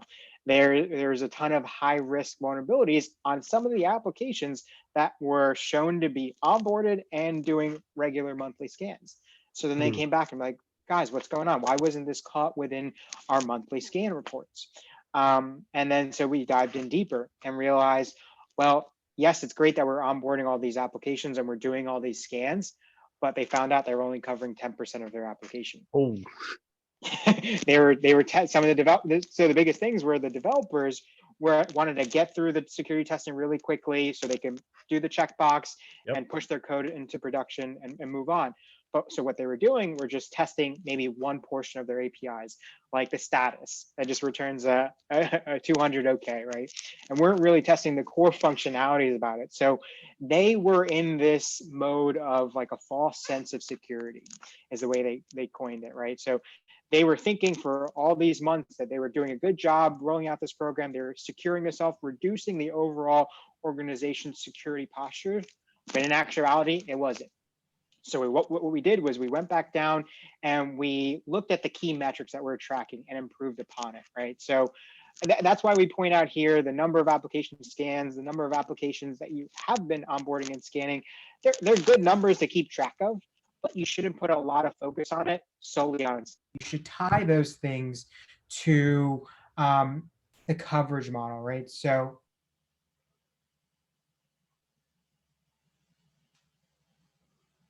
Yep. Yeah, no, exactly. Because if it's not tied into the coverage model, then, we lose that visibility and the tendencies and the trends and those kinds of things. And so it gets really difficult sometimes when folks are not able to know sort of where they stand, right? And we've seen this a lot with different teams. And so that's why we talk on this particular chart about patterns and vulnerabilities and value. Some really interesting data that came out kind of in the early part of last year from studies that were done towards the end of 2019. So friends over at Sonatype had done a developer survey. And one of the things that they found was in places where there was secure coding training going on and that it was on a consistent basis and in the context of what they were doing. So tied to the project. So not just here's all the things that are wrong, but the context on fixing it and remediation and prioritizing the right things. Those developers, excuse me, were 5 times more likely to be happy and satisfied in their jobs. So there's a very tangible human side of this as well that comes into play when the metrics line up with things that impact both their jobs and the business bottom line. So we want to be able to raise the level of visibility. And this is one of the best things that security teams can do, rather than just pointing out vulnerabilities, but really triaging and prioritizing not only against criticality of the vulnerability itself, right? So high risk CVEs, that kind of thing, but also tying it to business, right? Here are the things that we need to fix the most first because they could impact our business in the greatest way, right? And again, it's all about driving down risk. So when we talk about this and why it matters so much, right, we want to get things working together. So we've been talking a lot about this idea of continuous security, and I heard this earlier in a couple of sessions as well. And so when we think about continuous security, it's really about tying all these different things together. So you saw before, right, we have compliance requirements, all these different kinds of tests, and you may be doing various levels of this in your organization and probably using the results of this as a gate and kind of decision making along the way to production and things like that. And so you also tend to have some level of pen testing or auditing that's going on. And we have that out there as well. And they're doing some testing and things like that. And at the end of the day, what we really want is the metrics and reporting around that. And what we typically have is stuff kind of going everywhere, right? Every tool sort of has its own thing. There's dashboarding, and we have people that are trying to pull it together, whether it's in a spreadsheet using pivot tables, whether somebody's written a front end web page to do the dashboarding. We're trying to get the tools to talk to each other and drive that behavior, because what we really want is to pull that data together to make better decisions. And so when we get the metrics working together, that's when we start working back and forth and pulling the information, and we start getting the bigger picture that we're looking for. So one of the things we recommend is really incorporating that with the security auditing going on. So with your pen testing teams, instead of just having their stuff reported whenever, really have that synergy on the information they're finding, whether it's from incidents, whether it's from the testing they're doing, whether it's from the ethical hacking that they're trying to do to pull these things out. Get that as part of the metrics, because ultimately that's going to drive your governance. And what you want are data-driven decisions that lead to better behavior. And as some just examples of what that can look like, we're starting to see trends around the metrics and reporting, governing, doing threat modeling with developers, doing secure coding habits, standards across your organization. How do you pull in on these regulations? And so the goal of those metrics, and why we say good metrics are better than good guesses, is we want that data-driven behavior to move us forward. Right, Sean? No, yeah, exactly. And not only that, I mean, when you collect good metrics, you're able to see the reaction of the decisions that you make, right? So whether Absolutely. it might be very tactical things like specific developer training, right? You could see very quickly, are those working or are those not, right? And you can quickly make decisions on, okay, it's not working, let's fix it, let's pivot and move into something else, right? So that whole fail fast mentality, it becomes very effective, right? So you're being very successful and driven within what kind of decisions you make, and you get that feedback loop on where you need to go to next. Yep. Yeah. And so speaking of feedback loops and where we need to go next, we got one other kind of classic line from the series that I think you may recognize.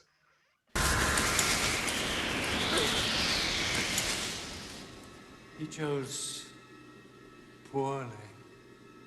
Right. And for those of you that haven't seen the last, it was the last movie in the series until recently, now it's the second to last one. That's all around kind of searching for the Holy Grail, and that famous line of a guy who thinks he had the right thing and he chose poorly and he ended up dying. So when I think about that, right, I think about security and really this thing going on today where we're trying to get risk driven out of the organization, but there's some right ways and there's some wrong ways. So I kind of frame it as, do you want your security to be a noise, a nuisance, or a necessity?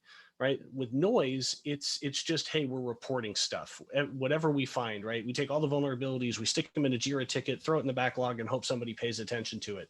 Or we're constantly coming into meetings saying, hey, all these critical vulnerabilities, you need to patch all these things, you need to take this class, you need to do these things. And it's very heavy handed. And so over time, those things erode trust. If you're reporting vulnerabilities back to someone and there's a lot of false positives in it, or hey, we're not even going to be exposed there, there's no risk, they're going to learn to tune you out. We don't want that. being a nuisance, right? We want to think about, do the teams interact with us, right? So how do we fix and validate? Are we just finger pointing and saying, hey, that's a critical vulnerability, go fix it? Or are we partnering with them to be able to fix these things in concert and help them do our security practices better? Are we communicating our standards and our policies? Are we telling people why we have the policies we do so that they understand how they impact them? And then on the flip side of that, are we enabling them to make decisions for the things that they can be responsible for? So as their health goes up, as their maturity level goes up, do we release some of the decision-making ability for them, right? That doing those two things well, right? Reducing false positive noise and enabling some of the decision-making, that partners us more into a necessity where teams understand and they welcome the value that we bring. And the reason that becomes important is because if they're not partnering with us, stuff gets unnoticed. So that stat on the bottom, right, of the fact that vulnerabilities, particularly in the open source area, can go undetected for up to 4 years. That was a recent study that came out just last year. And I kind of use this picture on the right to sort of illustrate it because I just love the kind of discussion here. People talking about Oscar the Grouch. And so if you've seen Sesame Street, right, we all know him hanging out on the trash can, but they put this picture out of here's what the trash can looks like on the inside. And I thought it was hilarious, right? It's super nice. And somebody goes, you know, he's grouchy because people make him leave his awesome house. But I love the response here saying, you know, if every day random folks knocked on my door to ask me about the alphabet, I'd be pretty upset too. And I think that was kind of funny, but if security teams, if all we're doing is showing up every day, knocking on doors, pointing out flaws, people are going to be pretty upset. So we want to increase that partnership to get things working better together, right? So Sean, I know we talk a lot about governance that kind of works with us, right? And making it easier for people to do the right things. What are some of the things you've seen in that space? Yeah, there's a lot that can be done within this space, right? And one of there's good things and bad things with everything, right? And there's good things you can do in this space. And the thing that I tend to see is or see that's done poorly is that the gatekeeping, right? When things go if pushed into automation, a big factor that a lot of people want to do is start failing builds when security vulnerabilities are found, right?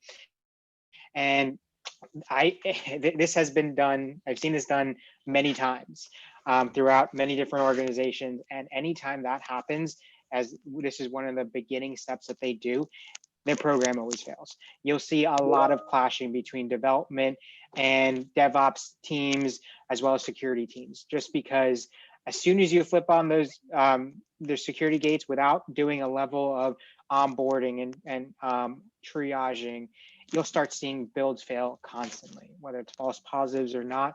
And then this frustrates development because they feel like anything they're doing is just failing and they can't get it right.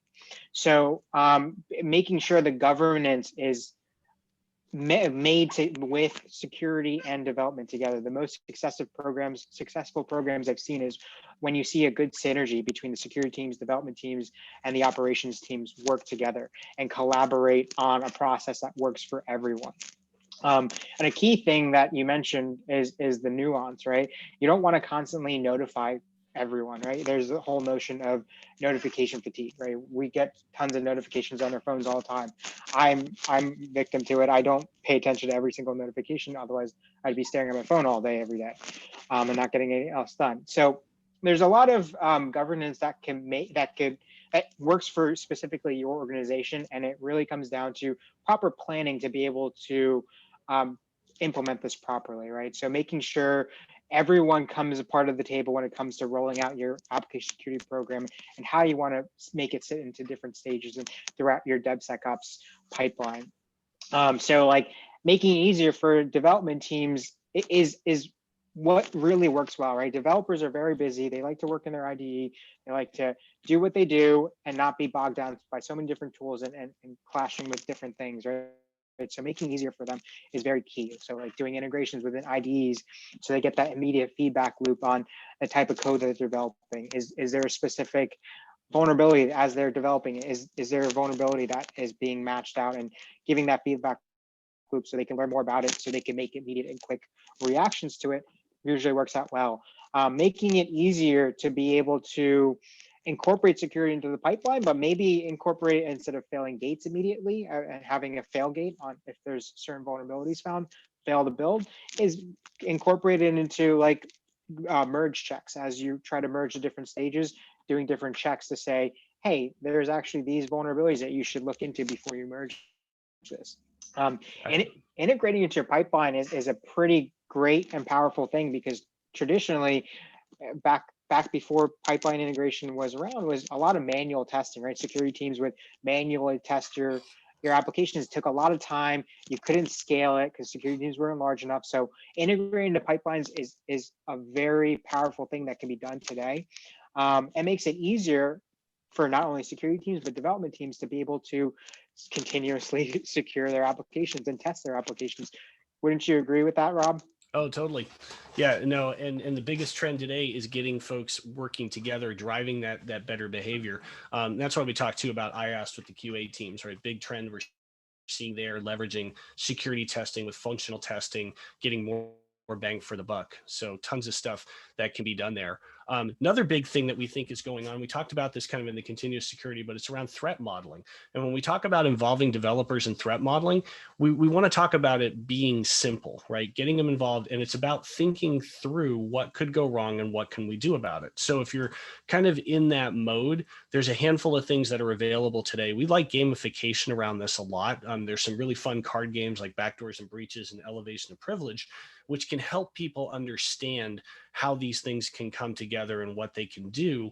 And examples go a long way. So it's not about, what a SOC would do in every single threat vector and every single possibility, but really just getting people to think a little differently about their apps, how they can be exposed, what might be able to go wrong. And so where you start with all of those things, we've been talking about this a lot. Sean mentioned planning and creating and building in some of that accountability. I like to talk about the fact that engagement leads to easier enforcement. So if you involve people in the design phase, it's much easier to test and have their cooperation throughout. Drive the metrics that provide insight and think about your risk posture, and then continuously improve those things to keep driving down the risk. All that with the end of saying, hey, a couple of resources around that. So some places where you can find the threat modeling for the continuous security, that diagram that we talked about. We actually unpack that during all day DevOps earlier in 2020. And so you can get that session. And then just to think about it, right? The thought we want to leave you with is kind of what we started with around that whole defense in depth and what happens when they get to the application. So when it comes to application security, which do you want, right? Somebody getting in free and clear once that last layer is done, or do you want something, in the yard helping to protect you? Right, Sean? Exactly. I don't know about you, but I like to beware of the dog. Yeah, exactly. Like that last line of defense. So with that, guys, I know we're a little bit up time. We certainly have time for a few questions if there are any, but we want to thank you just for having us. And Raquel, I'll turn it back over to you. Yeah, thank you so much for that. So just to keep with time, I think we have time to just quickly answer one question, and then we'll just jump into our next panel. Perfect. So the question we have here is, how do you ensure security in the cloud? How do we ensure, with an IN, or ensure with an EN? EN. Well, I mean, there's a lot in that place, right? So basically, depends on whether we're talking cloud native or whether we're talking delivering to the cloud. So there's a lot of different facets in there. We focus primarily on being able to take care of that application wherever it is. So we want to be able to think through making sure that it's been tested and verified and all of those kinds of things. But when we get into those clouds, and Sean talked about microservices. So some of that becomes the access authorization discussion, thinking through where it's going to be used, how it's going to be used. Are we opening up all of those permissions? I think the other thing that cloud sort of does, it increases that threat landscape tenfold, 100-fold, maybe 1,000-fold, right? Depending on where things are delivered. So you really have to think about the estate.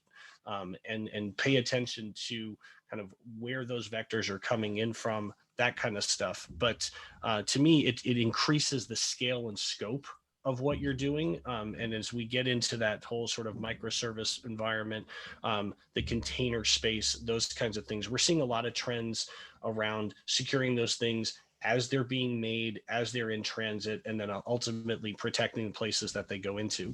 Anything you want to add to that, Sean?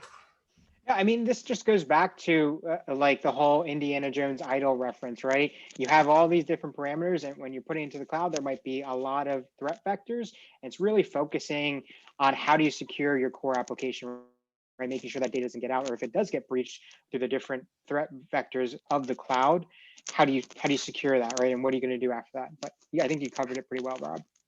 Sweet. Awesome. And people are free to Awesome. reach out to us as well. So that's totally fine. Sorry about that. So thank you so much, Rob and Sean. That was super insightful and very informative. We really appreciate you joining us today. You bet. Not a problem. Thank you, guys. Let me stop sharing my screen so you can have that. Awesome. So up next, we are joined by Malu Septian Milan, president at CryptoPwn, and Spencer Coe, offensive security professional at Reddit. And they will be joined by Altaz Villani for this panel discussion. Unfortunately, though, I just received news that Malu was unable to join us today, but nonetheless, we hope she is doing well and staying safe, and I will still go ahead and read her bio. So Malu brings more than 25 years of industry expertise in government, high-tech manufacturing, retail, and executive digital solutions advisory and general management across every functional vertical. Her portfolio of expertise includes deep technical product leadership, strong drive for quality and operational excellence, product innovation and simplification, cybersecurity and privacy, process and people leadership across business units and IT. She leads a neuroscience therapeutic startup focused on building an automated platform that improves brain functioning.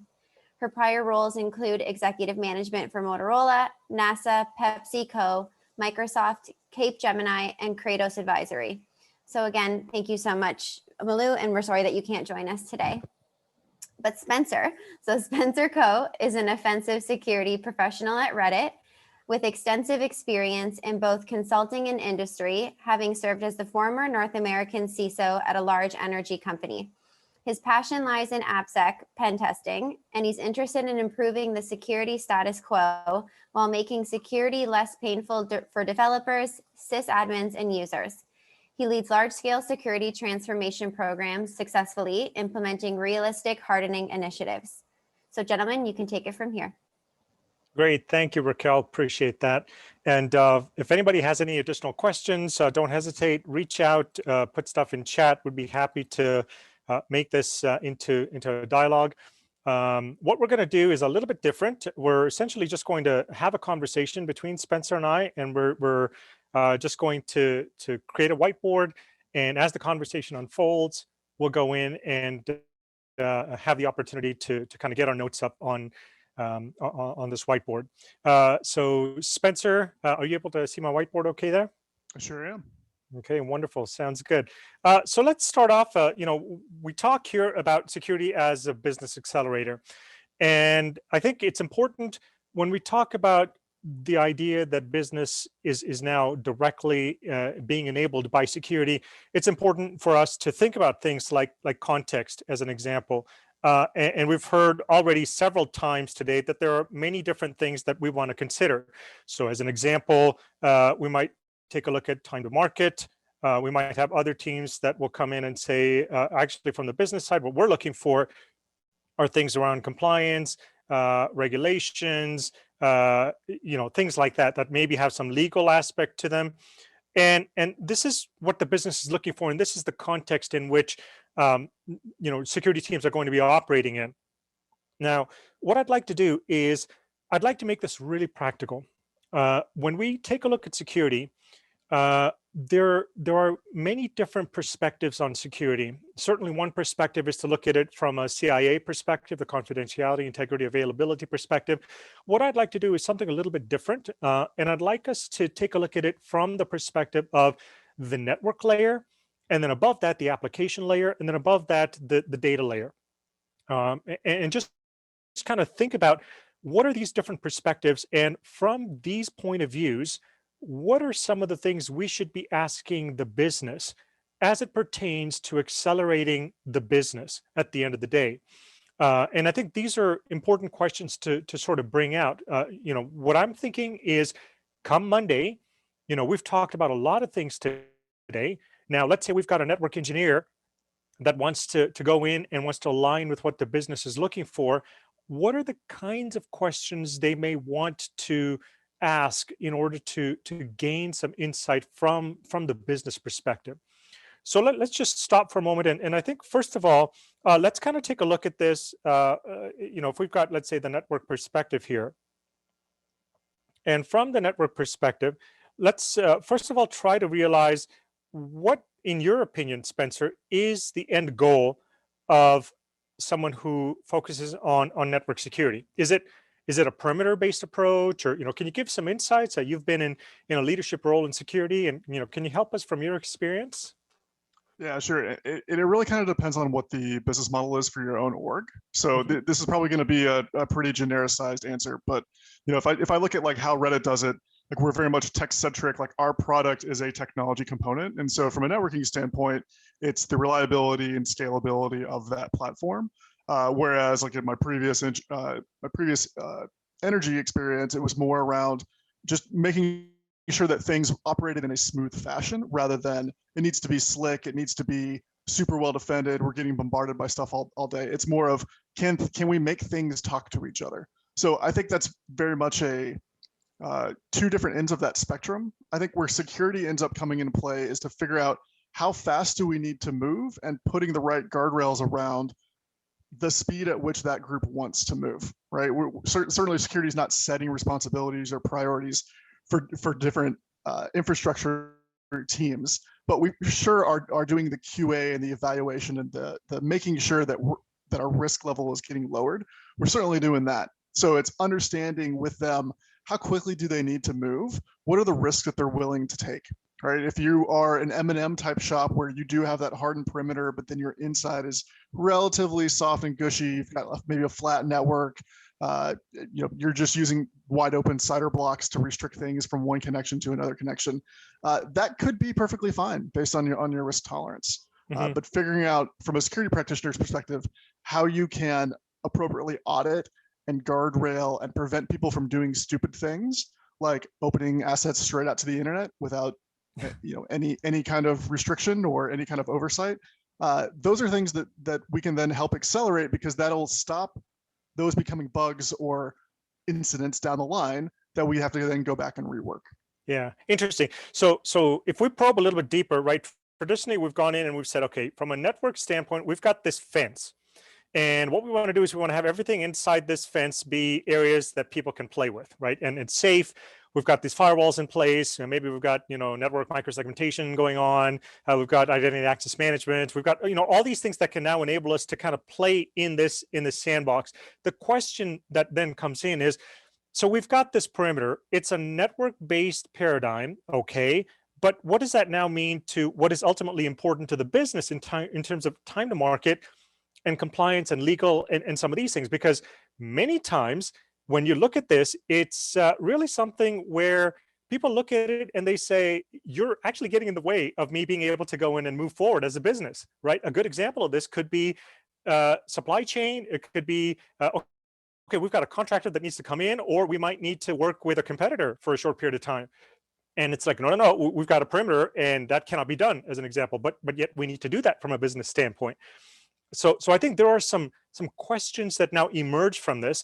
And I'm wondering if maybe we could probe on this and try and think about, what does this look like when we think about it more in terms of business related questions, right? And thinking from that network centric point of view, there may be things here related to the convergence of networks, but we don't speak to the business in terms of network convergence. I mean, that's way too technical. How could someone who's a network engineer approach the business to say, I'm here to help you accelerate the business because I'm a part of security now, but I need to know what is important and valuable to you.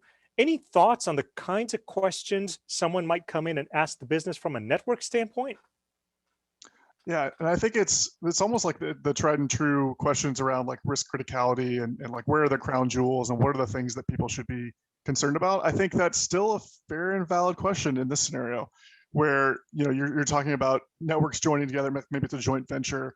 We certainly had several of those back in my day at the energy company. Like those questions were, well, okay, what can we safely expose, and do we actually know where those things live and the data points in which we need to connect those things. So if we're sharing databases, if we're doing API calls, like what is that actual path, and having something documented.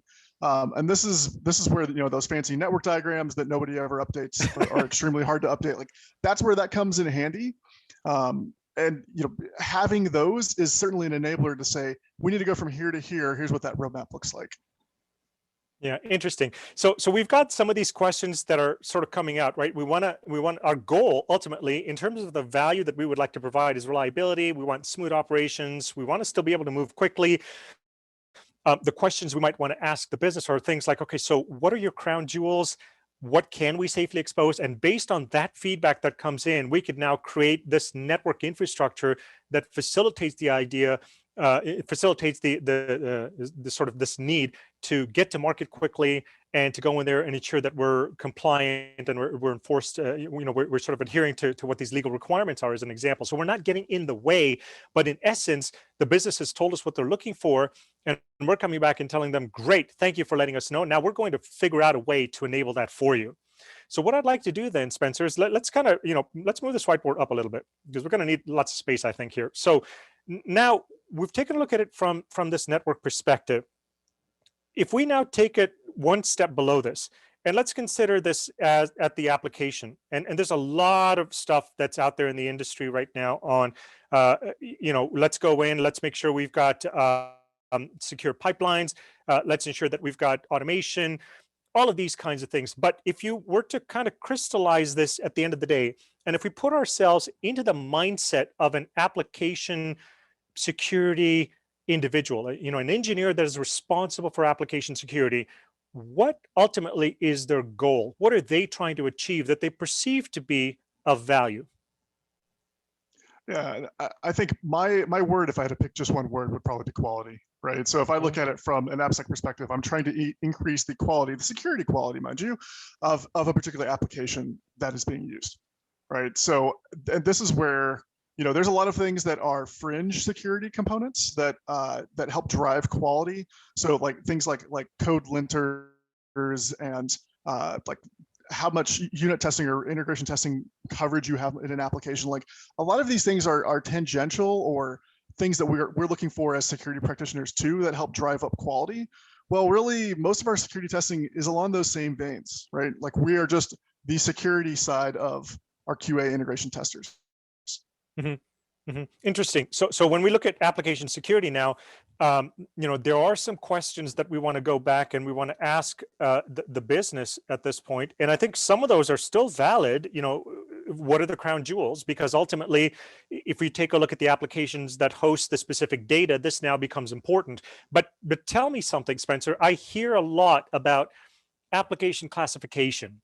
You know, I hear a lot about application rationalization for security.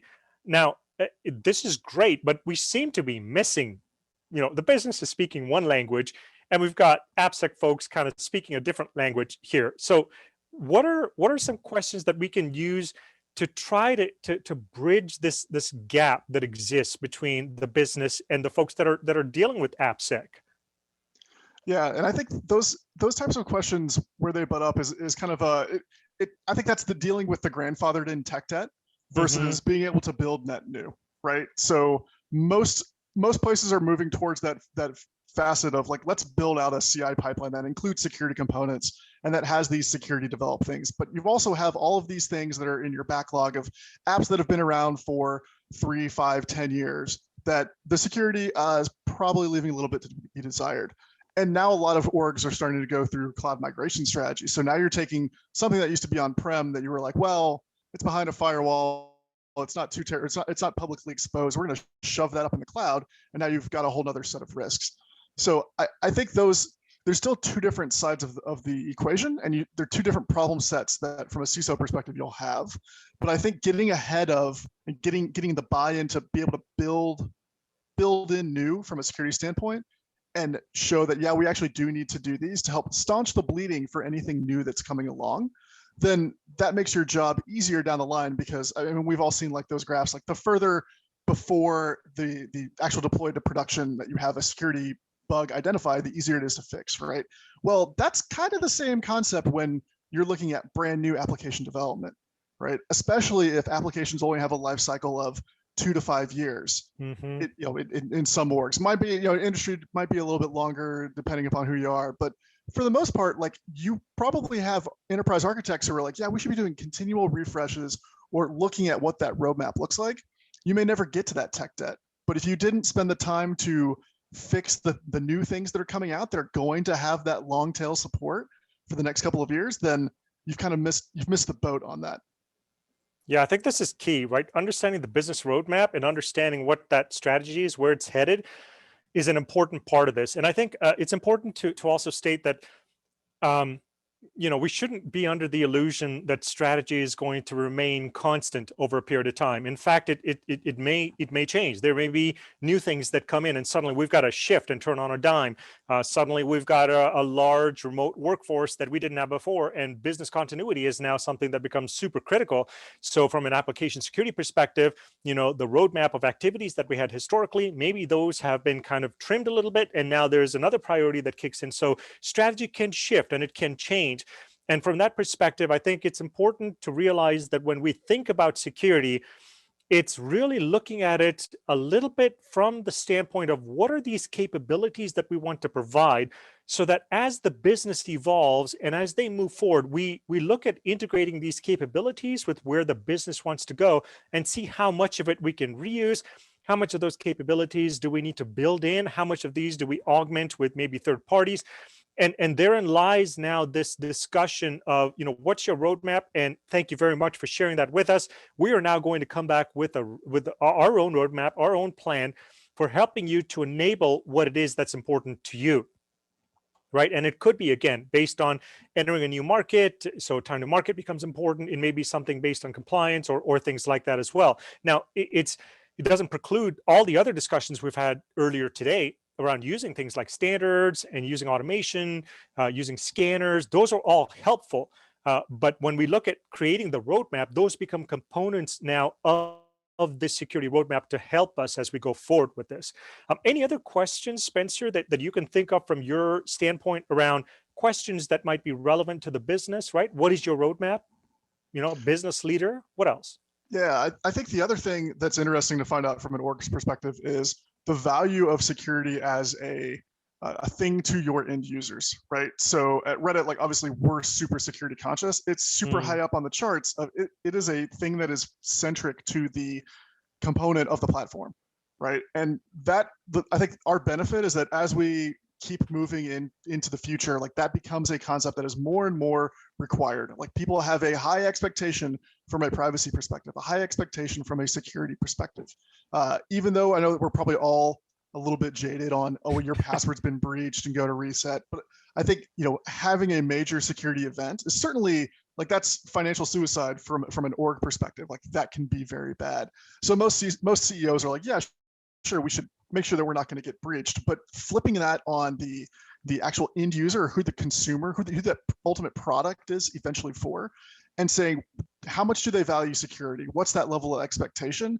And being able to build in feature sets that focus on those people. So like authentication flows and password reset and right to be forgotten, all those kind of concepts, they are now at table stakes for most orgs. And so that gives us another way to help accelerate and talk with our business as trusted advisors that, okay, what do you guys want to do? We can help enable these things by providing the right guidance, the right technology, the right architectural patterns to deliver on those things. And that increases value for us. Yeah, it's interesting because now you've flipped what is a reactive posture into something that now becomes proactive to say, okay, if this is what your roadmap entails, let me share with you what are some of the things that you might want to consider. And from a business standpoint, it's like, wow, I didn't realize some of these things would be a part of this, you know. And at the same time, you know, if we take a look at applications and API integrations, for example, you know, we need to consider what is important to the business before we go gung-ho and start to do all this stuff. To Andy's point earlier in his presentation, there's a fixed budget. And we need to make sure that we're focused on those things that are ultimately important to what the business is looking for. And I think this is kind of where this kind of dialogue helps to kind of streamline some of this.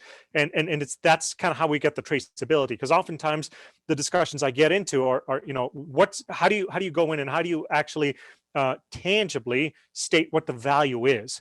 And these are some concrete steps that we can take to go in there and make sure that this value is in fact being added. It's not a one-time thing. It's a daily thing that we go in and we're working with the business side by side along them, not across from them, but side by side with them, saying, hey, we're in this with you. Let's work with you to make sure that we're creating this thing from a security perspective. I'd like to go one step deeper then as well. Now we've talked about the network side, we've talked about the application side. Let's now take a look at it from a data perspective. And ultimately, when we take a look at the data within the enterprise, here it's not just about what the crown jewels are, as Rob mentioned, it's actually where are these crown jewels, right? So we've got certain applications, but if you go even one step deeper, you've got data in there, and these data reside in repositories. And so the question that I would suggest initially is, first of all, for someone who is a data architect or someone who's focused on privacy as an example, what would be their goal in trying to promote their own value, in terms of what would be the sort of day-to-day activities that they do? Why is a data security person important at the end of the day? What are their goals that they're trying to achieve? Yeah, and I think anyone that's been around like large data warehouses or a company that's had a lot of data, you know that data can quickly get away from you, right? So looking at the sprawl of where databases that are getting stood up and the components and attributes for your various models. So like Reddit has a ton of different data models on the back end. We've got a lot of data all over the place. Being able to catalog those and understand them at scale is extremely challenging. So if you do not go in with an architecture overview of here's how we should be arranging these components, or do we actually need something like a PII enclave, which is pretty much the new buzzword. Like we're going to have a specific zone that is where we keep all of our PII, and we can, it kind of goes back to the decentralized, centralized concept of, well, it's easier to manage things if they're all in one place, right? So if you do not understand what those data requirements are and who's consuming the data, if you're throwing data into multiple environments, like, okay, you need to feed it over into GCP, you've got a data analytics platform that's managed by a third party, whatever those attributes are for your org, if you don't understand them, then what ends up happening is that just copies of copies of copies start proliferating. And to understand your breach impact is extremely hard to do because now you don't know where did that data actually come from that might have been exposed, or how do you, if you have to go and produce a right to be forgotten, or somebody requests a data export of their account with that org, your org, then that could be really hard to pull off in a cost-effective and timely manner, both of which are important from a GDPR perspective. Yeah, that's interesting. And you talk about enclaves and things like that. This becomes super important when you consider now that we're essentially dealing with hybrid infrastructures. We've got stuff in the cloud, we've got stuff on the ground. How do we ensure that we've got the right level of access? All these questions now become really, really important. Let's just dive real quick. What are some questions that somebody who is focused on data security, data privacy, what are the types of things they should be asking the business? Right? Ultimately, we want to make sure that we're enabling the business. We want to accelerate what the business is doing. But where do we start? Like come Monday, what are some tangible questions data security folks can ask the business?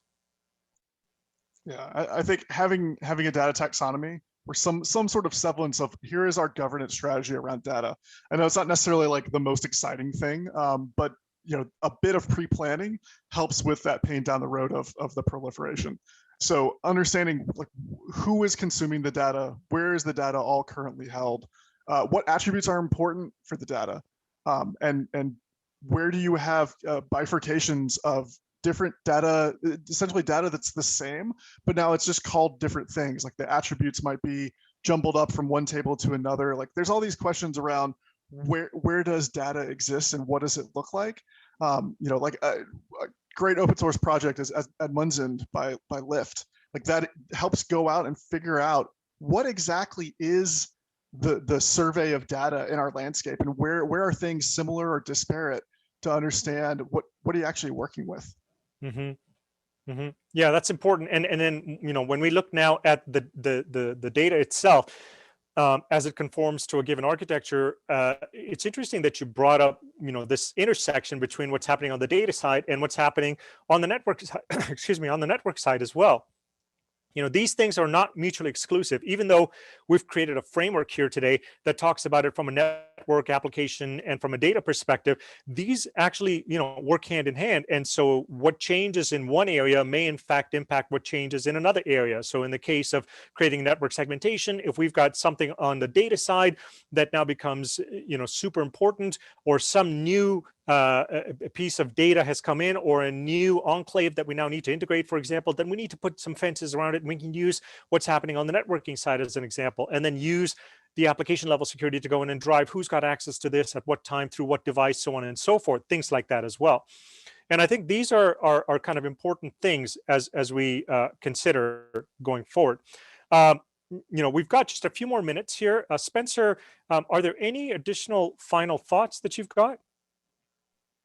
Yeah, I think, we talk about business accelerators, and often security is like the old school Department of No, or the bastions of no, you cannot do these things. I think as we move into a cloud first environment, and time to market is like the utmost important thing to be able to deliver on, and everybody is now a technology company because technology runs the world. I think understanding when it's like understanding your risk tolerance, and when it's okay to say yes, but this is probably going to be a problem down the line, right? No more saying no completely. That's not an option anymore.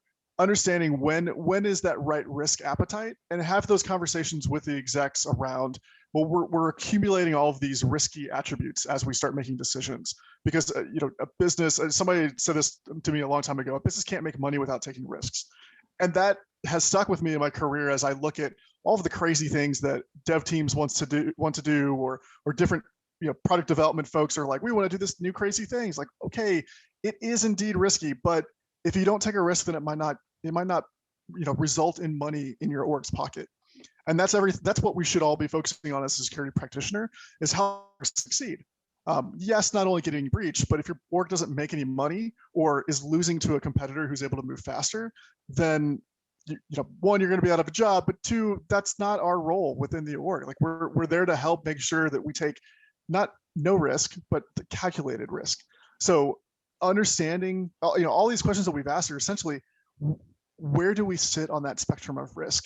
How do we feel about taking these risky ventures down technology? Getting comfortable with that, and being able to communicate to executives that these are the things that are risky, and we're going to tell you about them, and they could be potentially bad, but it's up to execs to help make those decisions. So I really look at it as being a valued partner and a consultant, kind of like very similar to how a lot of legal counsels are. Like, they won't tell you that you can't do a thing, but they will strongly advise you that that is a terrible idea from a legal standpoint. I feel like we're that for security. Like, we can opine on how certain actions or certain decisions from an IT standpoint will affect our security down the line. Yeah, interesting. I put speed and guardrails sort of in a parking lot early in the discussion, but we sort of round tripped this whole discussion and brought it right back up now, where we have to set up these guardrails, and really what we're trying to do are two things. We want to enable the business, but at the same time, we've got these guardrails to say, okay, we recommend the following, and we give options, right? If you do this, this is what might happen, do that. And again, based on the risk tolerance that the business has, we go in because it's a risk-based decision now. Based on that, security teams can in fact enable what the business is looking for. So it's not a blocker. It's in fact, like you suggested, it's really coming alongside the business and consulting with them and advising them, and taking that kind of an approach really from the network application and from the data perspective. So with that, Raquel, I think we're pretty much up on time here. So I'll hand it over to you if there are any questions at all.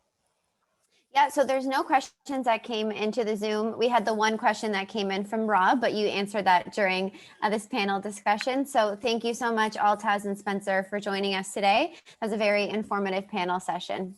Wonderful, thank you. Thank you so much. All righty, so we will be back at 2:50 for our last but not least session with Jim Hytella.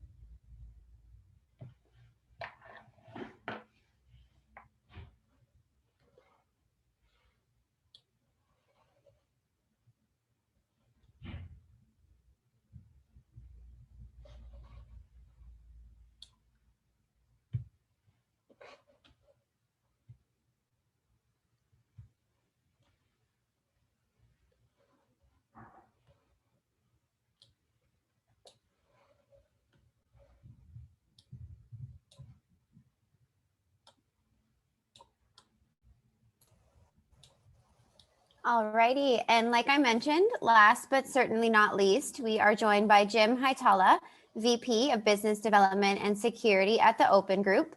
And his session today is bringing security standards and best practices to agile and digital. Jim Haitala is VP of Business Development at Security for the Open Group, where he manages security and risk management programs and standards activities, as well as the business development team. He has led the development of several industry standards, including the Open FAIR standards and certification program for risk analysts. Jim is a frequent speaker at industry conferences, and he has participated in the SANS Analyst/Expert program, having written several research white papers and participated in several webcasts for SANS. He has also published numerous articles on information security. Jim, whenever you're ready, you can take it from here. All right. Thanks, Raquel, and it's good to be with you all today.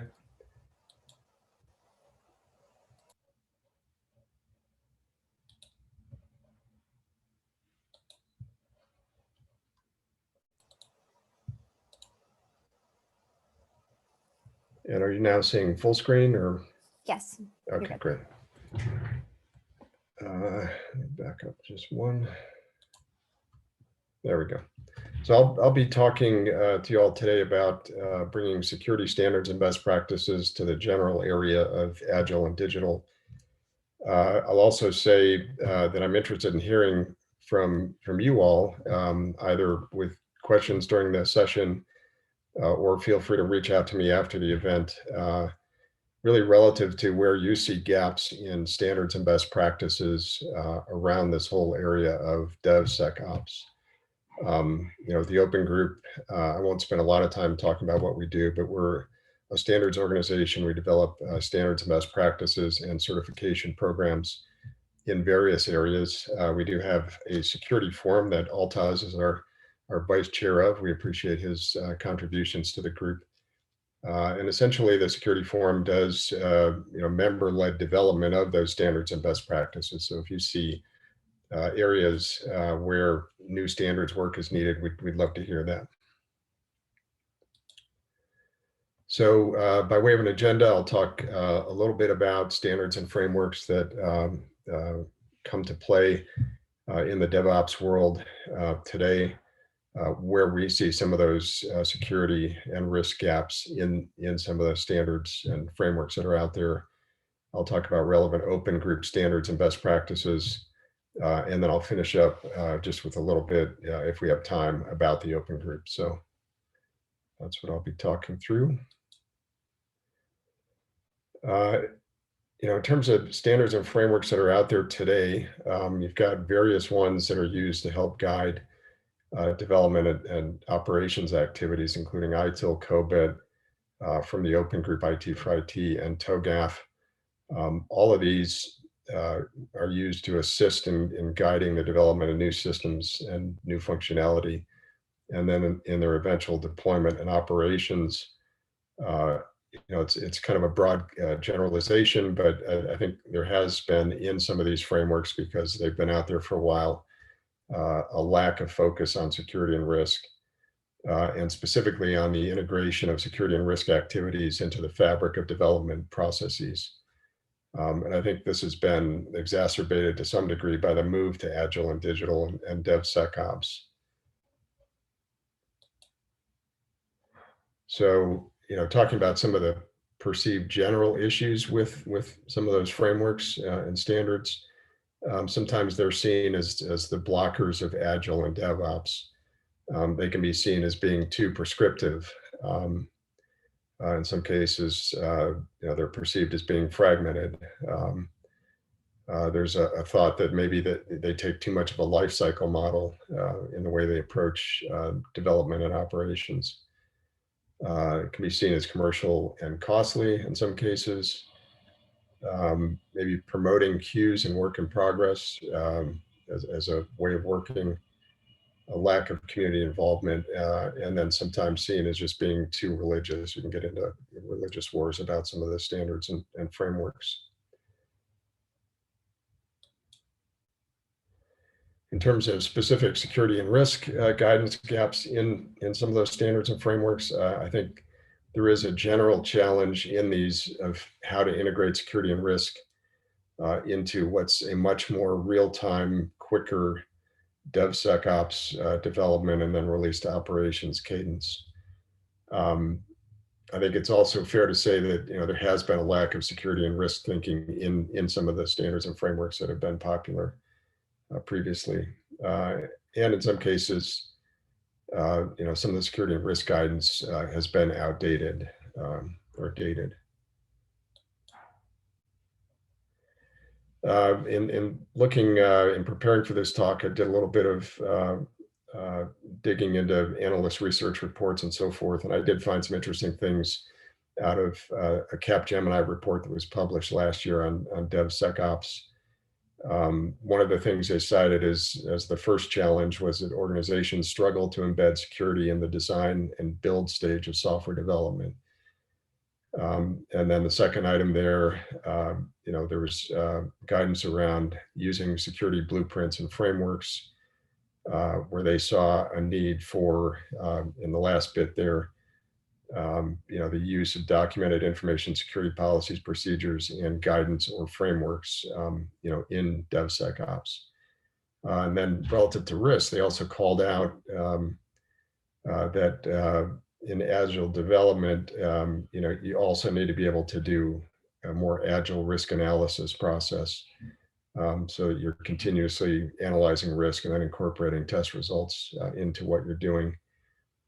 And then finally, they also suggested that risk-based testing and risk-based monitoring would be important things to be doing. So some interesting findings from this report that Capgemini did. So if I shift gears a little bit and talk about some of the open group work that plays into this area.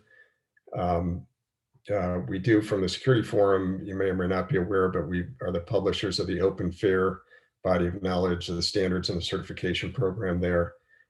I won't talk a lot about that in this presentation, but it is a pretty popular way of getting to quantitative measurement of risk, and probably has a role to play in the DevSecOps world. If you're thinking about being more agile in doing risk analysis, Open Fair might play into there. TOGAF, our enterprise architecture methodology. I won't talk a lot about that either, except to say that going back a few years, the guidance around security and risk in TOGAF was fairly dated. And we did publish, coming on 3 or 4 years ago now, a guide called the Integrating Risk and Security into a TOGAF Enterprise Architecture Guide, which is really a useful update to the classic treatment of risk and security in TOGAF going back a few years. This update was some much needed update to that. So the things that I will talk about specifically, we have a standard called the Open Agile Architecture Standard that I'll talk about, and a new addition to that standard called the OAA Security Playbook. I'll talk about IT for IT a little bit, and a brand new project that is just underway between our IT for IT forum and our security forum that looks at some security and a risk reference architecture work that the members of both forums thought was needed. And then I'll finish up talking about the digital practitioner's body of knowledge, which is one of the newer things we've published, really around what are the things that somebody needs to know to be a digital practitioner in the current world that we live in. So the Open Agile Architecture Standard was published last year as a standard of the Open Group. All of the things that I mentioned are available free on our website. You do have to supply some registration details, but you're able to download these as PDFs, whether you're a member or non-member of the Open Group. And the OAA standard really was built out of the recognition that organizations needed to be able to do architecture work at speed and scale, much more quickly than had been done in the past. So these are some of the objectives: bold learning at scale, product architecture for fast innovation, an operating model that scales, modular software system, and inverse Conway maneuver to help shape the organization. So, really OAA recognizes that digital transformation and agility as an enterprise are inseparable to the organizations that are doing these things well. And OAA really, articulates how the two concepts are related and tied together to deliver the related outcomes and value.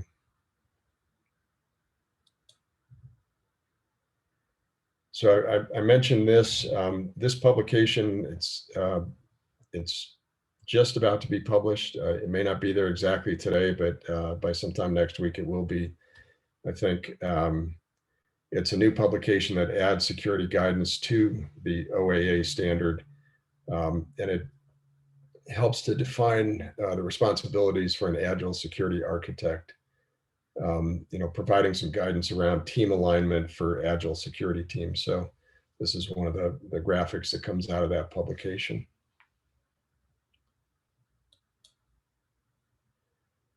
Some of the other things that it talks to are, some of the desired security characteristics for architecting security in an agile way. Obviously relying on layers of controls is something that security architects have been doing for a while, but also employing application security development practices.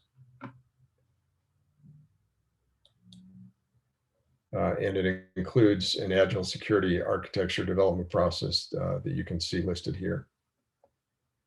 So outlining the flow of architecting security in an agile way, starting with requirements, an initial security architecture, a minimum security architecture,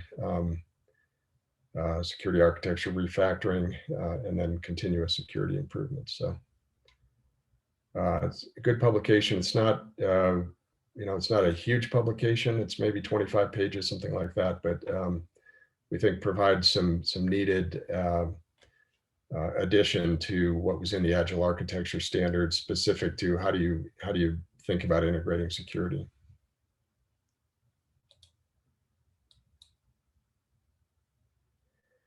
IT for IT, the standard has been out for a while. It was created originally by HP and HPE and Shell. They brought the project to the open group a number of years ago. We first published version 1 of that standard, probably going back 5 years now. And we're currently at version 2.1 of the standard. And the forum is working hard to produce a third version of the standard this year. The standard, as it says, provides a vendor neutral, technology agnostic reference architecture for managing the business of IT, enabling the kind of insight you need to be able to do continuous improvement. The reference architecture can be used to provide assessment of current IT management capabilities, and to do the same sort of thing for current IT software components. So it sometimes gets used to take a critical look at the software catalog at a given organization. And really, the standard is there to support existing landscapes and hopefully future IT paradigms. And you'll see some of the change thinking that's going on with IT for IT in a moment. IT for IT includes a couple of key pieces. One is an IT value chain that's depicted here, going from plan to build to deliver to run. And then the reference architecture that you see at the bottom gets into a fair amount of detail about the various components of an IT architecture. So we like to talk about it being, from the why to the what, as you see there, shifting the focus from optimizing silos to managing the continuous flow of value through the business, through IT. And then from what to how. So the IT for IT body of knowledge gives you a normative standard and how-to guidance. And it's been designed fairly closely with both the TOGAF and Archimate, so that there's some synergy between the various standards. And Archimate, if you're not familiar, is an open group standard And we have a forum that drives a standard that's really an architecture modeling notation language that's expressed in various modeling tools. So in the IT for IT forum, they're thinking a lot about, how do we evolve the standard with the shift to digital products? So there is a fair amount of work going on specific to that in the forum to make sure that we think about the new world of digital and what it means to the IT operation. So as you'll see here, organizations are using the IT for IT reference architecture to design and manage the flow of their digital products. You see here, an iteration on the IT for IT value flow that talks to that specifically in terms of digital products.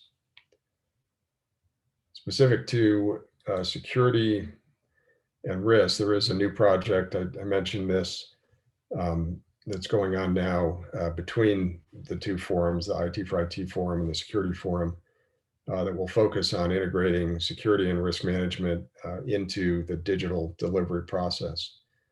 So some of the objectives of that new project are to embed security and risk management activities into the digital delivery fabric.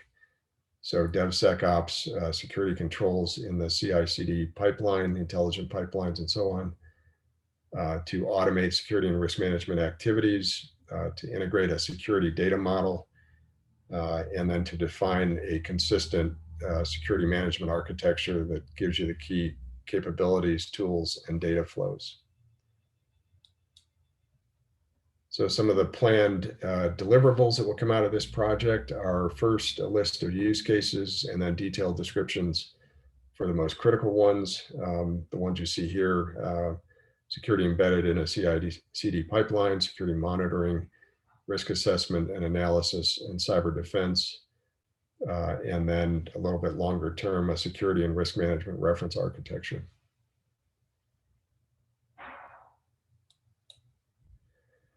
So the last area that I'll talk about is what we call the DPBOK, the Digital Practitioner Body of Knowledge Standard. This was published, let me think about this. It was probably towards the end of 2019 that we published it as a standard. We launched a certification program for it early in 2020. And it's really the first standard to come out of what I'd call digital first thinking at the Open Group. So there's been a whole emphasis inside of the Open Group to really think hard about digital. This one is aimed at practitioners and what they need to know. But a little more broadly, it's sparked work in the architecture forum and the IT for IT forum with input from the security forum, really regarding digital and what's needed in each of the standards coming out of those forums. I'll talk about that in a minute. But the DPBOK, embraces this concept of an emergence model as a way to frame, what's needed to develop digital products at various stages. So the first context is individual or founder. The second one is team. The third one is team of teams. And then the final one is the enduring enterprise. So, kind of scaling from small to large as you go down that chart. The DPBOK represents a way to really approach educating and training the digital workforce. And in terms of the genesis of this, so a fellow by the name of Charlie Betts, who's been a member of the Open Group for quite some time, and is now a Forrester analyst. He also is a professor instructor at St. Thomas University in Minnesota. He had the experience of working to educate and train or retrain many of the folks coming out of what I'd call legacy IT environments at a certain point, and found a lot of mid-career IT professionals who had been trained some time ago, but really needed to reskill or upskill themselves to deal with the digital requirements and the digital workforce requirements. So he wrote a book that really became the pardon me, the input into the Open Group's DP box standard, and brought a lot of this content into the Open Group to start the digital practitioner body of knowledge.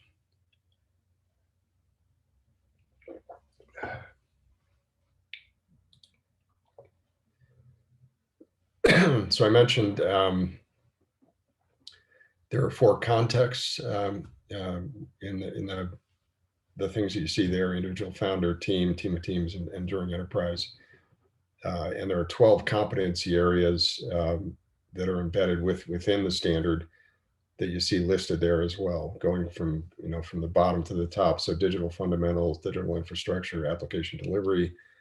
As you get to the team context, getting more into product management, work management, operations management.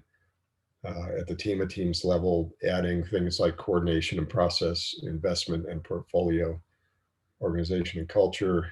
And then at the enduring enterprise level, getting more serious about governance, risk, security and compliance, information management and architecture. So, as you might expect, this is a fairly significant publication. It's got to be 400 to 500 pages. It covers a whole lot of ground. I helped with writing some of the risk and security guidance in that publication.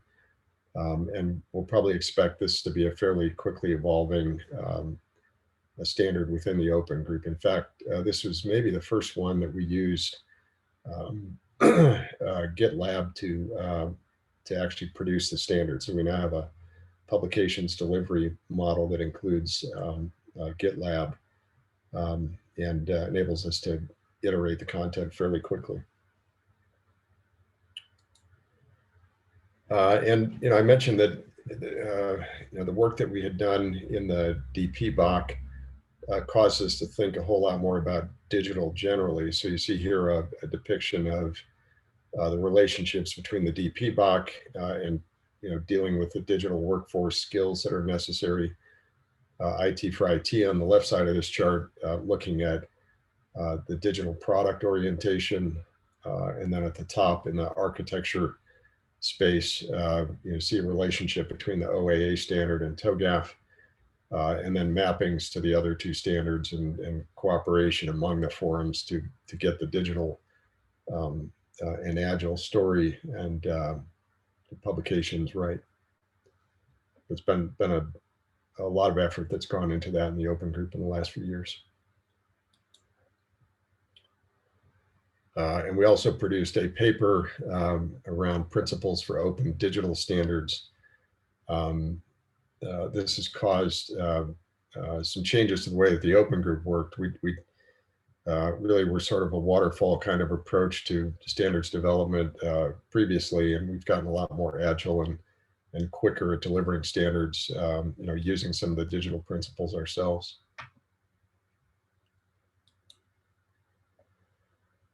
In terms of the Open Group, just a brief, bit about who we are and what we do. So we publish standards. Our earliest standards work was done on Unix. We still own the Unix trademark and look after the Unix specification, the single Unix spec, and we still certify products to it. TOGAF is maybe our most widely known standard at this point.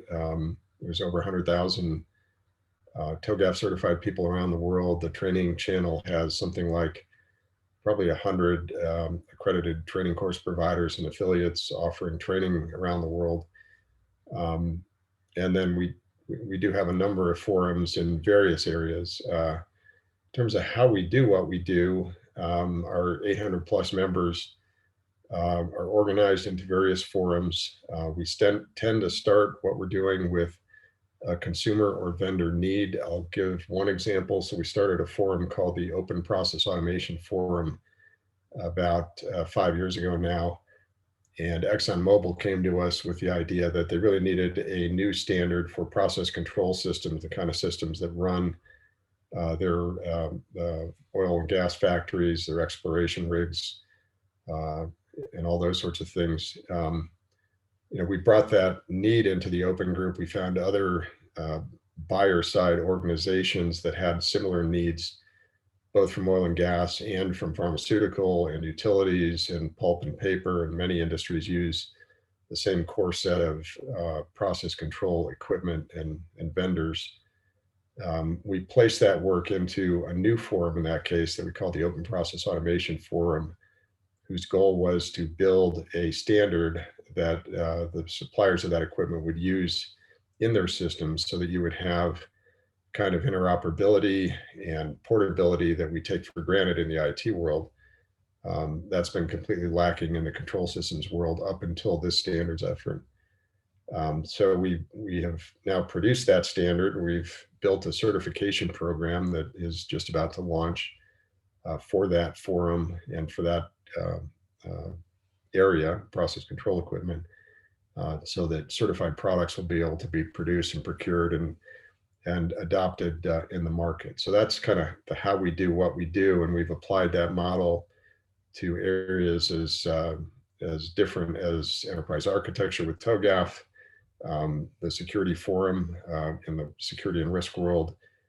We have a forum called the Trusted Technology Provider Forum that looks at supply chain security.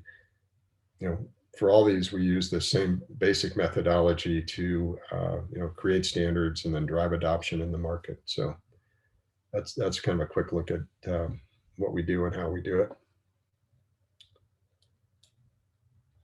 I'll wrap up just by giving you some references to the standards I talked about. So if you go to any of those URLs, you can get those publications directly.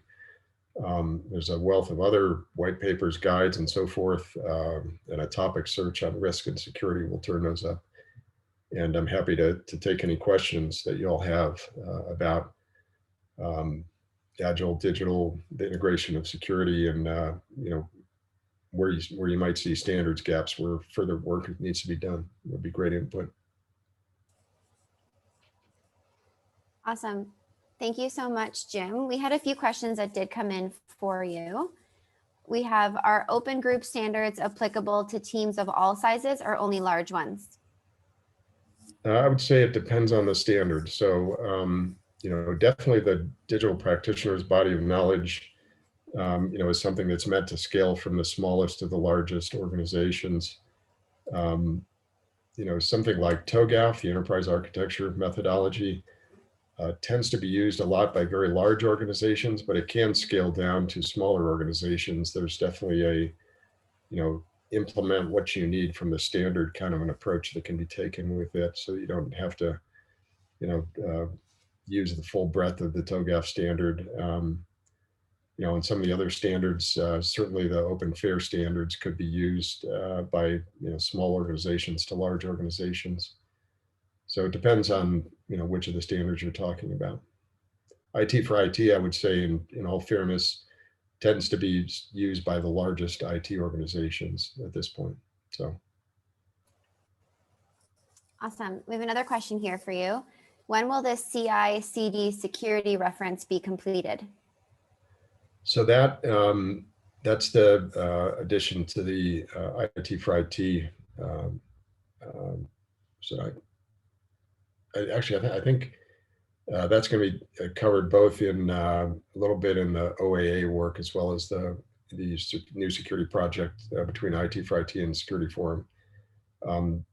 It's a ways off, I would say. That project is just kicking off, and these projects tend to find, take a little while to find their way, figure out exactly what publications are looking to put out there, and then get the work done.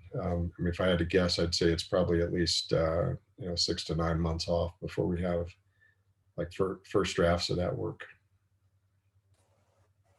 Perfect. And we have one last question here from the audience. Is there any discount for IT certification? Is there a discount for certification? So the way that certification works in the open group, people who want to get certified to one of our standards have two options. They can look for a training course provider and take an actual training. If you go to our website under certification, you can find lists of accredited training course providers and their calendar of upcoming courses. And we don't really have any control over what they charge to take that training course, but anyone who offers an accredited training course has to provide the students with vouchers to sit for the exam. The other way that you can learn the standards and get certified is through self-study. So there are, all the free publications, so guides, white papers, and the standard.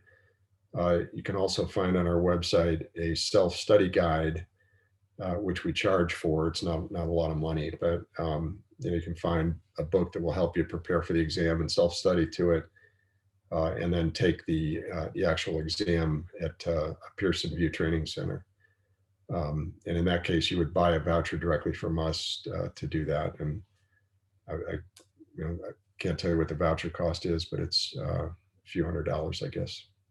So that's the two ways that you can get certified.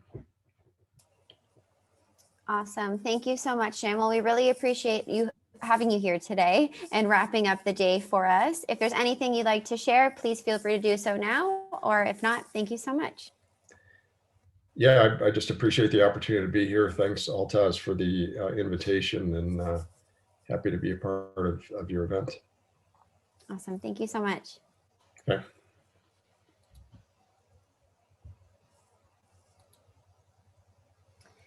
All right. Well, thank you so much to all of our speakers. We made it to the end of the day. So thank you for all of your great discussions and for sharing your expertise, and to our sponsors as well. And most importantly, we wanted to say a big thank you to all of our attendees for joining us today.